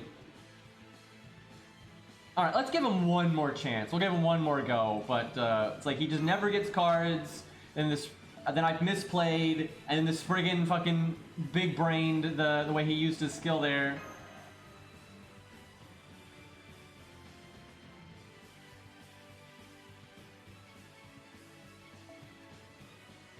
So if you were like going super budget and doing this in a team, you would probably use Robin, and that would go pretty well.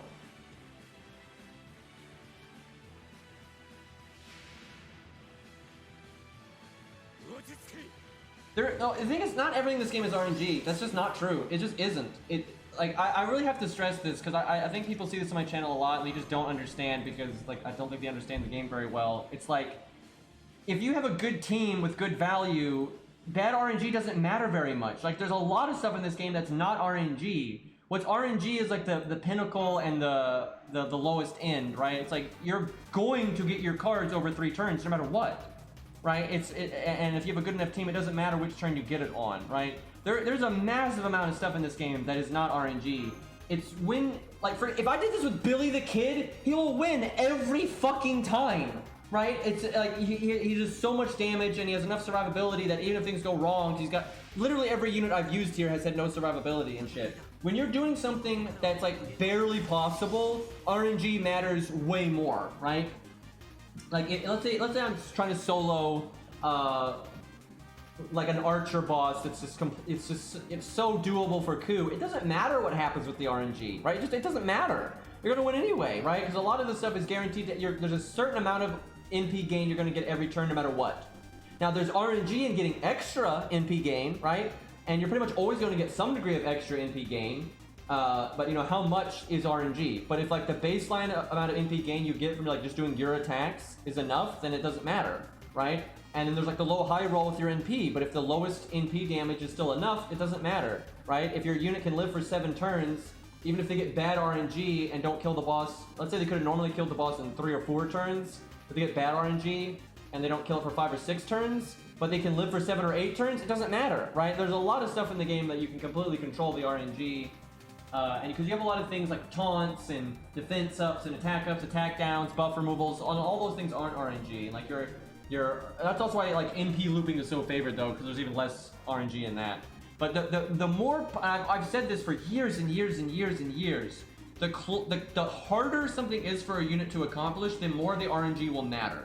Right? If you change this enemy's class to Lancer, that is such a massive value shift in Arthur's favor that he'll win completely regardless of the RNG. Or if Arthur was just a better unit, no offense to Arthur, but he's not exactly the best unit in the game. But if Arthur had like an invulnerability skill on one of his, on his 3rd skill or something, and he's doing this exact same stage, the enemy's a saber, everything else, but if he just had an invulnerability skill on one of his abilities, he would win no matter what.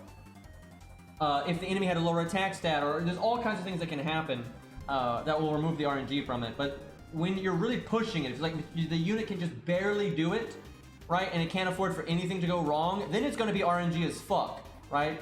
Like if Arthur can win it with, that's why I talk about wiggle room a lot. Like if a unit solos something and they have like 2 or 3 turns of wiggle room, that means they don't care if their taunts take all the cards, or if the enemy crit them and will kill them a turn sooner, or they low roll and don't break the health bar turn, so they end up breaking the health bar turn later, right?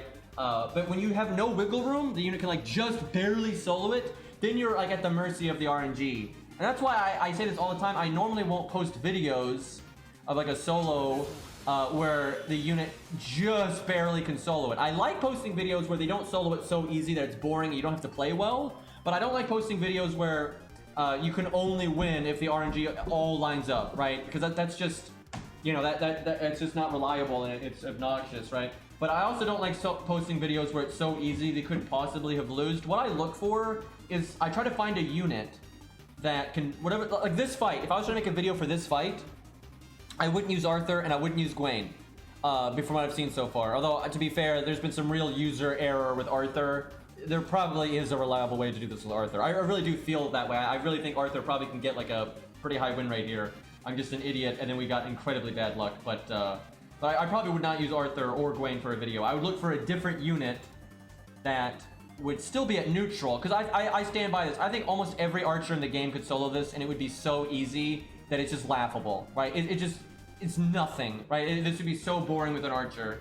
So I would make it an archer, but I would look for a neutral unit that's toolkit is a lot better for this. So even if the RNG is bad, they will win anyway. That is like what I do for almost every video I've ever made. But most people don't fucking realize that. It's kind of crazy, but you know, when you're super pushing and it's like a unit can just barely accomplish something, of course RNG is going to matter. But when it's more in their camp, if you will, like Burgess, I think Burgess can do this with no RNG whatsoever. That's an extreme case though. Burgess counters this fight so fucking hard.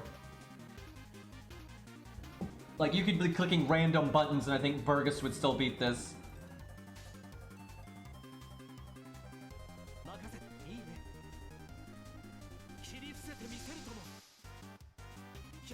Attila is not a particularly good unit, no, she's pretty bad.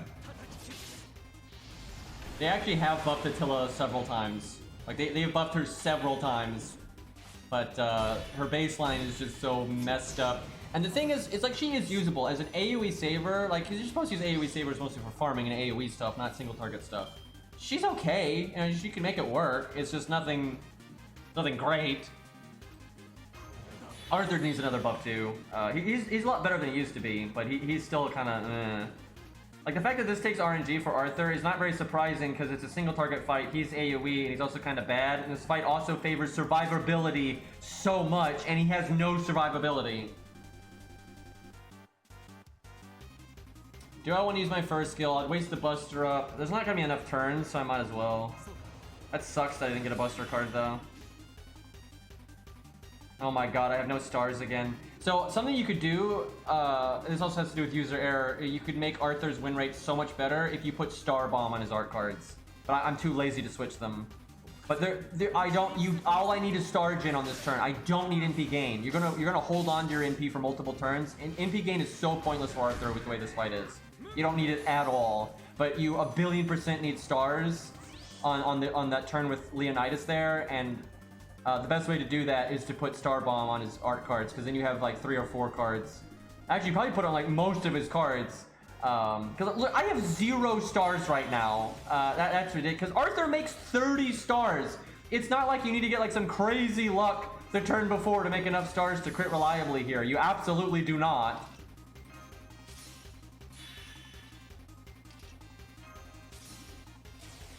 But we keep getting 0 Star Gem. But yeah, you can fix that by just putting Star Bomb. His quick card makes enough on its own, and then if you put Star Bomb in his art cards, and that's what Max does with Mordred, and that actually works really well.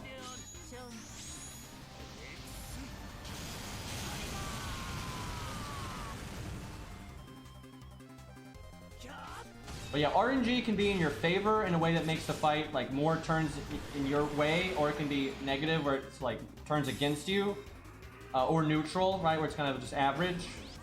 And if you have a good enough team or a good enough solo unit, a good enough setup, whatever it is, the idea is to be able to win even if the RNG is bad.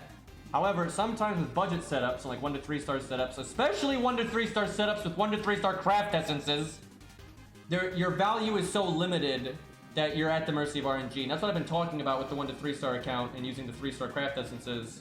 You know, it's kind of, I'm not liking it as much because it's at the point now where you just need more value, right? Like the 3-star craft essences are so bad that you just don't have enough value anymore, and it's always coming down to getting good RNG.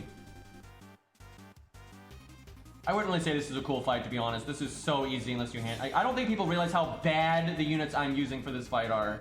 Like, they're terrible for this fight. Like, this fight promotes single target and survivability. We have neither of those things on either of the units we've been using.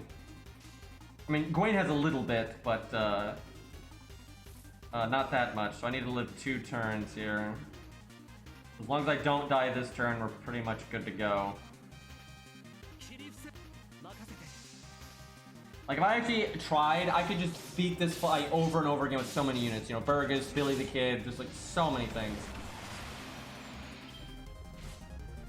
You know, Calamity Jane, you know, pretty much every guy. I mean, he tried his fucking damnedest there to kill us on that one turn that he couldn't NP us.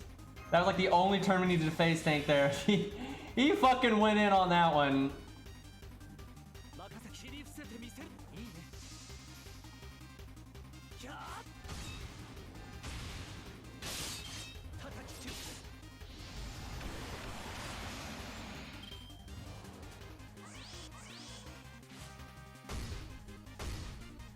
If he had double buffs there, we might have lived. That'd have been silly. So now we have 46 stars. Honestly, if I had played it this way from the beginning, I actually think his win rate is just fine. I've done this enough with him and Gwen that it pretty much goes that way. He NPs that one turn, the normal attacks the next turn, you can face tank that one, and then you guts. And that number of turns is enough, I think, for Arthur to win basically every time.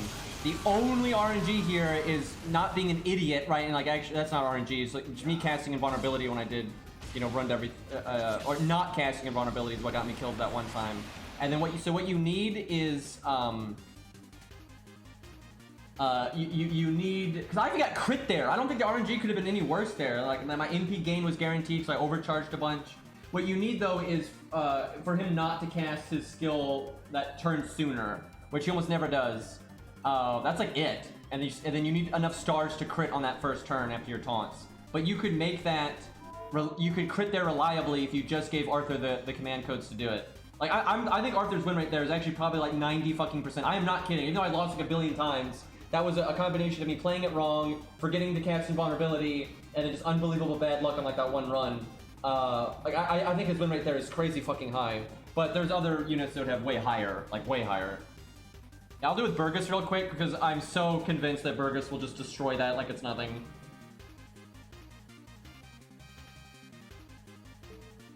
I am not going to tell people what phone I play the game on because that's like an account recovery question. I get asked that so often and I have no idea why. It's like, that's a good way to lose your account. All someone has to do is answer a bunch of account recovery questions and they can steal my account. And like, one of the top questions is what device you play on. Like, why the fuck am I going to tell people that?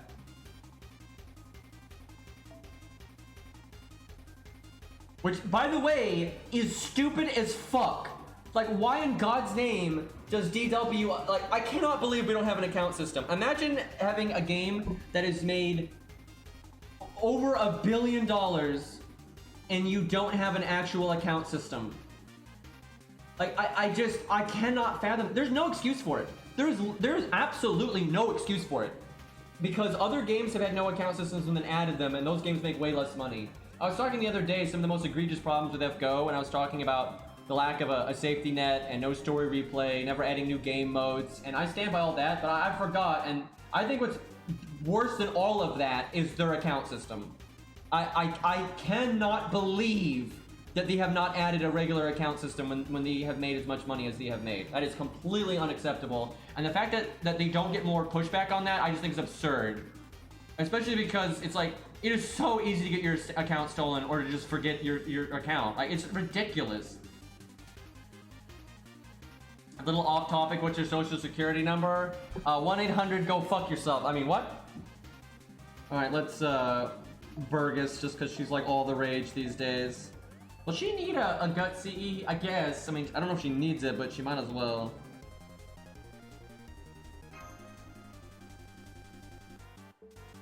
I know a lot of people that ask that though, they're not like trying to steal my account. I get that, but like that's why my rage is directed at DW. The fact that you can steal someone's account that way is just it's just absurd.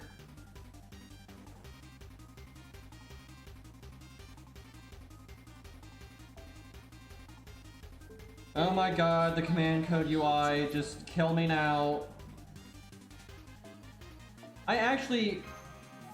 I would not mind making a video for Arthur on that stage if I changed his command codes. I really do think his win rate there would be so high if you just concentrate. Like, some of the problems there was, you know, wasn't really trying. And then that one run I did, like, some of those runs I got unbelievably unlucky, but I think he could have won anyway. Like, I really think Arthur has a good win rate there. I think the only way you lose, is if the Spriggan casts that NP per attack thing one turn early. I think that's the only way that you lose. Leonidas gets all 5 cards. I think that's the only 2 ways you could possibly lose, as long as you play properly. Because even if he double crits you, he doesn't kill you on that one turn that matters. And so that's what I was talking about though. If Arthur had a survivability skill, like if he had evade or something, then he could still win even if that the Spriggan casts the thing early and double NP twice in a row. And then if the Spriggan doesn't do that, then you just have like massive overkill value. It's like not even close. What do you even give Burgess here? Of course, everything I'm thinking about giving her is equipped to somebody else. Who has the heal plus? Who did I summon earlier? Because that's who it would be. Oh, Percival. I'm glad to be able to say Percival's in the game now, though. That's a nice sentence to have. It's like, oh, the command codes are equipped to Percival, because he actually exists.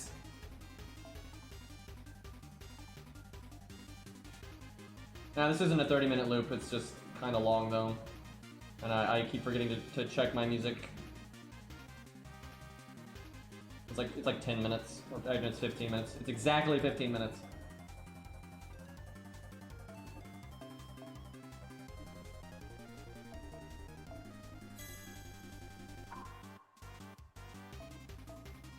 Kind of sucks that the Spriggan's not a servant, though, because all the, like, setups for BBB, because I don't know why, but we're like non-stop using sabers here that are all very normal card damage oriented, and they really want stuff like the Gilgamesh one or the anti-mail one and stuff like that. And you can do the crit ones, but like in a solo, Gwaine and stuff don't really crit that much. I mean, Arthur does, but Gwaine and Burgess don't crit a lot on their own, unless you do Anniversary Blonde, which I mean Burgess could probably get away with here, but I feel like Atlas is just so good on her with the way her skills are. Especially whenever she gets to be 10-10-10, cough cough.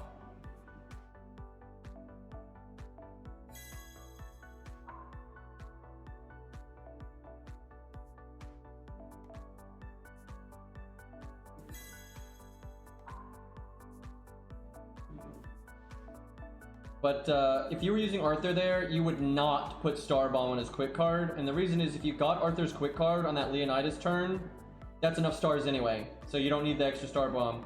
And you do the Star Bomb and art cards because if you don't get the quick card, you need stars some other way.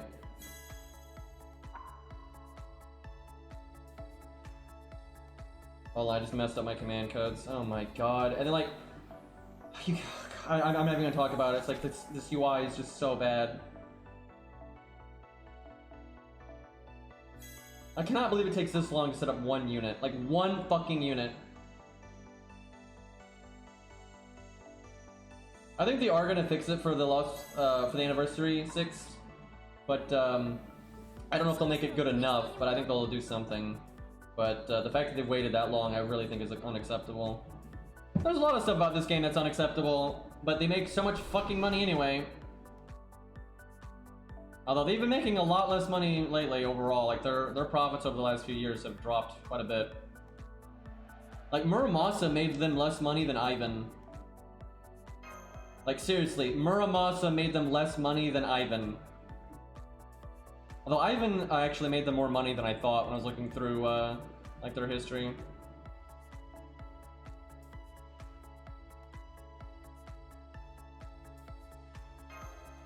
But they have not had any, like,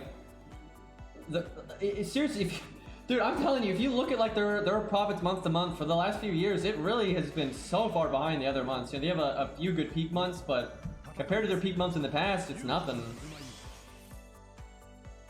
They just lost so many players, dude. Because other games aren't shit. Other games have safety nets. Other games have story replay. Other games have, you know, other game modes. Like, you know, people love Fate and everything, but that can only carry you for so long, right? You know, they need to make the game better, for fuck's sake. You know, other games have account systems.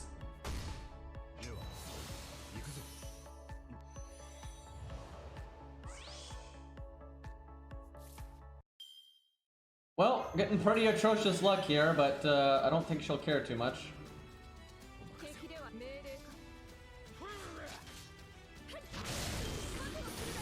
I think DW is just too lazy. Like, they don't put... It's not about them not knowing what to do. I think that might be some of it, but I think they're just too lazy to get off their fucking ass and do things and make game modes and make... Like, they can't be bothered to make an account system and shit. And when you look at, like, what that employee that works for them said, you know, they just don't care. They were pulling staff off of FGO to work on that stupid Soccer Wars game that died in 5 seconds. Right? It's like, what the fuck is that? Like, of course we're getting no content and no account system and no quality of life updates and no game modes and, you know, no safety net because they're busy trying to make their other piece of shit game work that they shut down in fucking, like, 6 months. Oh, hey, it's daytime. How about that?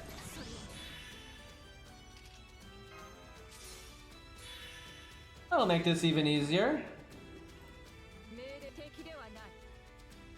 Wait a minute. Fuck, I just realized he already has his NP. He can't...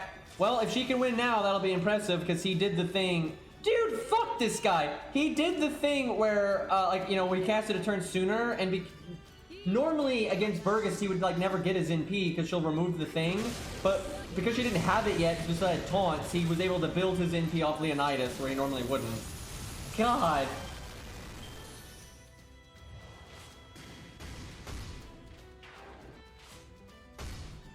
I probably should have used another card to have just gotten my NP there. Getting the cooldown reduction right now would be nice. Well, too late now. See red, press red.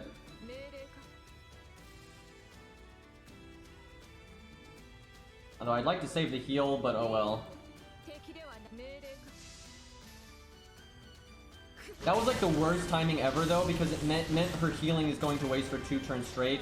2 out of 3 turns of her healing went to waste because I had to use invulnerability there.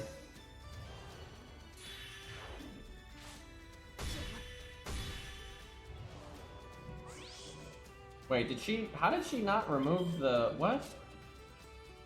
What is going on right now? I am so confused. What happened? Here, let me see. He just reapplied this fucking guy. Okay, I'm pretty sure she can do this. I need to play this a little differently. And then, like, maybe not cast my skills when I did. I also just have him not cast it early. That's really what messed us up. Now, I don't think she can remove it. No, she removed it there. That was just... How did he cast it and then get it, though? That's so dumb. Okay, hold on. And see, even if I went down to low health, I could actually heal back up to be, like, in okay shape. The problem is I wasted all my turns of healing.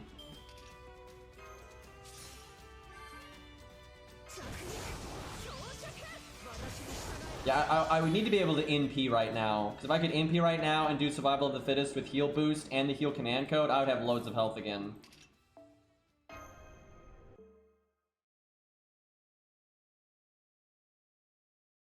So, Burgess is not as good as here as I thought she would be because he's able to just recast it like that. I think she's still fine though, that was just really bad luck. But what is ultimately best here then is just survivability. Is just having skills so his NP doesn't kill you. Like just having an evade, you know, a guts, things like that.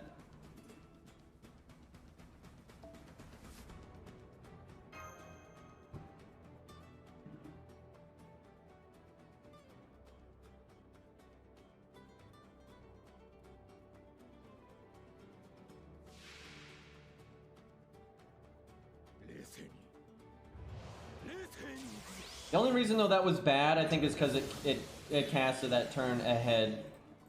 Because it's not like she can't handle some of the NP, she can.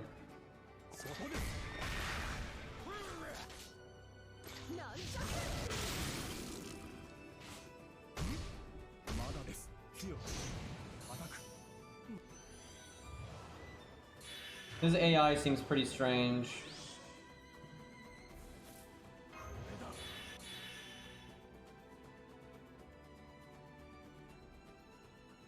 I almost want to...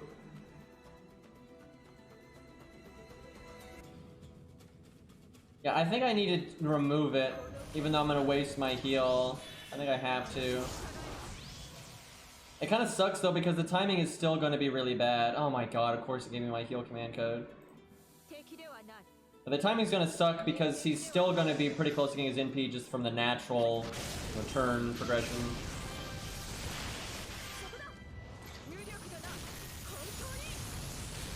Yeah, actually, you may not be wrong. Uriel might not be able to solo this. She's if they're not male, which Spriggans are not male, they're rocks. Oh my god, 97% fuck you game. But she's pretty atrocious. She might, though, because an archer can just face tank the NP.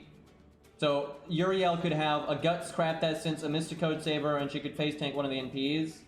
And she's still an archer, so she's getting counterclass damage. So I think a 100 Uriel, even a 91, could probably still solo this, even though she's one of the worst archers for trying to solo it. Yeah, this is what I'm talking about. I'm still having to...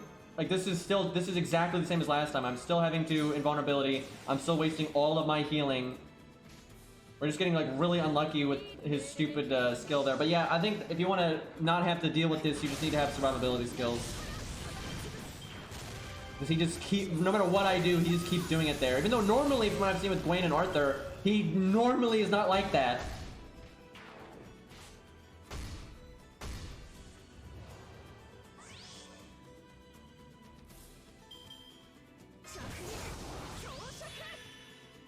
I think I don't NP, actually. The thing is, I have to NP once.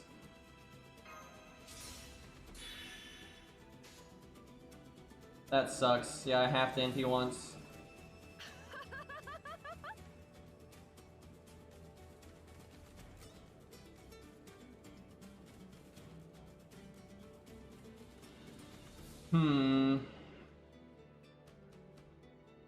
I wanted to do that art card, but I don't know how much damage we're gonna do.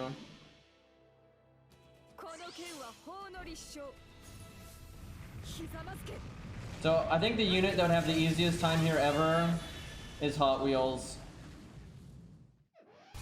He can break both health bars so quickly it doesn't matter. He has hard survival, and if he gets low in health, he can one-shot this guy by breathing on him. Like this would just be so fucking easy for him.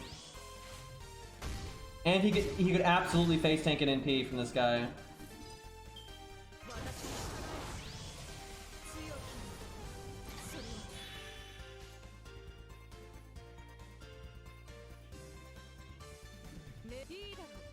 I just BBB. I want to get my NP, but I heal so much if I BBB.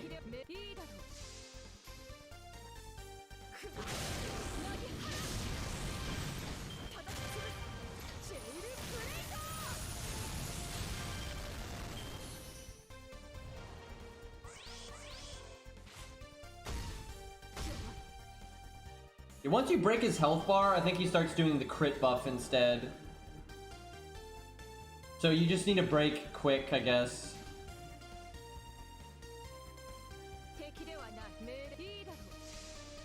I kind of want to use Ash one time just cause that will really be a joke. Billy would be a joke too though, like Billy would have no problem with this. But Ash is a lot better than Billy.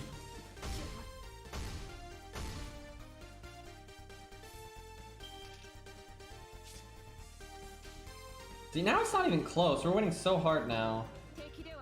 Because our Guts hasn't even gone off. Yeah, I think once you break though, he does that crit buff instead. And I don't think he'll cast the crit buff in his first health bar. Yeah, that definitely seems to be the case. So I think Burgess can do this pretty much, like, no problem. Like, I think I could have even won that one time.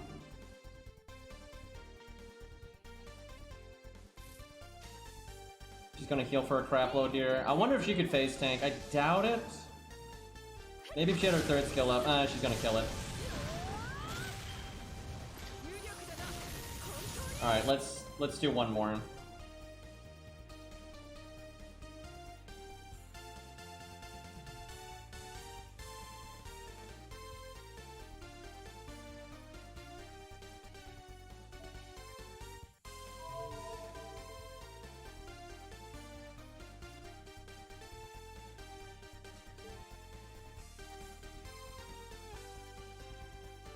What, can Burger still a Lobo and Epic of Remnant? Yes, I've done that. Not actually too hard for her. She counters it quite a bit. And like none of the gimmicks there are really that bad for her.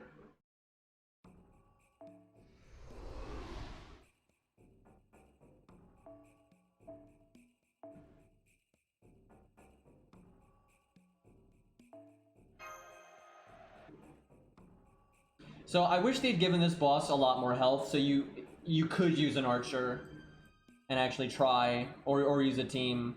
Because the gimmick's kind of annoying, but it's really only annoying because of what we're using. If you fought it in like a more normal way, it really wouldn't be. But he's not like hard enough to fight in a normal way. Let's see if we can find, oh god, Orion, that's another one that wouldn't give a fuck about this. But I want to find a Hot Wheels, because I really do think he's just like perfect for destroying this. So far, Lostbelt 6 sucks. The only thing I like about it is like Percival, really. Like I don't like I don't like the premise. I don't like the world. I don't like how we have all these like weird. You know, we don't, instead of getting Morgan, we have Fairy Morgan. That's very different than the Morgan they've built up this entire time, right? Like, I don't care for this shit. And the boss fights for the most part suck. The pacing sucks. The time gating sucks. Man, I normally don't have a hard time getting Hot Wheels.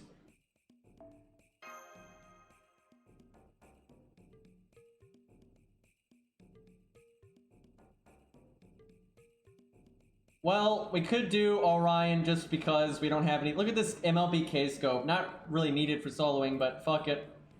It might not be Hot Wheels, but it'll still wreck face in like no time.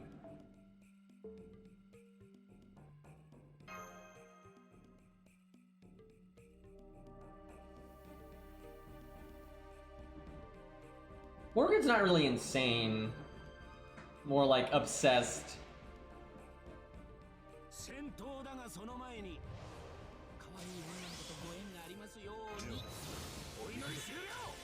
Also, damage cut, because it's a set value, affects neutral classes way more.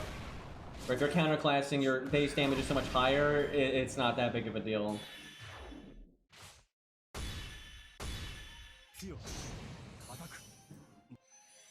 And he cast it early again, but won't really matter. I think I just NP.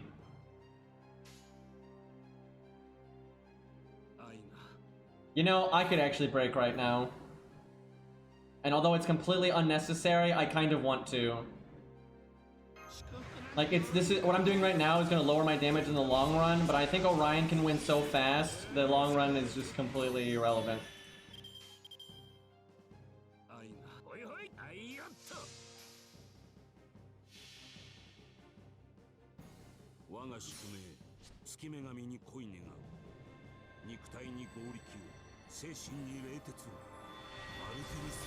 I really don't. I hate to say this because I like, you know, I was looking forward to them. Oh my god. Okay. Anyway, they've talked about and built up Morgan so much throughout other Fate works and everything. I was looking forward to them finally adding her and just getting classical, you know, bad guy, evil witch Morgan, right? That sounded great. And instead we get this ridiculous fairy, over the top. Like, she's so over the top with the waifu stuff. Like, she's one of the most over the top, like, waifu characters ever. Like, and it's Morgan. Like, what? Like, what the fuck? Like, that's not what I wanted in the slightest. And it's just really disappointing for something as famous and stuff as Morgan. So yeah, we're just kind of two-turning this guy. Not only are we two-turning this guy, I mean, look at the overkill. Like, and we still have guts, and then another guts, right? This is a crime right here. What I'm talking about, though, you know, Ryan might be one of the better archers, but he's winning by so much. You can see what I'm saying. Like, this is not hard for any archer, like, at all. And we just punched him into next week there.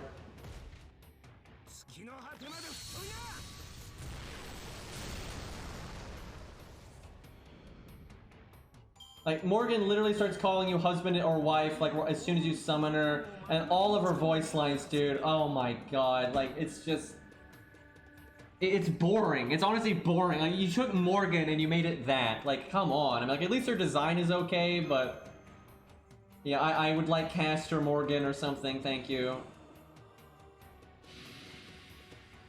Also, having a battle axe slash halberd is kind of weird. You know, being a berserker is kind of weird. Fucking... Lostbelt 6, man. Hand over the veil and no one gets hurt. That would help. I don't know why people would expect... Oh, look, the fought is Spriggan and it's Spriggan. I get it. But I don't know why people think Morgan's a Yandere. She's not a Yandere at all. Like, when you look at her personality. Like, that's not a thing.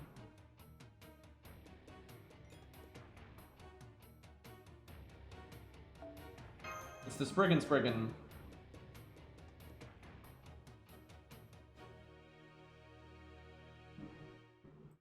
I think he like taken that form. He either summoned that thing and you killed it or something, you know, or something he created, or he like took that form or whatever. Because they're too lazy to give him an actual combat sprite. Let's be real.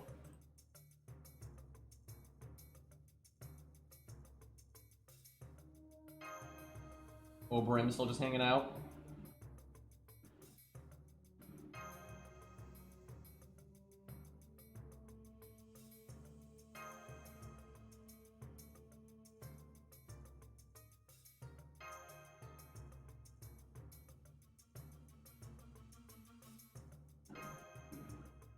I'm guessing this like fancy building.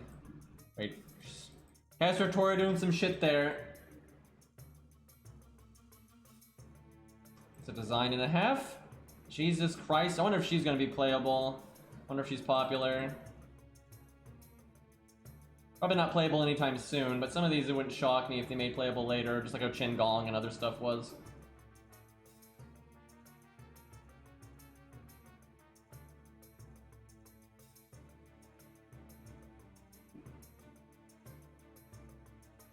I'm not really sure what Nev is wearing. I don't know what to call that. We haven't seen Sith this entire time. Give it a minute, though. Spooky?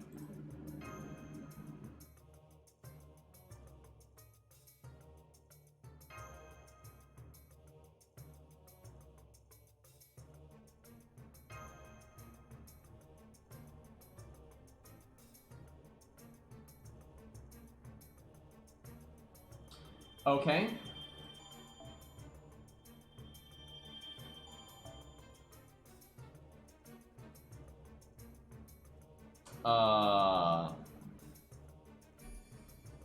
Hello?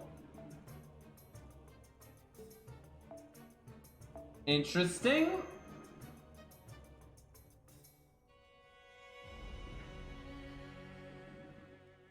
I don't particularly like Oberym. I don't like hate him or anything. I'm pretty neutral about his character, maybe slightly positive, but I'm a bit negative on his design. It's not the worst thing I've ever seen, but I don't particularly like it. Okay, now we're back to... I guess this is what happened to Mash when she got spirited away.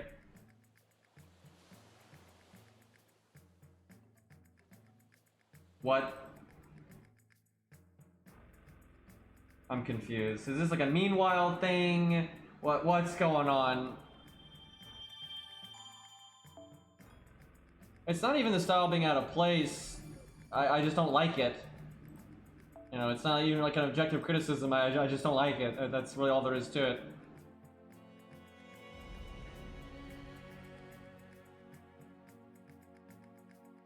So I'm not sure if this is like another version of Castor Artoria, or if she teleported there, or if this is a meanwhile thing.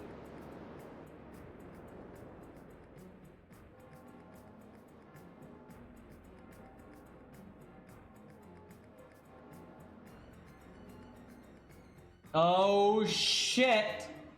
I'm guessing they're talking about, you know, the actual timeline or something. It's not like she's actually being summoned or anything, let's be real now. Some good art though.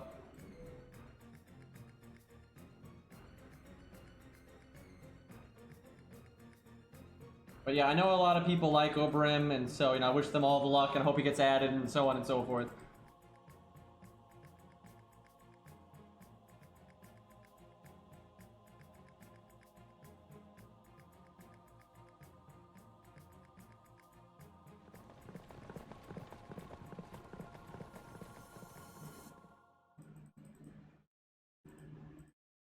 Yeah, maybe she will fuse with, like, the history of, like, you know, Penn, human history or whatever, or something, who knows, we'll see.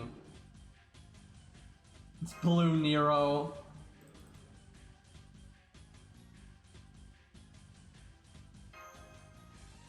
See ya, Red. What was that?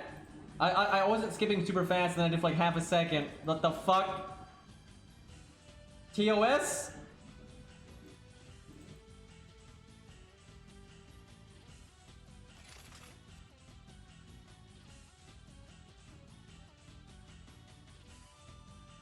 I don't even. Romans, yep.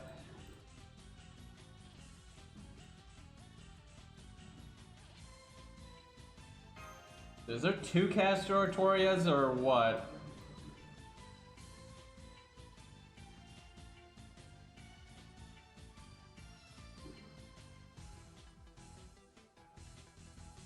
I swear, are we just fighting Romans right now? You know what? Oh my god, stop it! It's Qingong time. I don't care. Unfortunately, unlike my main account, this account does not have a K-scope for Qingong. He has his own battery, but that puts him at 90. But, doing it anyway.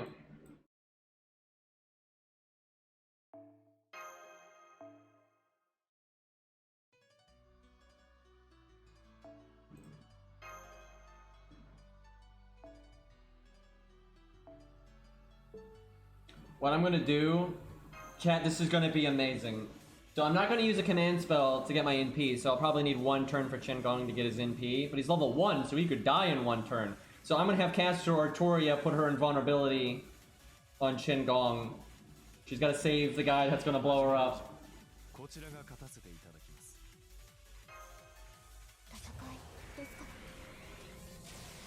Fancy background again.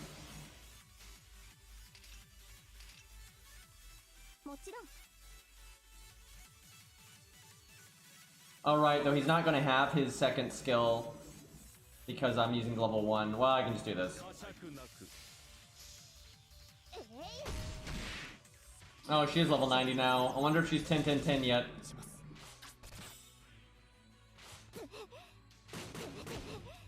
I'm gonna cheat and cast the skill. Don't wanna know. 9. That doesn't help!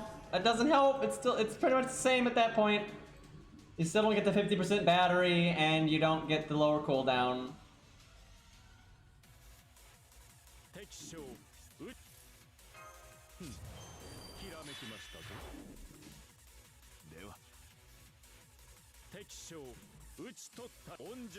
Dude, I could totally have Castor Artoria overcharge Qingong's NP with her NP so he would do more damage. I love the way Qingong plays, man.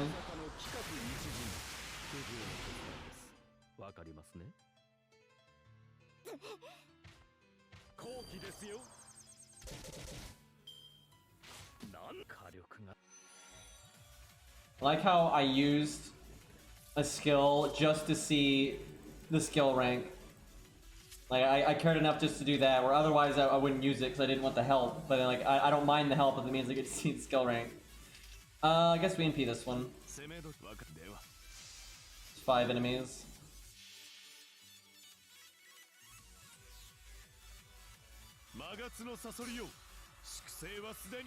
Mori and Chin is always one that I like.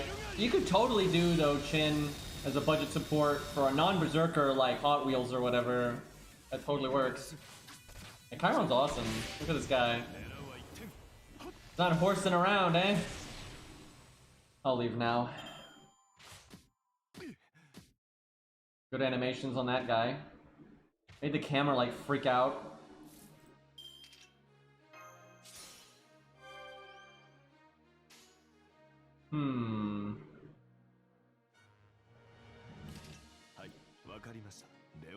I hate to say this, I really hate to say this. I don't think I've ever felt this way about another main story other than the early stories, but I'm bored of Lostbelt 6. It's not fun. I haven't really enjoyed it at all. It's the only main story I felt that way about. You know, all the Epic of Remnants, although they had some issues, overall I still was able to have fun in Epic of Remnants. I've enjoyed all the Lostbelts for the most part. There's been enough good boss fights and everything. But Lostbelt 6 sucks. I don't really have anything good to say about it other than, like, you know, some of the art and music and stuff. But there's just no good boss fights, and we're so far in at this point. I was like, I'm sure there will be some actual boss fights at some point. But even if it adds some boss fights later on that are really, really good, that's not going to make up for just how boring the rest of it has been. Like, it fucking sucks. You know, it's time gated, there's no good bosses, it's just like wonky, made up nonsense lore, there's nothing to do with anything. It's just, I've never been so uninspired to play a main story. It sucks because pretty much every other main story they've ever done I've been really excited for and really enjoyed. Lostbelt 5 was such a blast. I had such a joy to stream that and everything. But I'm just like, bleh.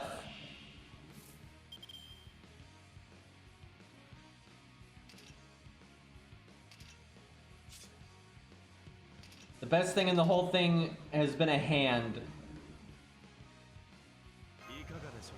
Like, I don't understand it. It's like they did so much cool shit with the gameplay in Lostbelt 5, and now they're acting like we're back in America, right? Like the content feels like America boss fights, like 100%, which is with more story supports.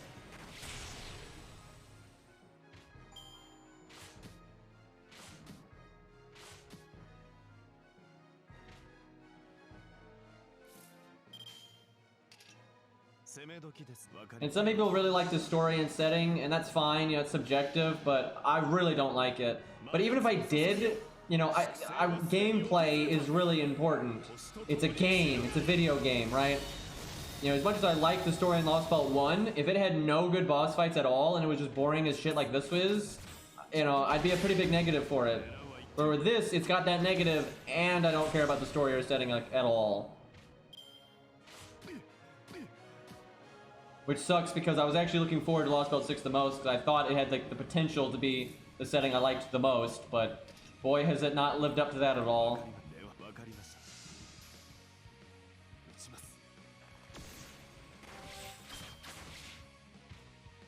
Man, there's so many ads on Twitch these days. It's kind of annoying too because Twitch is just being greedy because Twitch makes so much money because they take 50% of all subscriptions and stuff like that, right? So they get a lot of money for doing nothing, and they keep pushing it to try to make even more.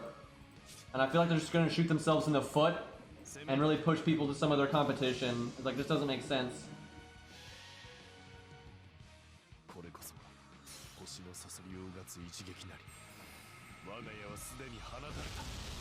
The thing is, what I think is not subjective, you know, enjoying a story or setting is subjective, of course. But something that's not subjective, and I really stand by this, a video game is an interactive medium, and so if your interactive element sucks, you're a bad video game.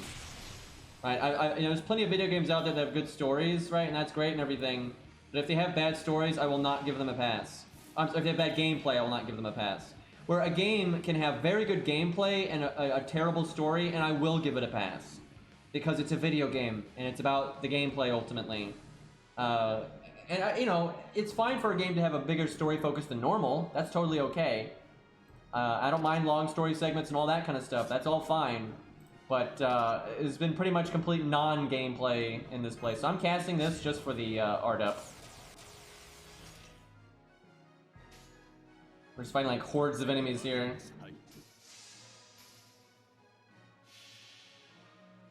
The thing is, Nasu's not in charge of the gameplay.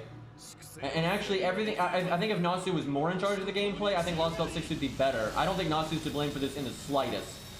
Because, I mean, they have said this in interviews, and we kind of have assumed it anyway. So, okay, here's the stuff that we've assumed. Type Moon wasn't really involved in FGO too much until later. They got more heavily involved around America, and then very heavily in Camelot. And in Camelot is when the game went from having basically no actual boss fights to having actual boss fights that were way harder. And we kind of assumed that was because of Type Moon. And that has been confirmed later that Nasu personally, not Type Moon, Nasu was personally responsible for them adding like really hard boss fights in Camelot and making challenge quests, like the modern version of challenge quests that are much harder. He is responsible for that. And it's basically because of Dark Souls. Nasu's a big fan of Dark Souls and Bloodborne and all that kind of stuff, and he likes boss fights in video games to be hard, to make it feel like you accomplished something, to make it memorable. And he straight up, they said this in an interview, that is why he wanted hard boss fights in FGO. And because he wanted to make it more memorable and so on and so forth. And Nasu is always talking about how much he likes From Software games. He's always tweeting about them and shit. One time, he even made a Bloodborne reference one time. Someone pointed out a plot hole.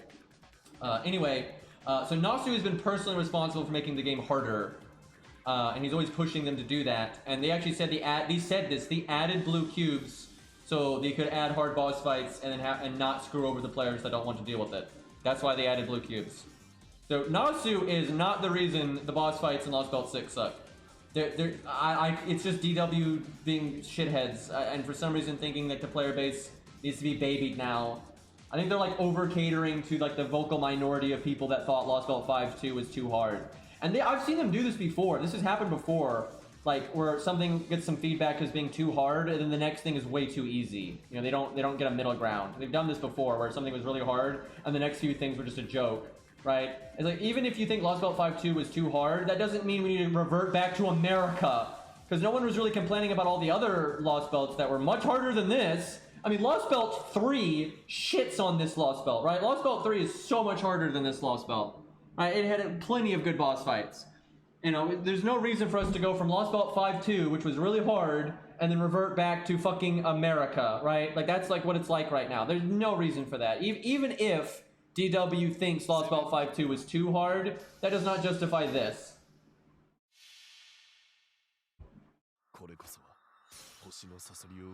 And it's so ridiculous going from Zeus to whatever this is. Yeah, Lee was harder than anything in Lostbelt 6. Ewan Horsebindo was harder than anything in Lostbelt 6. Lee's students were harder than anything in Lostbelt 6. Imagine all the like hype they've done for Lostbelt 6 and all the like lore significance they try to give these characters and try to like make you really intimidated of Burgess and Morgan and you know Dragon Lolly. But then it's all of this is just like it's so much easier than Lee's students. Lee's students are harder than this so far, right? That doesn't make any sense.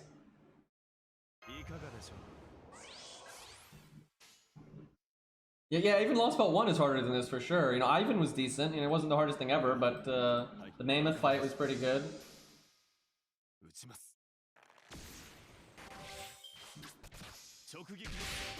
Like, I do not want to shit on the main story of FGO. Normally, I shit on everything else in FGO, and then I give the main story praise.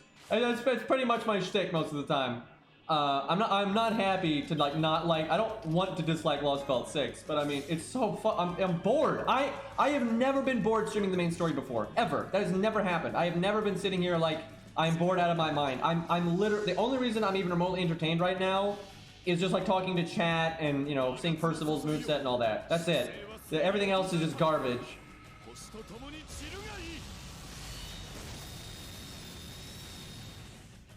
And I do suspect that the final few bosses of Lostbelt 6 probably will be good, right? Like, generally, they at least make the finale good. So there'll be something there. But that being it, I mean, what a letdown.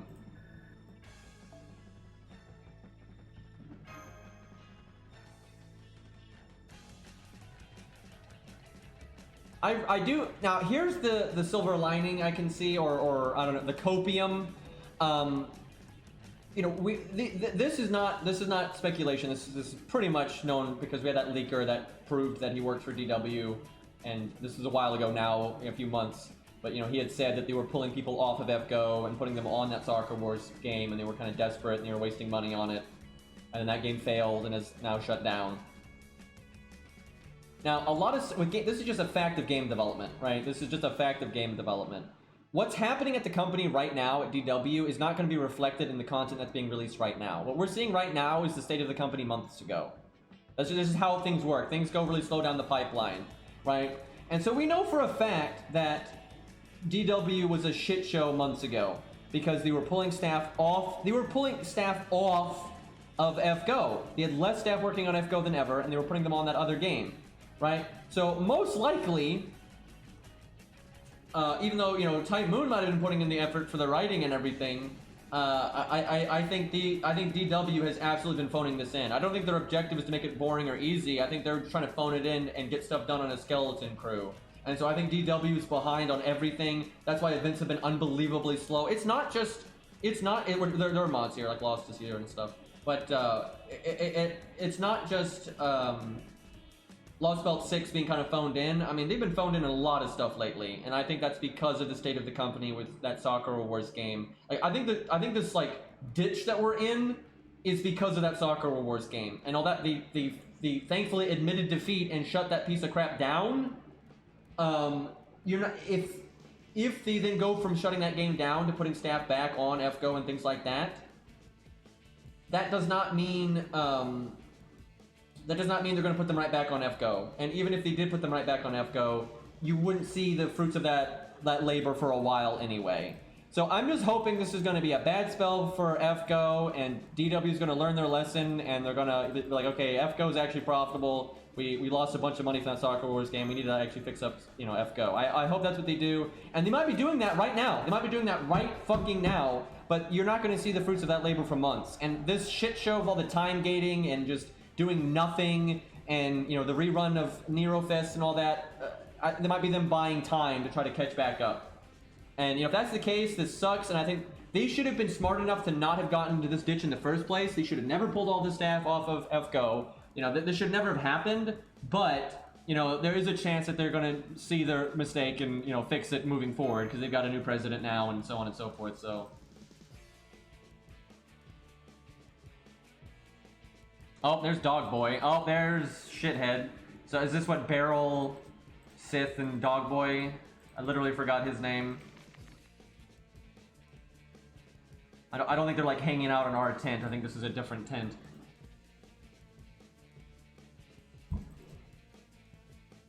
According to that guy that works for DW, they invested an insane amount of money in that Soccer Wars game. And I believe it when you look at their earnings report. Their last earnings report, DW as a company's profit dropped by like 81%, which is insane. I mean, that shocked a lot of people. And that's I don't think that's entirely because of the Soccer Wars game, but I think that's a part of it for sure.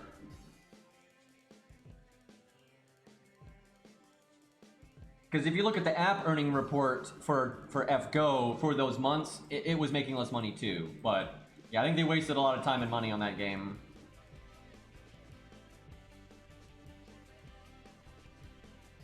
I'm guessing that guy's kind of a bloodthirsty maniac.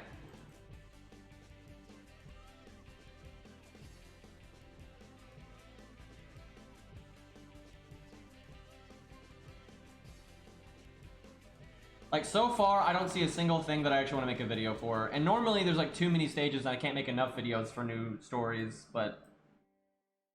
Like, Jesus Christ, I am so let down by this chapter, man. Like, holy shit.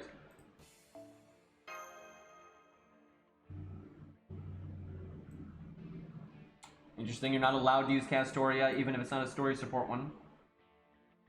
Either that, or there's you probably have a story support Castoria on your team, and they don't want you to summon another one. That's because I see it says there's 2 NPCs already on the team. Like, whose idea was it to just do nothing stage after nothing stage after nothing stage like this? I mean, that's just... Like, come the fuck on.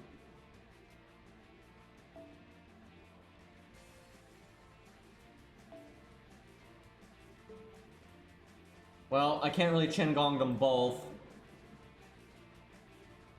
I doubt this stage is interesting enough for it to even matter. Oh yeah, what happened to Kasuku? Shit, he was at the end of like the first time gate, and we haven't seen him since. I'm sure he'll show up at some point though. He's in the trailer, so.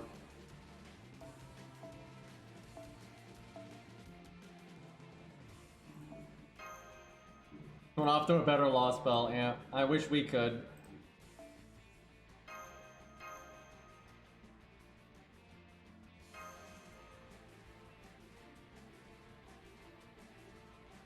I've literally made a YouTube series of me going through the game. It's, I've got a second YouTube channel. If you just look up my name on YouTube, you'll find it. However, I actually did it twice, and only only the more recent one is on YouTube. I had another, a long time ago I started playing through the game from start to finish, and I played with only 3-star units, 1 to 3-star units, and 1 to 3-star craft essences, and like throughout the game I would just talk about the pros and cons of the different budget units and why I'm leveling what I'm leveling and that kind of thing. But I didn't have a VOD channel back then.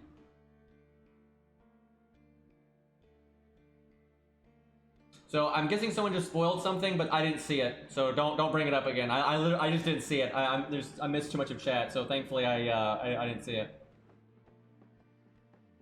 But for the love of God, whatever was spoiled, don't say it. I tell you, man, I don't know what's wrong. I might need to mod a few extra people though. This is getting out of hand, and people can't fucking read, dude.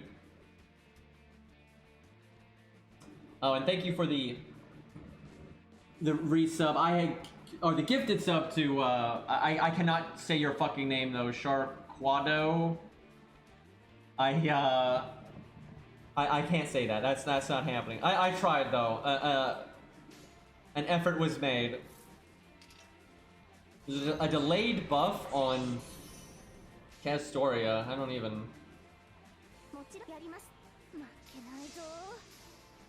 But yeah, the one on YouTube, I just made a complete free-to-play account, and it started from the start, and I just streamed the whole thing, and it's up to like Lostbelt 5.5, which I didn't finish just because 5.5 is not that interesting, but I'll play it at some point. Although I tell you, I'm really not that interested to. That sucks. I was really enjoying that newbie account, and because a lot of the story's fun. I really enjoy doing Lostbelt 5 again and Lostbelt 3, and a lot of the epic remnants. I had a great time on that account. And I would be like, oh hey, I can play the new story on that account, but I don't give a fuck about playing Lostbelt 6 again at all. Like, it'd been great if they added a new story that I liked, and like, oh yeah, I get to play that again with the newbie account, but yeah, no, this place sucks. And even if at the end it finally has some good boss fights, there's just so much bullshit to slog through.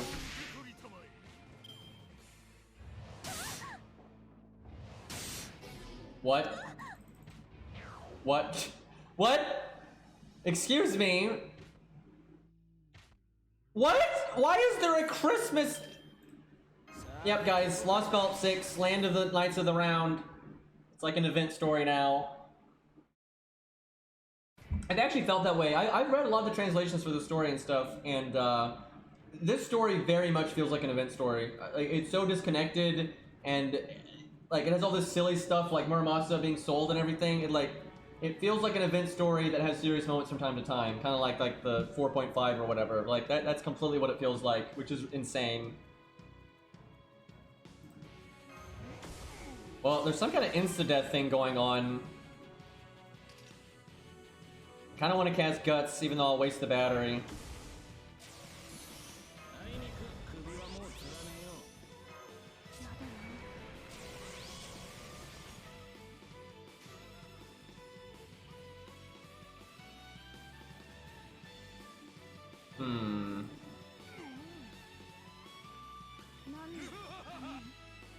Want the art card bonus.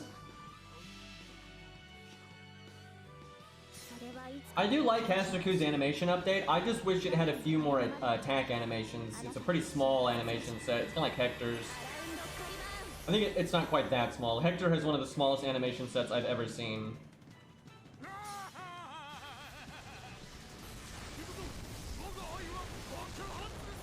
Kind of feels like they just gave us the free quests but forgot to give us the story quests.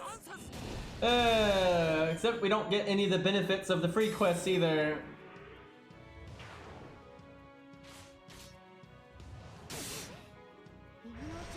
Yeah, something is like doing damage at the end of the turn there. It did 0 damage to her, but it like insta-killed Gareth. Like, what the hell?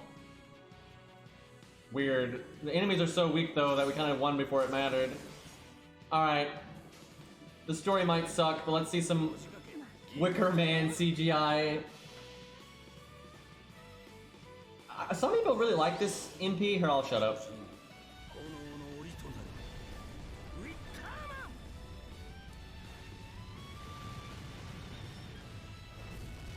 But I don't know, I'm not crazy about it.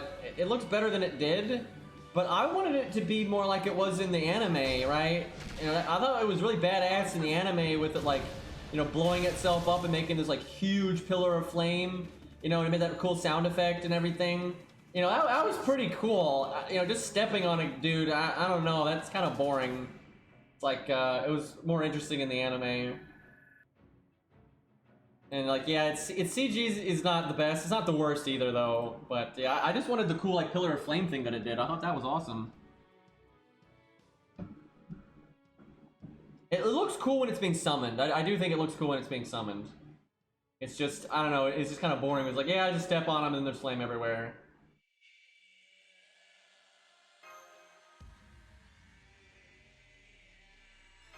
Yeah, fucking Wicker Man manhandled Saber Alter, then made a pretty big boom there.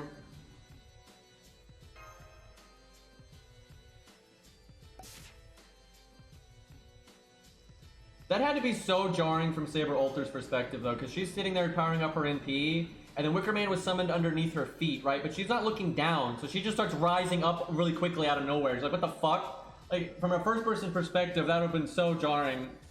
Like, and now I'm in the air. What?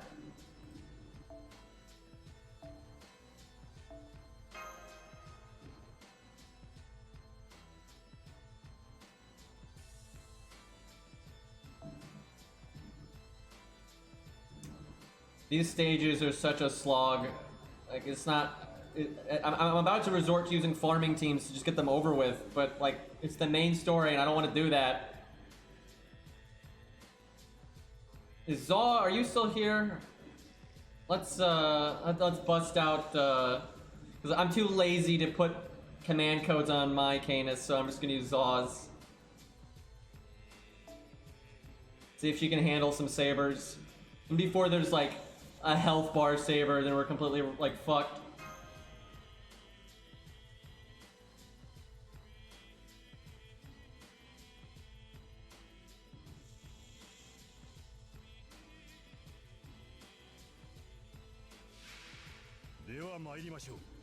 Well, it's only these 3 enemies and that's it. She can probably do this.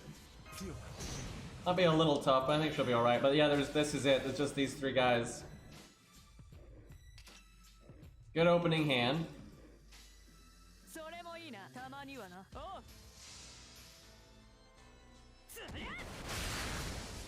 Well, hopefully the second half of Lostbelt 6 will probably come out in 6 months. Hopefully that's better. Maybe we'll get some good events in the meantime. Maybe the anniversary does story replay.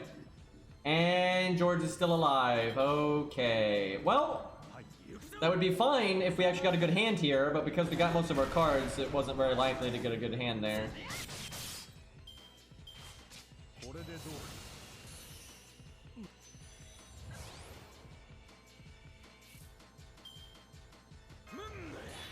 I don't want the game to die because it's so salvageable. It can be salvaged, right? Like, very easily. Like, so easily. Now, there's a lot of good core concepts here. There's great voice acting, character design, core gameplay's fine. You know, when they do bother to make good boss fights, they're normally designed very well. Like, there's a lot... They need to do stuff, right? They need to give you... Like, remember those bonus floors during the Galatea event, right? That was really interesting gameplay, right?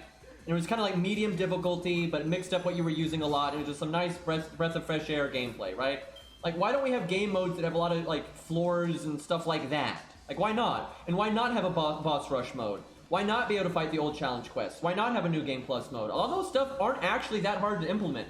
Like, it's not. And the proof is in the pudding. Every other game does that, right? All the other games look at their core gameplay and the bosses that already exist and stuff like, okay, how can we use this and make some fun stuff to do in the game? DW just doesn't do that at all. Like, they just never do anything, and they never add game modes. They don't. What I see is a company that looks for excuses to just eke by, and where other companies look at like what do they have available to them, and what's the most they can get out of what they have, right? They just don't do that. They're not looking for ways to like, you know, add stuff to the game. They're looking for excuses not to add stuff to the game, and like, well, this will hold the player base over.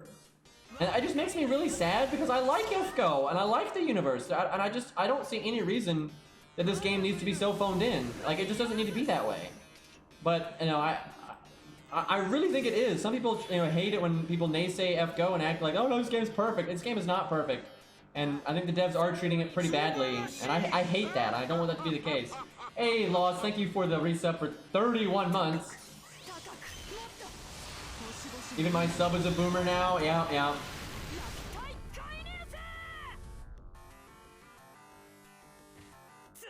Because what makes me sad, there's other good games out there, you know, there's a lot of games I can enjoy and stuff. It's not like FGO is the only video game I can have fun in, of course not.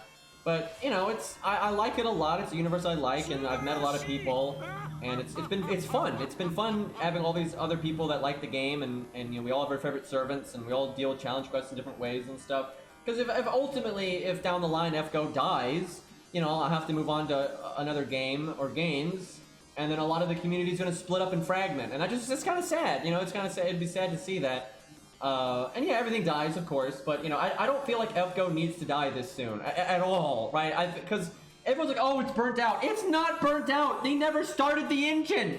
They never started the engine, right? Like, they never tried things and then used up all the ideas. They never did that, right? Like, we never got a bus rush mode. We never got a new game plus. We never got a challenge tower. We never got any of this shit. You know, a lot of the other games out there try these things. You know, they've never played their hand. And thank you, the worst donut. Every time you subscribe to me, I'm like, I need to buy donuts, and I always forget. I haven't had donuts in an ungodly amount of time. But, yeah, one of these days here. Okay, I'm about to get NP'd, but I have guts. We're looking pretty good here. I guess I could do this.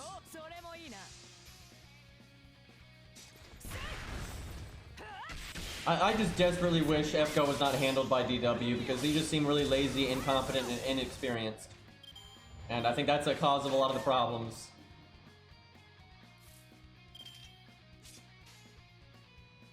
But yeah, I mean, right now FGO is on a real downward spiral, and it has been for a while. That's undeniable when you look at their profits and their earnings overall and such, and just like how slow things have been. But I'm not doomsaying yet. I don't think it's done yet, because I think some of this stuff is just how much eggs they put in the soccer awards basket and that blowing up in their face. So I think that's a big part of it. It is absolutely possible that they can turn this ship around, and I'm going to give them some time, and you know, we'll see. And I really hope they do. I'm very much rooting for FGO.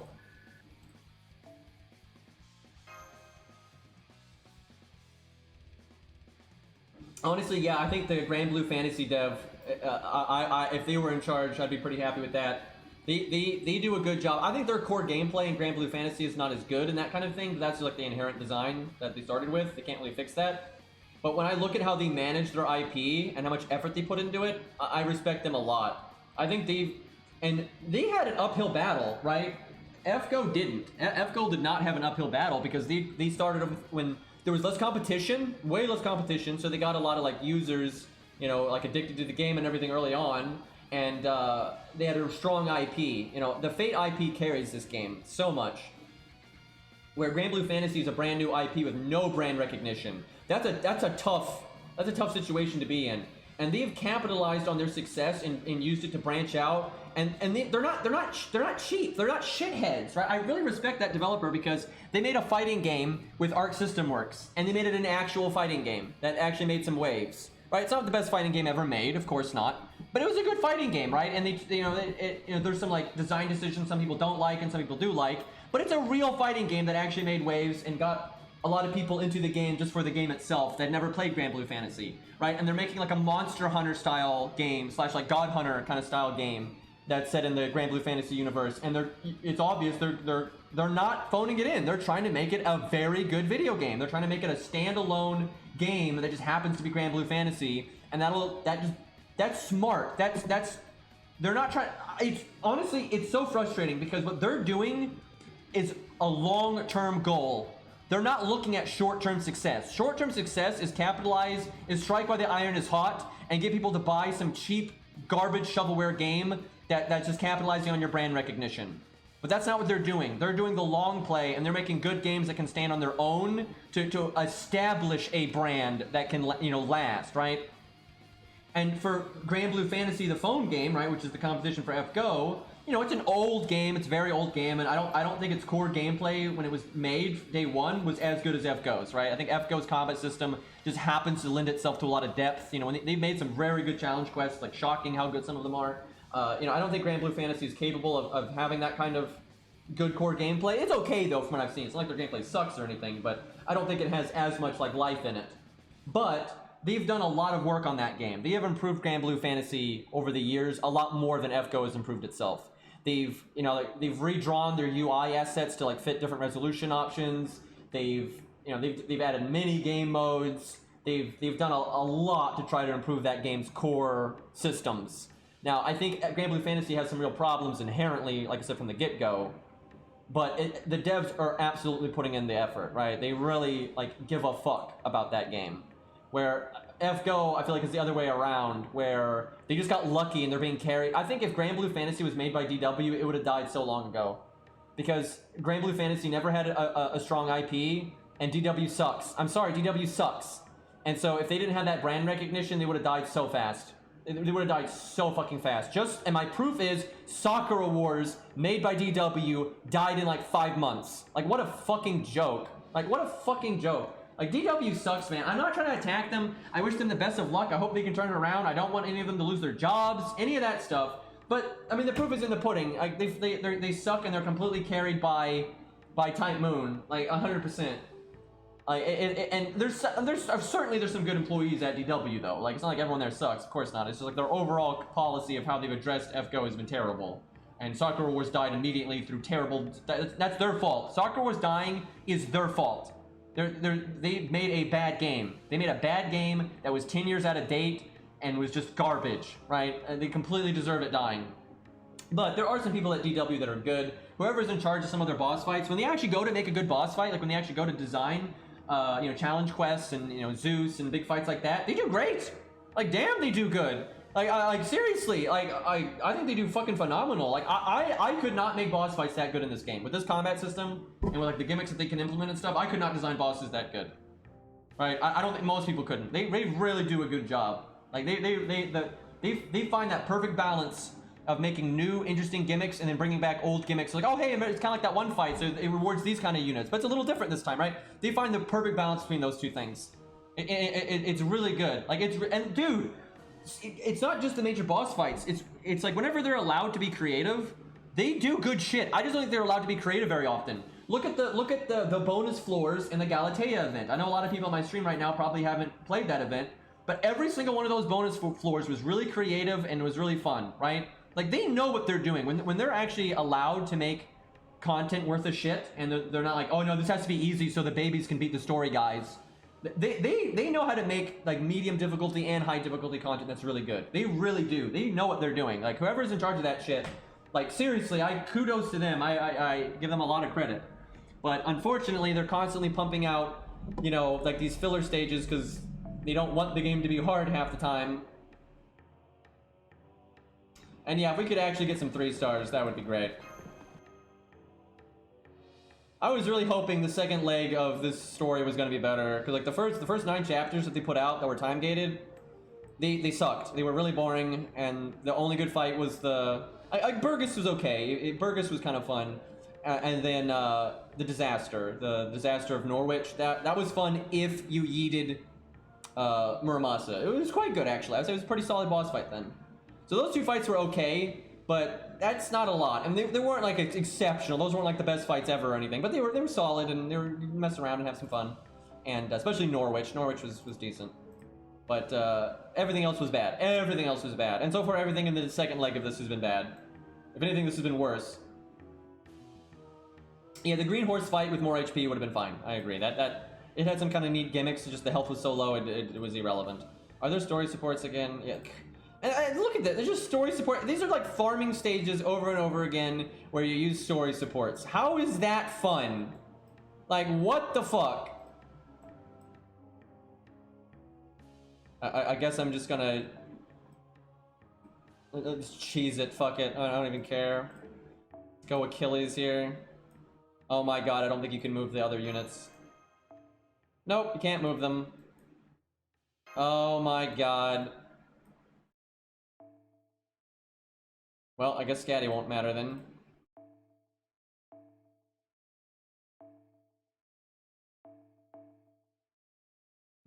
Like clicking buttons at random now.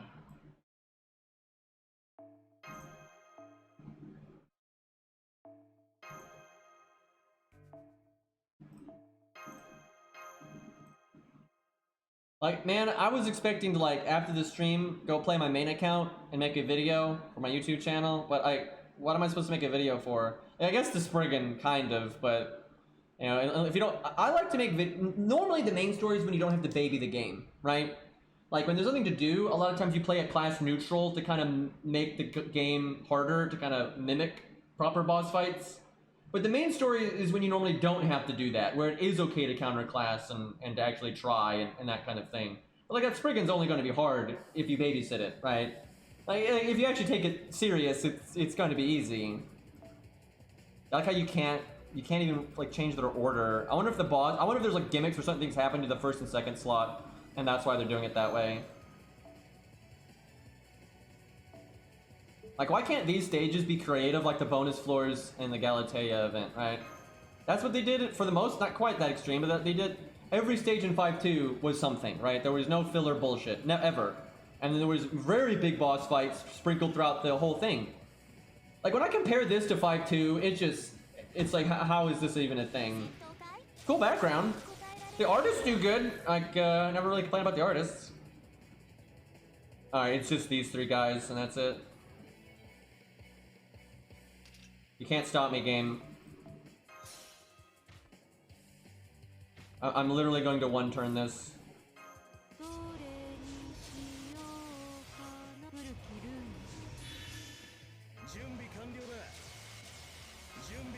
So somehow, I just keep missing the gameplay spoilers. I keep seeing people say stop with the gameplay spoilers. Lost, are you here? Like, honestly, I'm going to see it eventually. I'm honestly shocked I haven't... Earlier Rex was deleting it, but we need somebody to delete spoilers. I'm getting really fucking sick of this. Most of the people that if Beastly or someone wants to volunteer, I'll mod somebody because like this is getting dumb. Like people can't fucking read, man. I'm guessing what people are saying is like there's a good boss coming, or it's like this thing or that thing or something, but. Because whatever it was happening like crazy earlier because I saw Rex was deleting shit like crazy. I'm flabbergasted. Like, is my stream just attracting like the fucking biggest morons on the planet right now? Like, how can you possibly think gameplay is not spoilers? Like, I'm sorry, that's stupid. That's a really stupid fucking take. Like, that is absolutely retarded. Like, how is gameplay not a spoiler? Like, of course gameplay is a spoiler. Like, oh yeah, you're about to fight X boss, or the boss does this, or... Like, of course that's a spoiler! Like, how do I can't even think what to say. That's so obviously a spoiler. Like, how am I supposed to articulate this? Like, are you kidding me? The thing that you interact with in the game, the actual interfacing with the game is a spoiler. Like, no shit, Einstein. Like, I cannot fathom this. It's like, you know, like Ares. Remember Ares in Lostbelt 5.2 showing up and being a mystic code? Of course saying, like, oh yeah, what do you think about Ares? Like, of course that's a spoiler! What is wrong with you? Like, so it's like, oh man, there's this really cool boss fight at the end of Lostbelt 5 where, like, the boss, you know, moves up and down and you control it and stuff. You know, of course that's a spoiler! Like, of course that's a spoiler! How is that not a spoiler? Like, I don't understand. Like, how is it...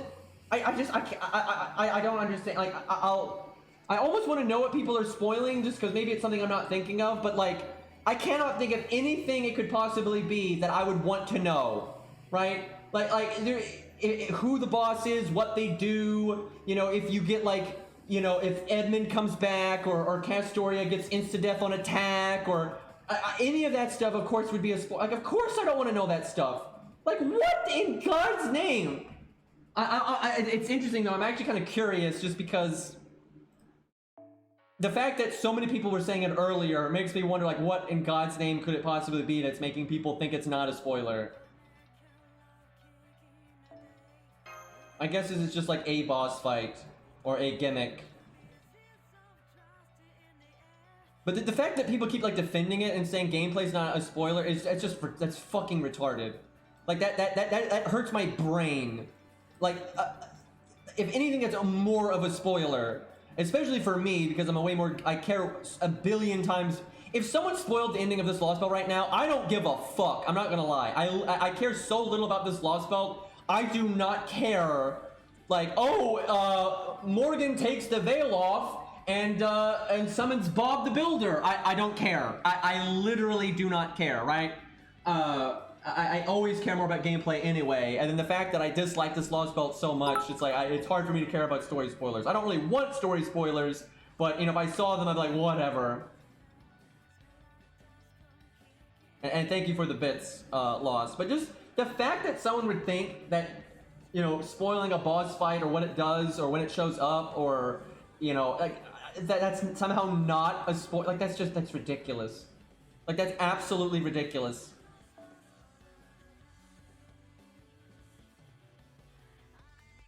Yeah, imagine spoiling Lostbelt 5 and Lostbelt 6, like in a Lostbelt 6 stream.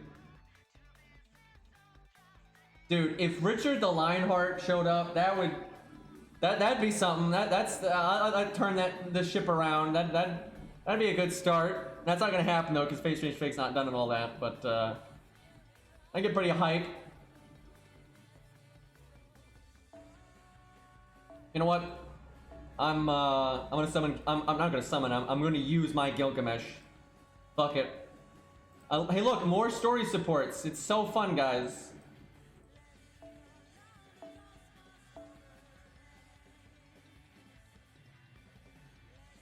I wish Gilgamesh was a good solo unit. I like his character so much, and he's really interesting, and he's got really cool powers and everything. But he is not a good solo. He's not the worst. Like some people think he's like absolutely terrible at soloing. He's not, because he has so much damage against servants that he can kind of make up for all the other problems in his kit. So he can kind of strong arm it to a degree. He's still like way behind a proper solo unit, like way fucking behind, or even an average one really. But because his damage is so high, he can at least do something. However, because it's Gilgamesh and he's a 5-star, and I like him so much and everything, I wish he was like, you know, like a normal 5-star, because most 5-stars are pretty damn good at soloing, but yeah, Gil not so much. He's kind of just eh. Like, it could be worse, could be better.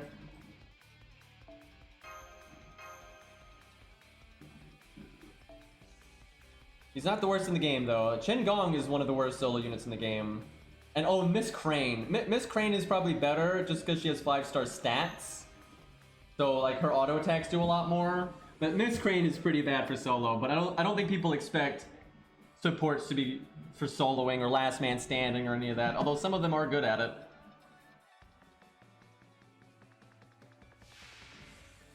Jekyll and Hyde, oh boy. Oh, Nobukatsu, yeah. Oh, shit! Oh, please! Oh my god, is this a real boss fight? Oh my god! Please be a real boss fight. For God's sakes. This might be something. I hate that we have to use Caster or Toria, but we'll just roll with it. Okay, fuck. I'm gonna make an actual team here. Hold on. I hope I don't get you baited. For God's sakes, please don't be a debate. Jesus fucking Christ. Alright, give me 1 second though. I need to grab like a snack. I'm like super hungry here. I'll summon like Hans or some shit. We'll go kind of reasonable to team.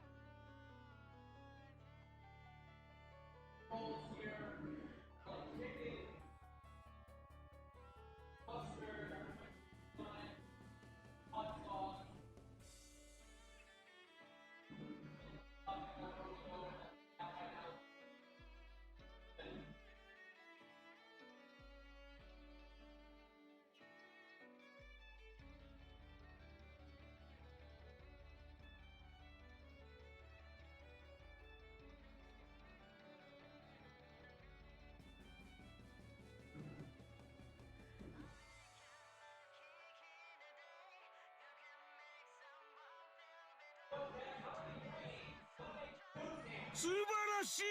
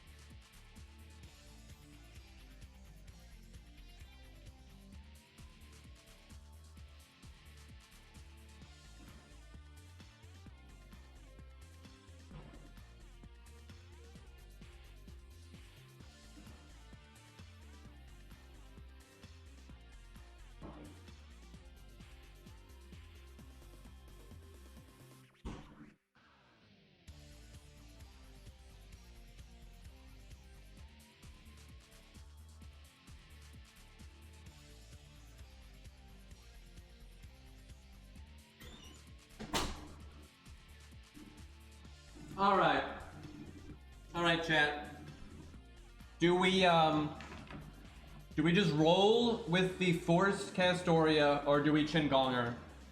Hi, Ari. Ari, I like Percival a lot. I hate everything else about this Lostbelt so far. It's so fucking boring, I'm dying. However, we might have an actual boss fight here finally, so... Chin? Okay. Yeah, we'll probably use her buffs, and then we'll chin her, because we'll use her to buff Chin Gong to get the NP. I'll summon, like, Hans. So talk to me, Ari. How's things looking on your end for Lostbelt 6?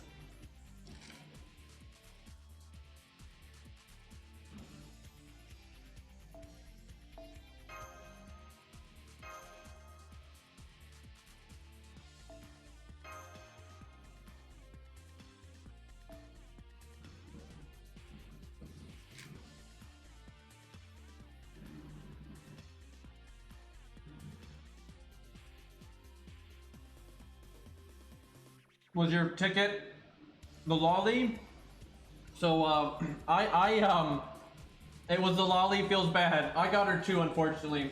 I used all my summon tickets from the shop reset and from Nerofest. I had like 24 of them. And on my final ticket, I got Percival, and I did not get the lolly. I was like, oh, awesome. So then I decided, like an idiot, to roll for NP2, and I got spooked by so many 4 stars, and then I fucking got the lolly, and then I got Percival. But I did get Beowulf, so there was that.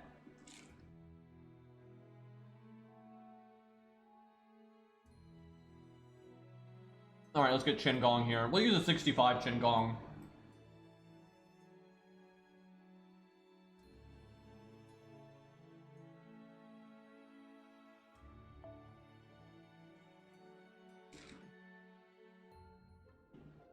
I used quite a bit of SQ. I think I used about 500 or something. Because I had almost 1,200, and I think I'm at like 700 to 800 now or something like that. I kind of forgot. I used a good chunk, which I'm not happy about, but what are you gonna do? Yeah, I'm not sure, Ari. I was thinking about that. Some of it you can get good value out of easily, but some of it's kind of messed up because it's because she goes from art to Buster. So I don't know. I'll say this: I think the supports in this game are so powerful that you can make pretty much any 5-star DPS work. Like, you'll absolutely be able to make her work. If she's gonna be like amazing, or if she'd work on a budget team, I don't know about that. But between Castoria, Waver, Merlin, Nero Bride, all this, Switch Mystic Code, all this bullshit, you can make her work. But if there's any reason to, practicality-wise, I'm not so sure. I don't like her character very much so far. I hate that she's like the dragon that Vortigern's supposed to absorb in some shit. Oh, the daughter of it or some shit. I hate it, I hate it, I hate it. But her gameplay is kind of interesting to me. I'll mess around with it at some point.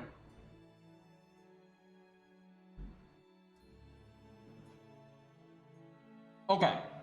So we're gonna yeet Castoria. Let's go Robin DPS.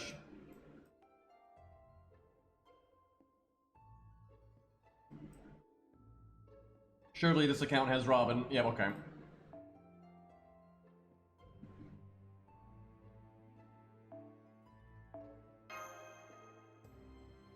I will say, if this is a hard boss fight, we're probably gonna have to cut Qin Gong.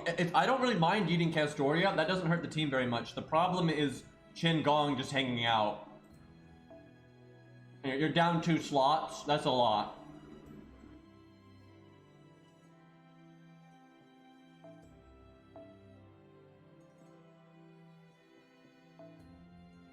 Okay.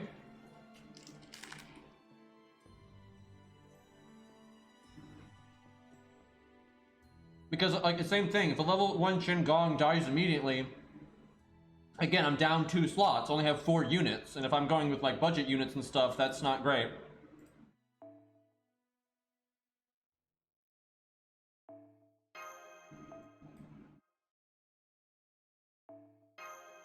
Are there going to be debuffs? I'm going to guess no. Well, there's the burn, I guess.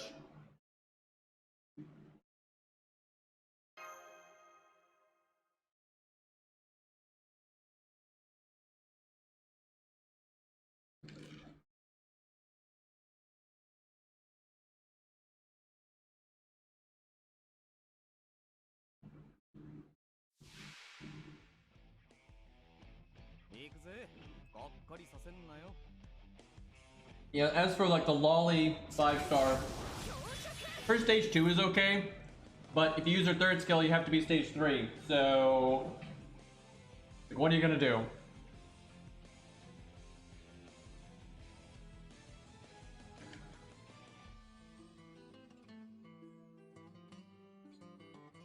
I wish Robin had an art card so badly right now.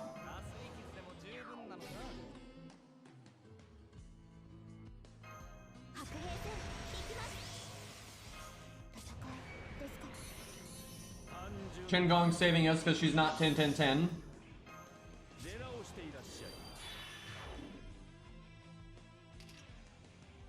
What's the play here? I guess we just have Qin Gong overcharge Robin.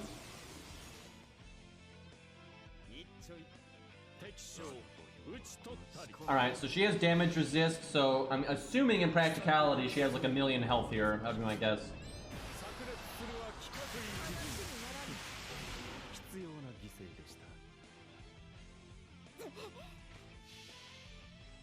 Okay, no, she has way more than that.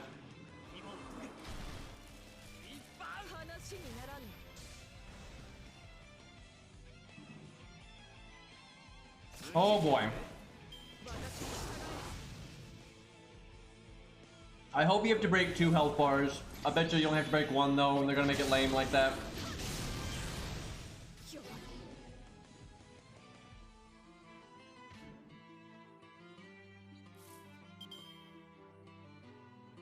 Okay, she does the buff removal thing.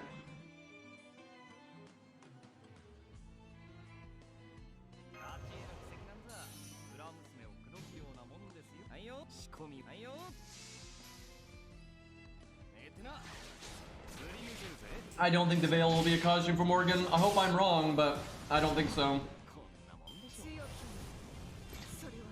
It looks like it's photoshopped on. Now, they might add it later because a lot of people that are English speaking have, a lot of people have requested it. And I would imagine a lot of Japanese speaking people have as well. What? What? You just got rid of her no! No, put it back! Muramatsu, you put that fucking back, you fucking jackass. God damn it. I bet you it's temporary though, it probably comes back. But if I had my NP this turn, you know, I would, you could just completely wreck her.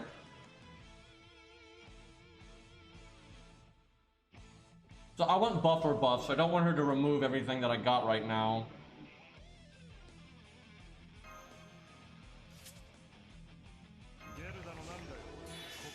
Well, they're about to go away anyway. It's not that bad.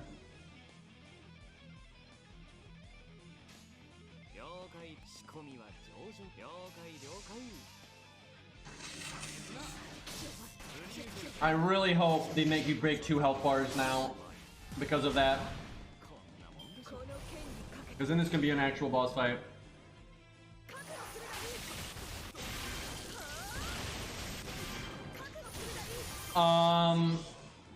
Shit. I could have prevented that so easily. I just didn't think I needed to. Let me try that again.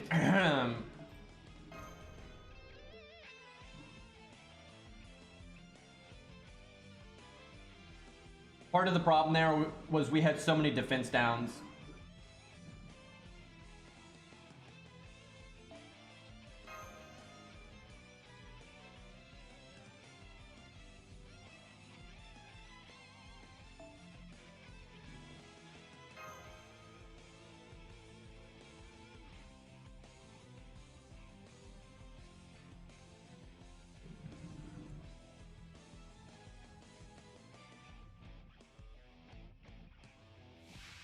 I don't mind some of the characters in Lostbelt 6, that's not really been the problem. You know, rarely do I think the writing for the characters is bad. Even if I don't like a character, they're generally written well.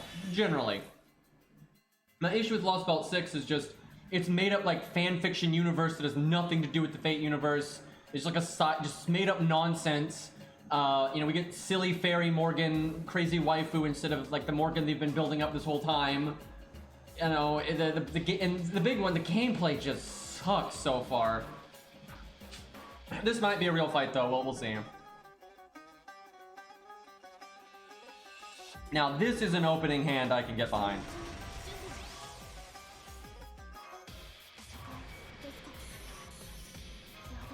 It's probably not the right order of buffs because of the way her buff removal works.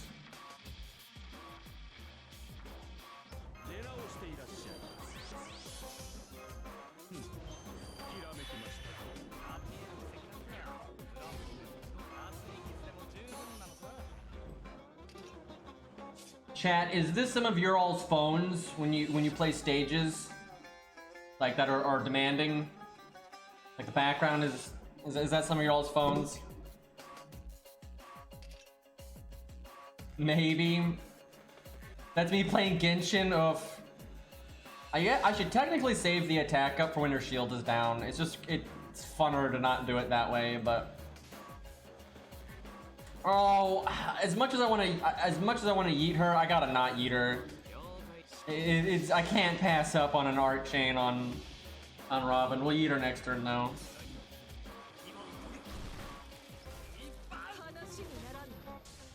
Also, we lost out on damage there though because Chen Gong does add that overcharge to Robin, which that was a noticeable drop in her damage there.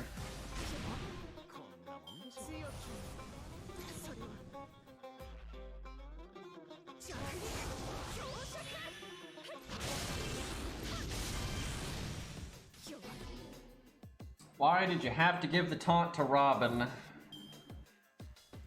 Let's see.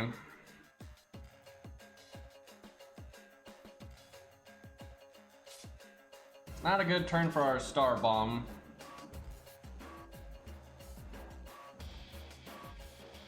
If I evade, she'll remove it, but that's okay, because it'll prevent a hit. Can he survive 1 turn?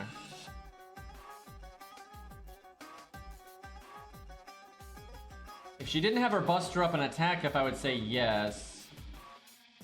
Oh yeah, she gets more damage when she kills someone, but Chen Gong, I'm pretty sure, prevents that. That's pretty funny. I'm gonna try to let Robin face tank 1 turn. If that just doesn't work, I'll know in future not to do that.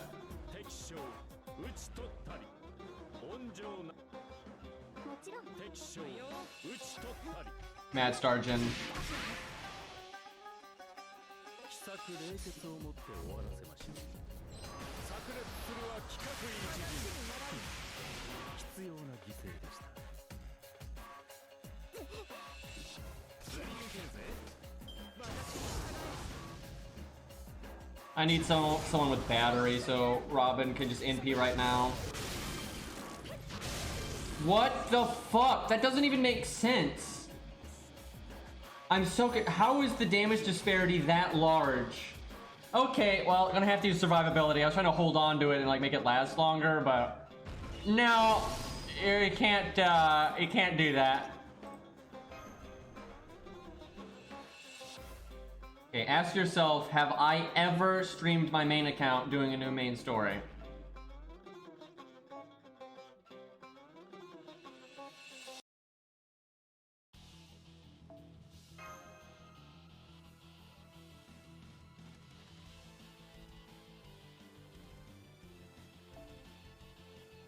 Let me see here. I almost want to do Asclepius, just because Asclepius can do battery. Wait, does this account have Asclepius? And it would need to replace... Okay, I'll just slot him. Fuck it. Because he can remove the defense downs and all that, and that's actually good.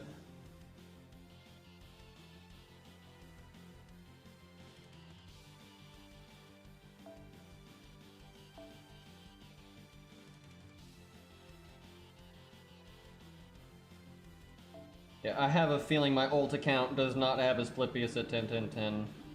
I could be wrong though, but...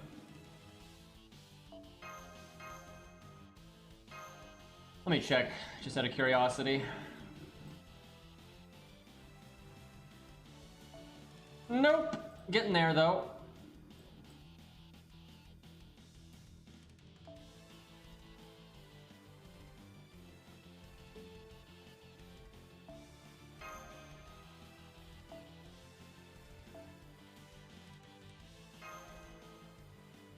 I wish, like, Castoria is so awkward here. She's not even useful if you're gonna... She's useful if you don't Qingong her, but if you Qingong her, she's, like, so pointless because your first NP doesn't do much damage because of the gimmicks here, and by the time the shield is gone, her buffs are worn off. So you're just 5-manning this instead of 6-manning it, and it doesn't really do anything. And yeah, she's 999. Like, you could make her useful here if I wasn't Qinggonging her and I would just wait to cast her stuff and use her NP for protection and stuff. She'd be fine. You can definitely make her good here, but the way that we're playing, she kind of sucks.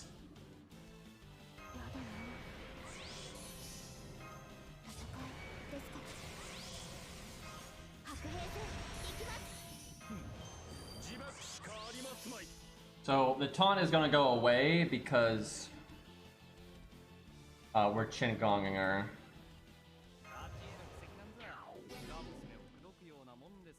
Let me see. God, not having Robin cards here. There's, I tell you, I don't want to use Caster Artoria, but like, if this fight does, you have to do 2 health bars or more. I am not gonna be able to Qinggong her, and it's not because I need her help. It's just it's so bad bringing Qinggong like this. It's terrible. Like like right now, like there's so many reasons it's bad. First off, he's a Buster support. We're not doing Buster. Second off, like right now, Robin has 0 cards. And that means he's pretty much guaranteed to have cards in the next hand or the hand after, and that's good. But I'm going to kill Castoria and then shuffle the deck, so then I might still not get Robin cards, right? Like it's just terrible. And it's one thing if you benefit from Qinggonging someone, but I'm not benefiting. I'm hurting myself by doing it, which normally I'm okay with, but it's like hurting me way too much. And it's not the lack of Castor Artoria. It's just everything else is just really bad. Oh, nice, Aerie. Feels good. Sometimes life is merciful.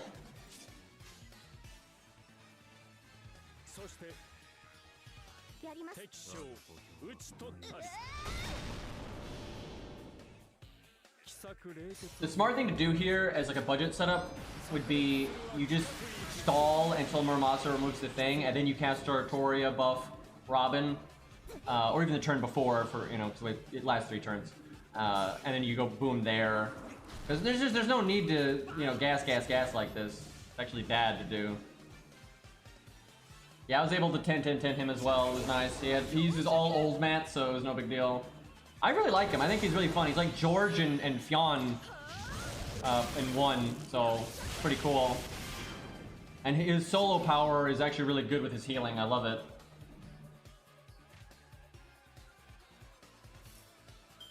Dude, this is what I'm talking about. It's like, it's so bad. Like, Robin got no cards 2 turns straight, and I'm trying to get his NP again, right? That's like really important. I don't want to cut Shin Gong because I don't like having Cast Story just hang out, but like, it's terrible. Like, it just makes the team work like shit.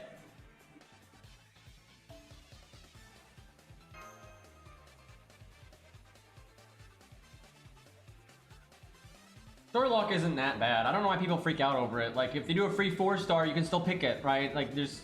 Like, yeah, Story Lock is not as nice as just being a completely, you know, unrestricted new 4-star, of course. But if you really like the unit, you can still get them significantly easier than if they're limited. Like, it's not even close.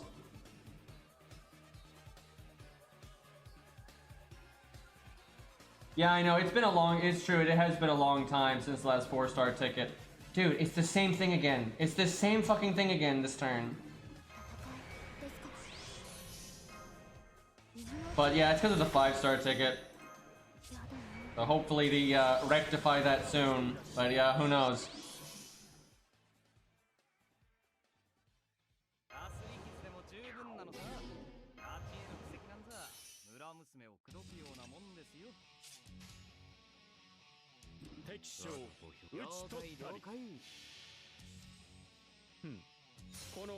The thing is, like, being limited versus story lock, if you're only going to roll when they're rated up, they're the same, right? And they pretty much have the same odds of being rated up, and so on and so forth. You know, what's going to affect their rate ups is more how popular they are relative to events and everything than being story locked or limited. It doesn't matter. But then if they're story locked, there's also other means to get them, like, you know, tickets, and if you do want to do a story summon or a class banner, and some GSSRs and things like that. It is way better to be story locked than limited. It's not even close. The thing is, if Tesla wasn't story locked and he was limited, I wouldn't have him at all. Like, yeah, it's obnoxious in the way he's handled for sure, and he got extra boned because of the way they did the 5-star ticket, but that was pretty specific to that ticket. Okay, I'm not Shingon. This is stupid. Like, this is just dumb. Like, it's so much RNG. I will say, this is just horseshit. I just cannot get Robin cards. I get no Robin cards in the opening hand, then I Chin Gong and shuffle the deck, and I still get no Robin cards. Every fucking time.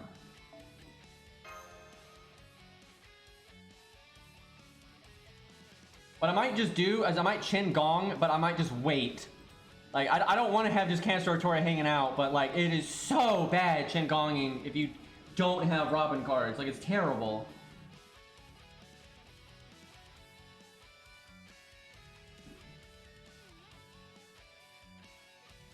Actually, they're not always split right up. The last Valentine's Day one, they didn't do that. I think they just started that. Like, literally last Valentine's Day, they actually they had some days where like the other rate ups were solo rate up.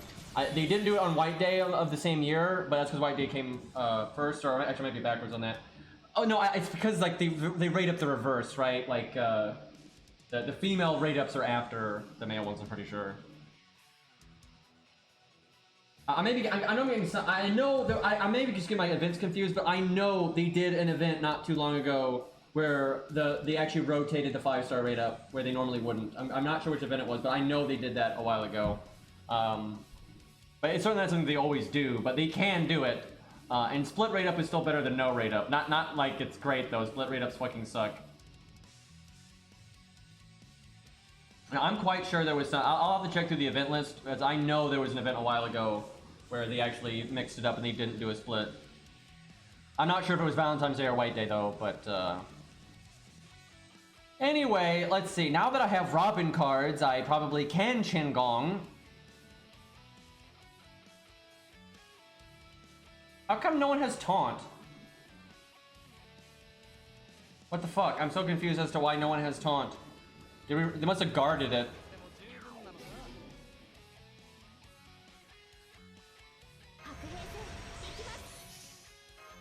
That's rather jarring.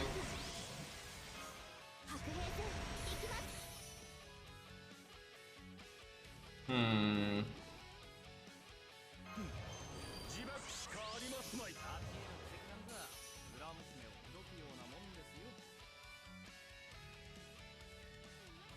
I mean, I wouldn't say split rate up is as bad as no rate up, because if you use 1000 SQ on story summon, the odds of you getting like Tesla specifically is just it's terrible. Where if you use 1000 SQ on a split rate up on Tesla, you know, it's still pretty random, but you have a way higher chance of getting them there. But it's certainly not a good time to roll, like absolutely not. Split rate ups do suck, but they are way better than no rate up at all.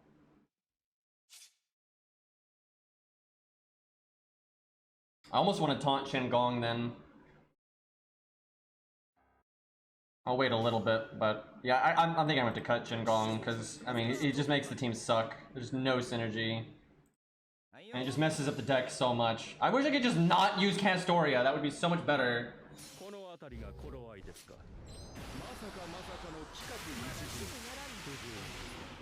Yeah, dude, what Herdblurg just said. So many games do that. They don't normally do it from the start, but most games, once they have a really large roster and the game's been out for a long time, the default cast, like the unlimited characters, they just have like a rotating banner that's separate from like any event banner or special thing that's going on.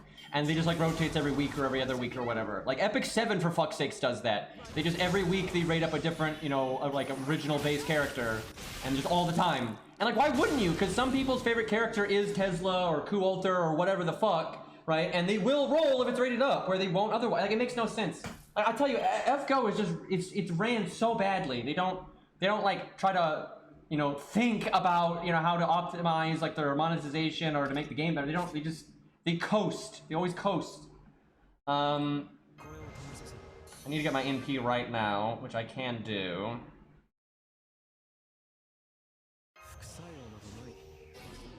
I think I taunt Shen Gong actually, just because it sucks. No one ever got a Buster card you could do the Buster up on, but I don't want Asclepius to die just yet.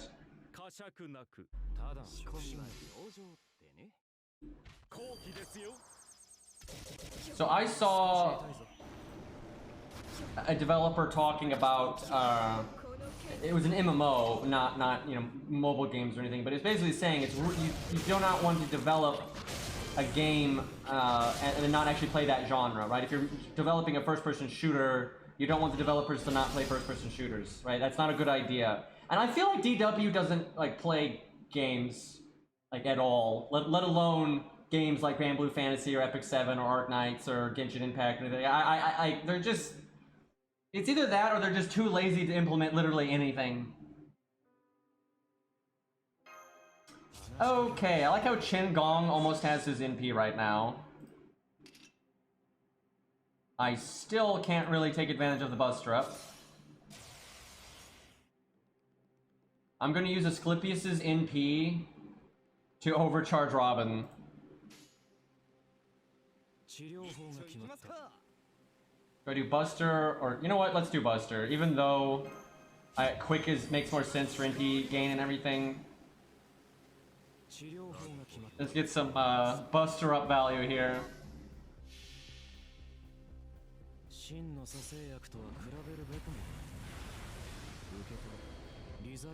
They don't do collabs to other games because they don't know other games exist. Feels bad.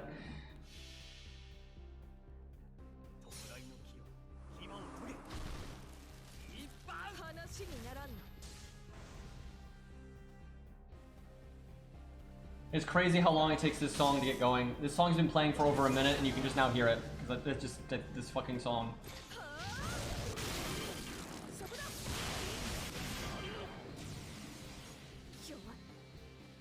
Chin, why are you alive? Oh, because I gave you guts from Asclepius. Excuse me, that's my fault. My apologies.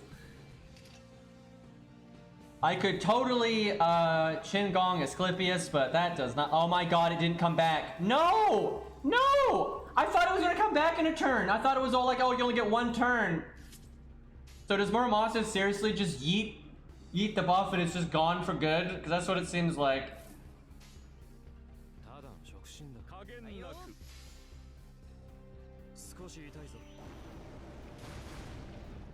Well, I kept restarting before we got that far, because I was trying to optimize the how to delete Castor Oratoria there. Oh, we're doing that again, are we?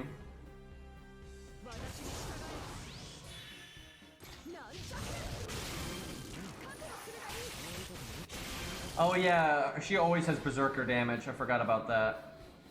That's like one of her gimmicks.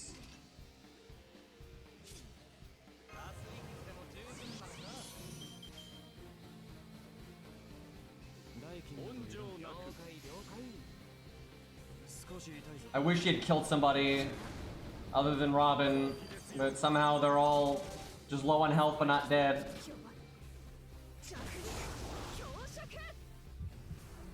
I wasn't gonna use those anyway.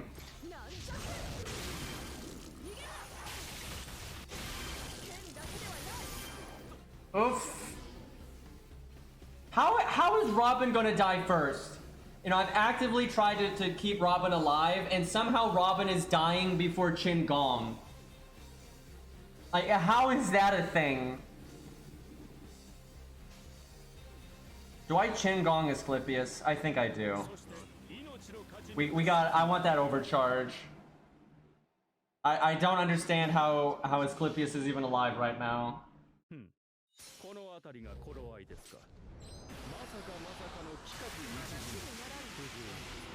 I actually like taunt debuffs because it's predictable, you know, what's going to happen, so you can, you know, like, oh, I got to defend that one and stuff. Kind of hard with her, though, because she removes buffs, but you can still slow her damage down, because she removes buffs after damage.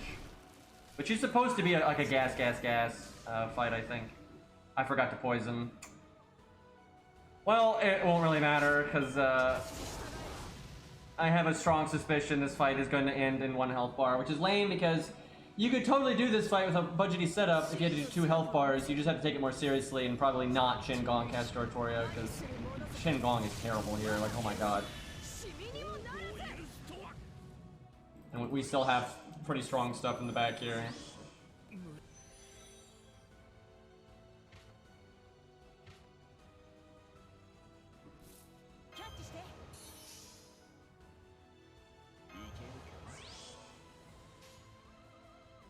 I really shouldn't NP, but I really don't think everything about this Lostbelt has been such a joke. I don't think they have the balls to make this a real boss fight. I hate to say that, but it's like, cause like I don't get it. Lostbelt 5 had no qualms throwing huge boss fights at you just whenever, right? You know, Talos and the twins and Demeter was quite early on, you know, and Aphrodite and like plenty of good boss fights, but like this is just like pussy shit. There's like a yep.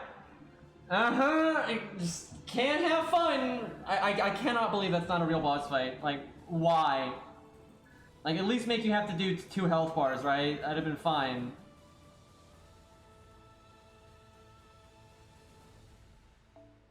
Almost skipped. Which disappointment. That's a face.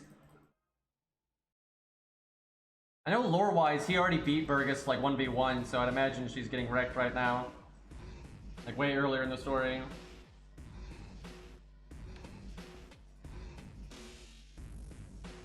I bet you they're telling you her real name is Burgess, but you actually get that if you just get her to max level anyway. Like, you learn her real name is that by just getting her to max. That's really weird that they just now, like, officially tell you it's Burgess, but, like, you absolutely learn that way before that. I hope people will stop calling them fucking Tristan and Gwen now, but I don't understand. It's the same thing as, like, Mozart Alter. It's not real, but I don't know, I guess people just, like the idea or something, so I don't think they're ever letting go, but we'll see. Yeah, Muramasa fought Burgess, Sith, and Lancelot. And he beat Sith and Burgess. So, yeah, she has no chance here, I would imagine. Are we fighting her again? Oh, maybe this is a real fight. I bet you this is a real fight. I bet you she's going to be in her doggo form or whatever, like stage 3. Because she's mad, and the gig is up.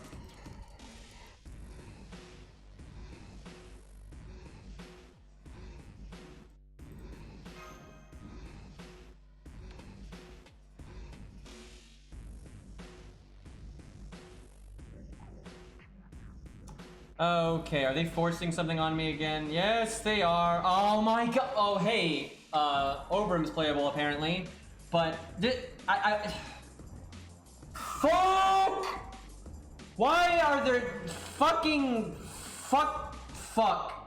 Can I fight the boss? Would that be okay with you, game? Like, I know you like fighting yourself, but like if I could use my units that I've spent my time leveling up, that's like, I don't know if you heard, game, but that's kind of the draw of the game, is like you leveling up your favorite units and then using them, right? Like that's like the thing.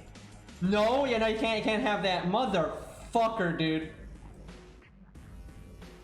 All right, what's the unit we want to summon? Well, we could do Billy. Yeah, we could do Billy. I'm a little tempted to do this, but that might be too strong. Y'all think Ash might be a little much? You know, who knows? This fight might be a hard fight, so maybe it's okay. But we can't solo. They're not gonna let us. Let them loose. Okay, if we think it's worth doing again, we can just do it again anyway. Ash isn't very strong. What do you mean, D tier? I know, right? Buster bad. He doesn't synergize with Castor or Tori, I'll say that. Alright, what's our set? Can they go in the back row? Nope, you can't even move them. Oh, God.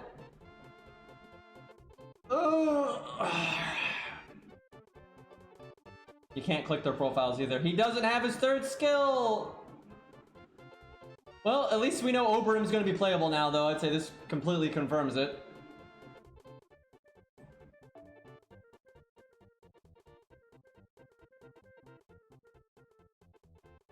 Should make a degree of sense.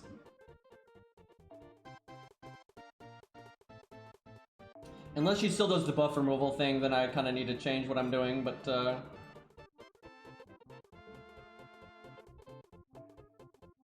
she's AoE.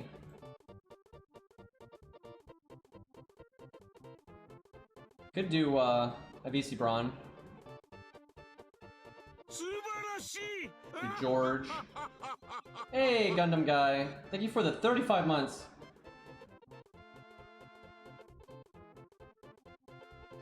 Auto battles unlocked, please no.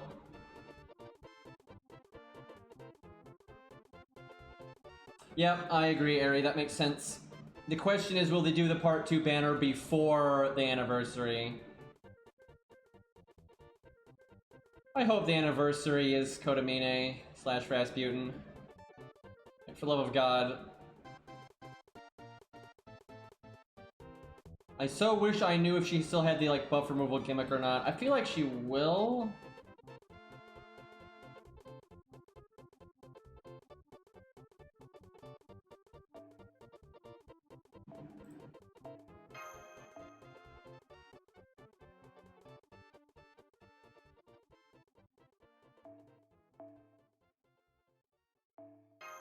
Alright, let's see what happens. I'm gonna do Atlas.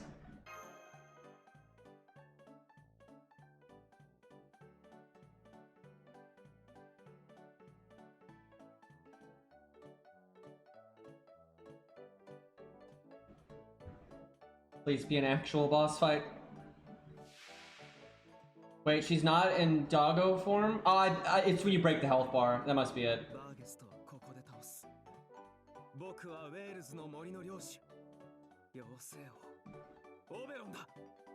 I like Oberon more in gameplay. So she there's all the gimmicks. It's exactly the same as before, except she's got the damage resist again, but then Oberon gives her damage resist down. Hers might win out, it's hard to say. Like, it could be breaking even and be exactly the same, or sometimes one is stronger than the other. But it looks like she still removes buffs and all that nonsense.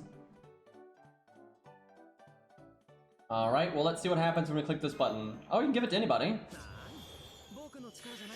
Jesus Christ, it's 50%, and it looks like some kind of deterrent. Interesting. What's his NP type? Buster. That's not what I was expecting.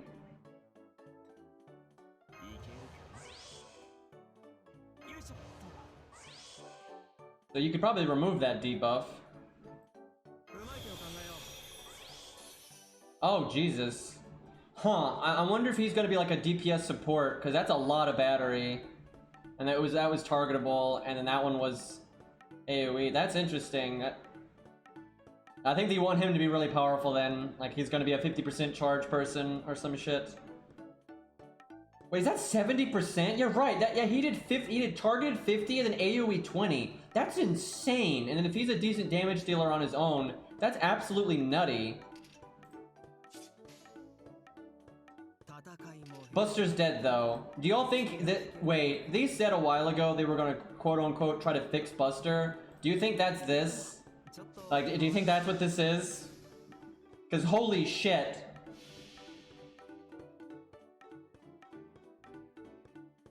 And he doesn't even have a third skill yet. And he already has 70% battery.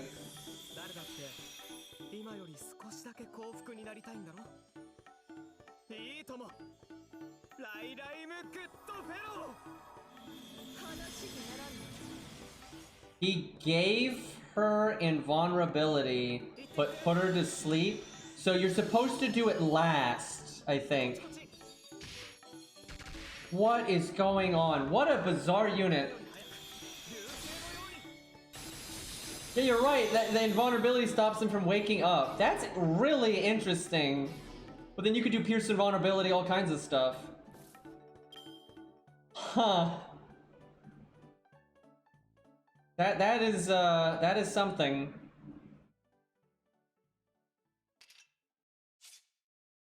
I think they did not make him art because they know art's already ahead. I really, it doesn't make sense that he's Buster. It really doesn't. Like, it doesn't fit the NP at all. But I think they're trying to not help art even more. Like, that's a powerful fucking kit. And that's with no third skill. Like, holy crap.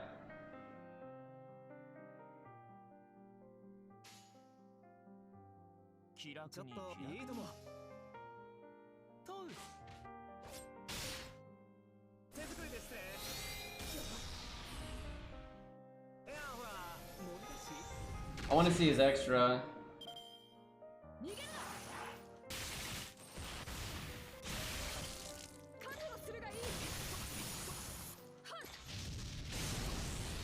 That was a bit painful.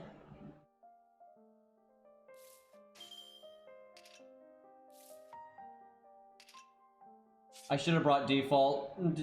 Healing would be good right now.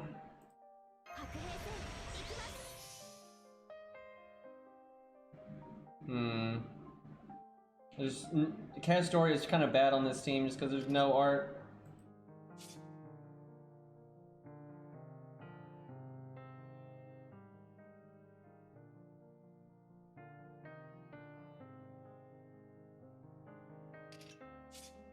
Very awkward right now. I hate to do this, but it just makes sense.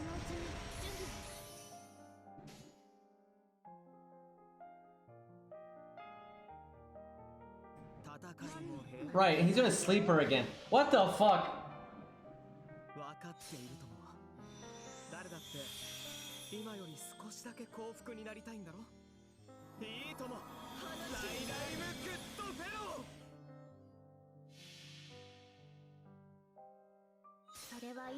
Imagine Super Orion with Oberyn. I'm really curious what his third skill is gonna be. Cairo must be happy. He was really worried he wasn't gonna get added.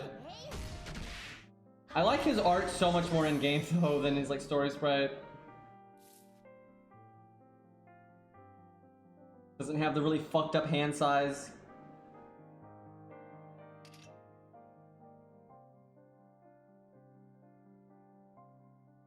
We're not getting much done though, I'm not gonna lie. I might need to bring a... David's not getting anything done here. What is his deck?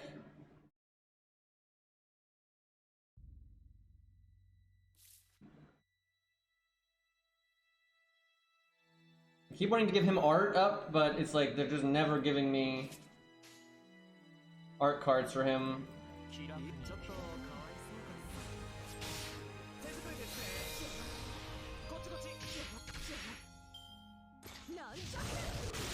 I want Oberyn to be able to buff again before dying. Oh my god. Why is David never getting it? David is so tanky right now and he can't get it.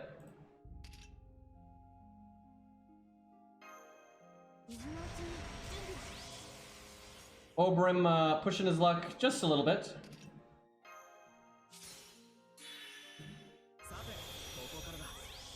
Wait, I just fucked up. He's gonna sleep it. I just fucked up. Fuck. Because I cast the invulnerability. But, is she gonna be snoozing? Well, that was a bit of a whoops. I could use his battery on Castoria and,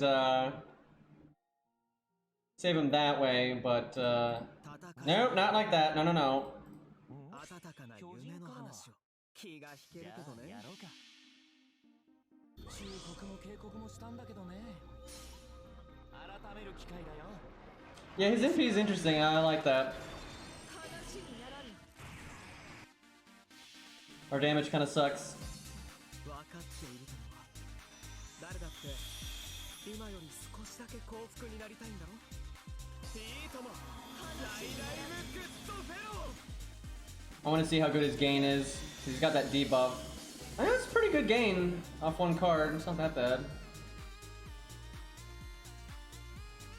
Okay. Man, I wish I didn't waste the Artorias card there. That was a real mistake.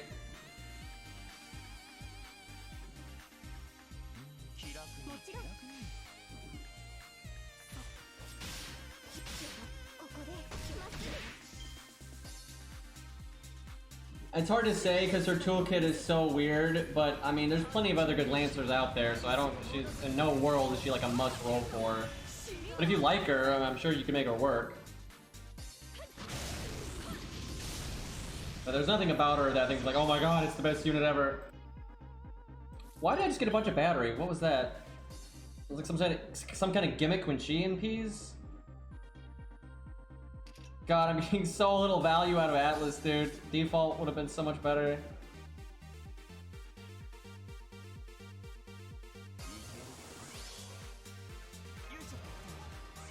I can make Oberim live again, though.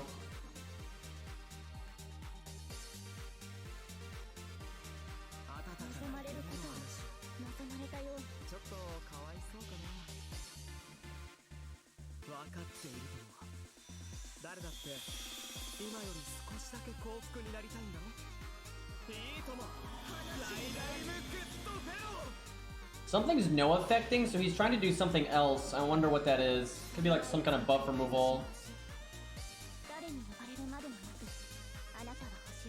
There's more to sleep than that, though. If you hit someone that's sleeping, you do bonus damage to them.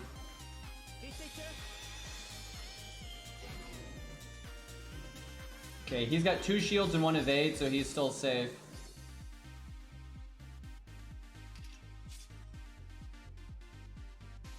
You know what's sad is most whales will use Oberim just for the battery, like, because 70% battery is so much, they're not going to care about his own NP. And like, they don't want to go slow, right? But yeah, that's pretty neat. I like his gameplay. That's kind of cool.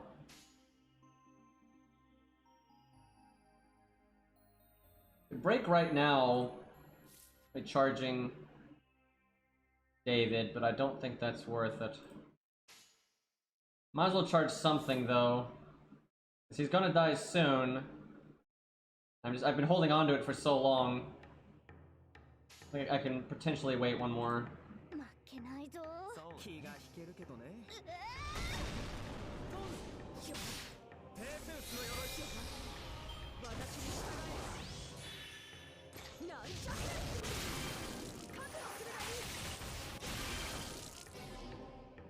After a billion turns, David finally... Look at this. David's got so much invulnerability evade, all this bullshit. And he's just now got the taunt, for fuck's sakes. The only time he's ever been hit was the AoE NP. Okay, I'm gonna do it on himself, because then he can remove the buffs, and that's actually kind of helpful.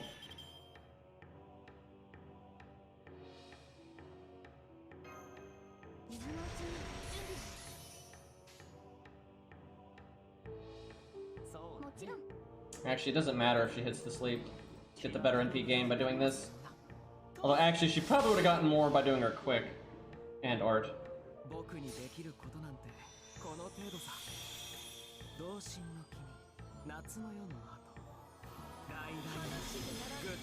So he just removes all buffs. It's either... No, he didn't remove the HP and the 1, so maybe it's offensive buffs? She has so many effects on attack right now, though. It's a bit of an issue. She didn't go dog form! I really thought she would go dog form.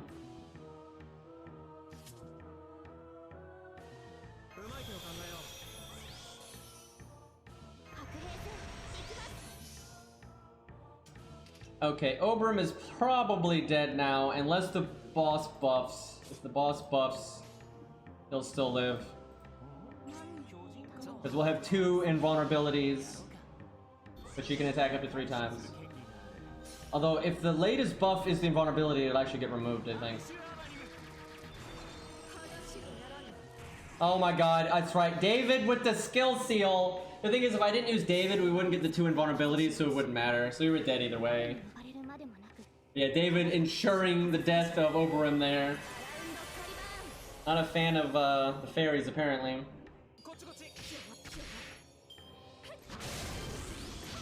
Yep, there it goes.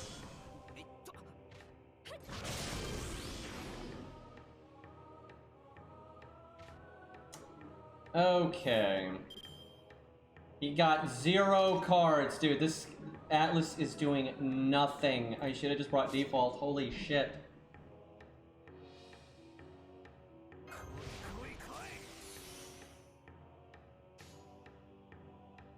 How did I tell you, I feel like every time the deck shuffles like from a unit dying, I just get the worst fucking hand possible.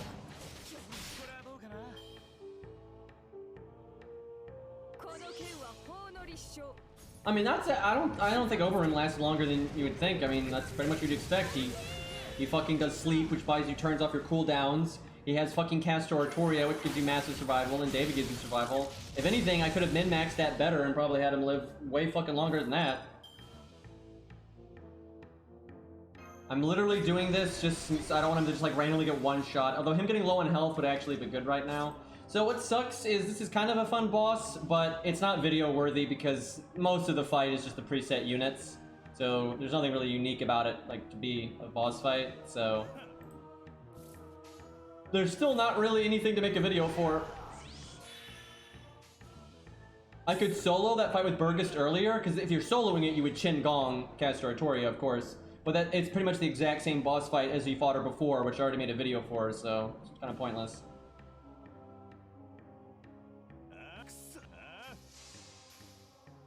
Maybe we fight her again, and then she goes dog form? I mean, technically she has the dogs now, I just mean, you know, her stage 3, which, you know, is all different motif and whatnot. Okay, Castor Artoria just got absolutely deleted there.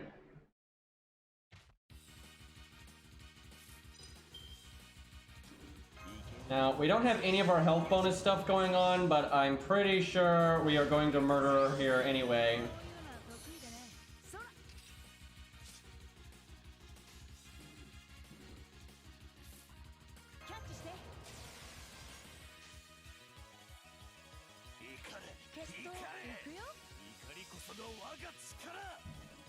Blister pad, no loop.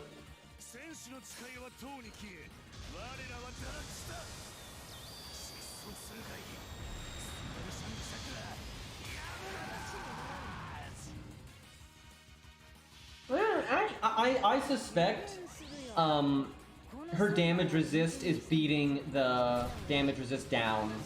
So she is, I think, a bit tankier. Yeah, oh yeah, she's absolutely tankier than. So she essentially has more health than what's shown, more or less. Wow. Okay, that is not good. Look how many attack ups she has right now. Jesus Christ, yeah, she's definitely not taking full damage. Like, no way.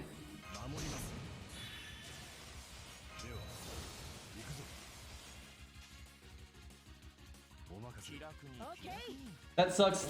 David's evade is screwing me over because I can't cast the regular evade because of it.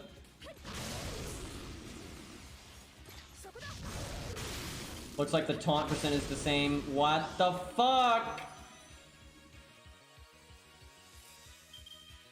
I'm pretty sure David will still win, but Jesus Christ, everyone getting one shot now.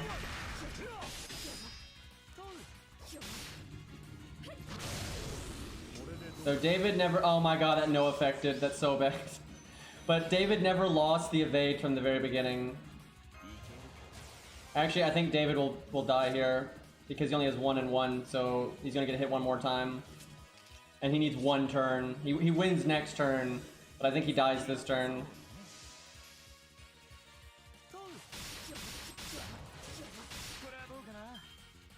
He's got a defense up and a damage cut, but she just hit for like 16,000 or some shit, so I don't know. She can only hit him 1 time though, max, because of his other 2 skills. Yeah, so I could have won that so easily. The main reason we lost was because, 1, David wasn't doing anything that entire time, but our Mystic Code was just pointless. Like, it did nothing that entire time. That's kind of lame we got 1 shot there. So attack up removal command codes really help here, but I'm too lazy to equip all that.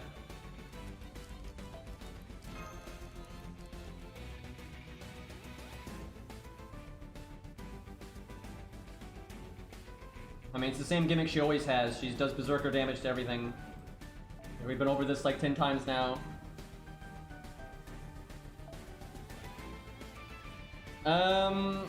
This is really weird.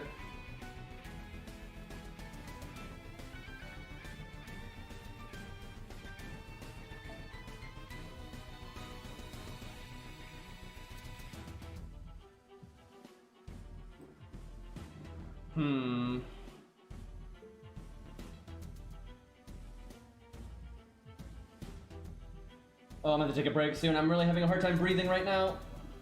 Hold on a second.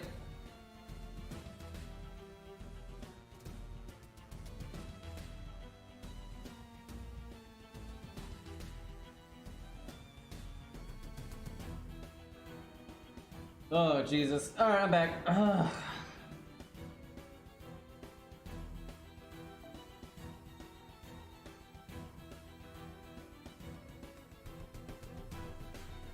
I can't really think of anything to bring that'll really matter with the way the fight is at the end. I mean, like waver, but I'm not gonna do that.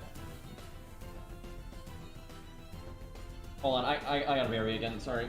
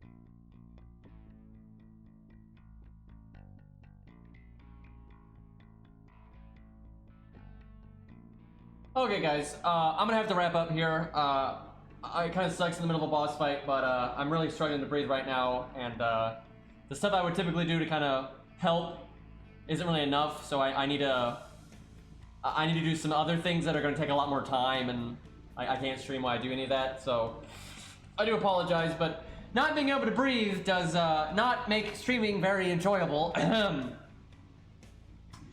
So we'll get back to this tomorrow. Sorry about the abrupt end, but you know, things happen sometimes. Let's see here. Any chance Cairo is streaming? He is not. I will never get over how fucking annoying, like, sometimes when you go to Twitch's main page, it'll mute the featured channel, sometimes it won't. That drives me crazy.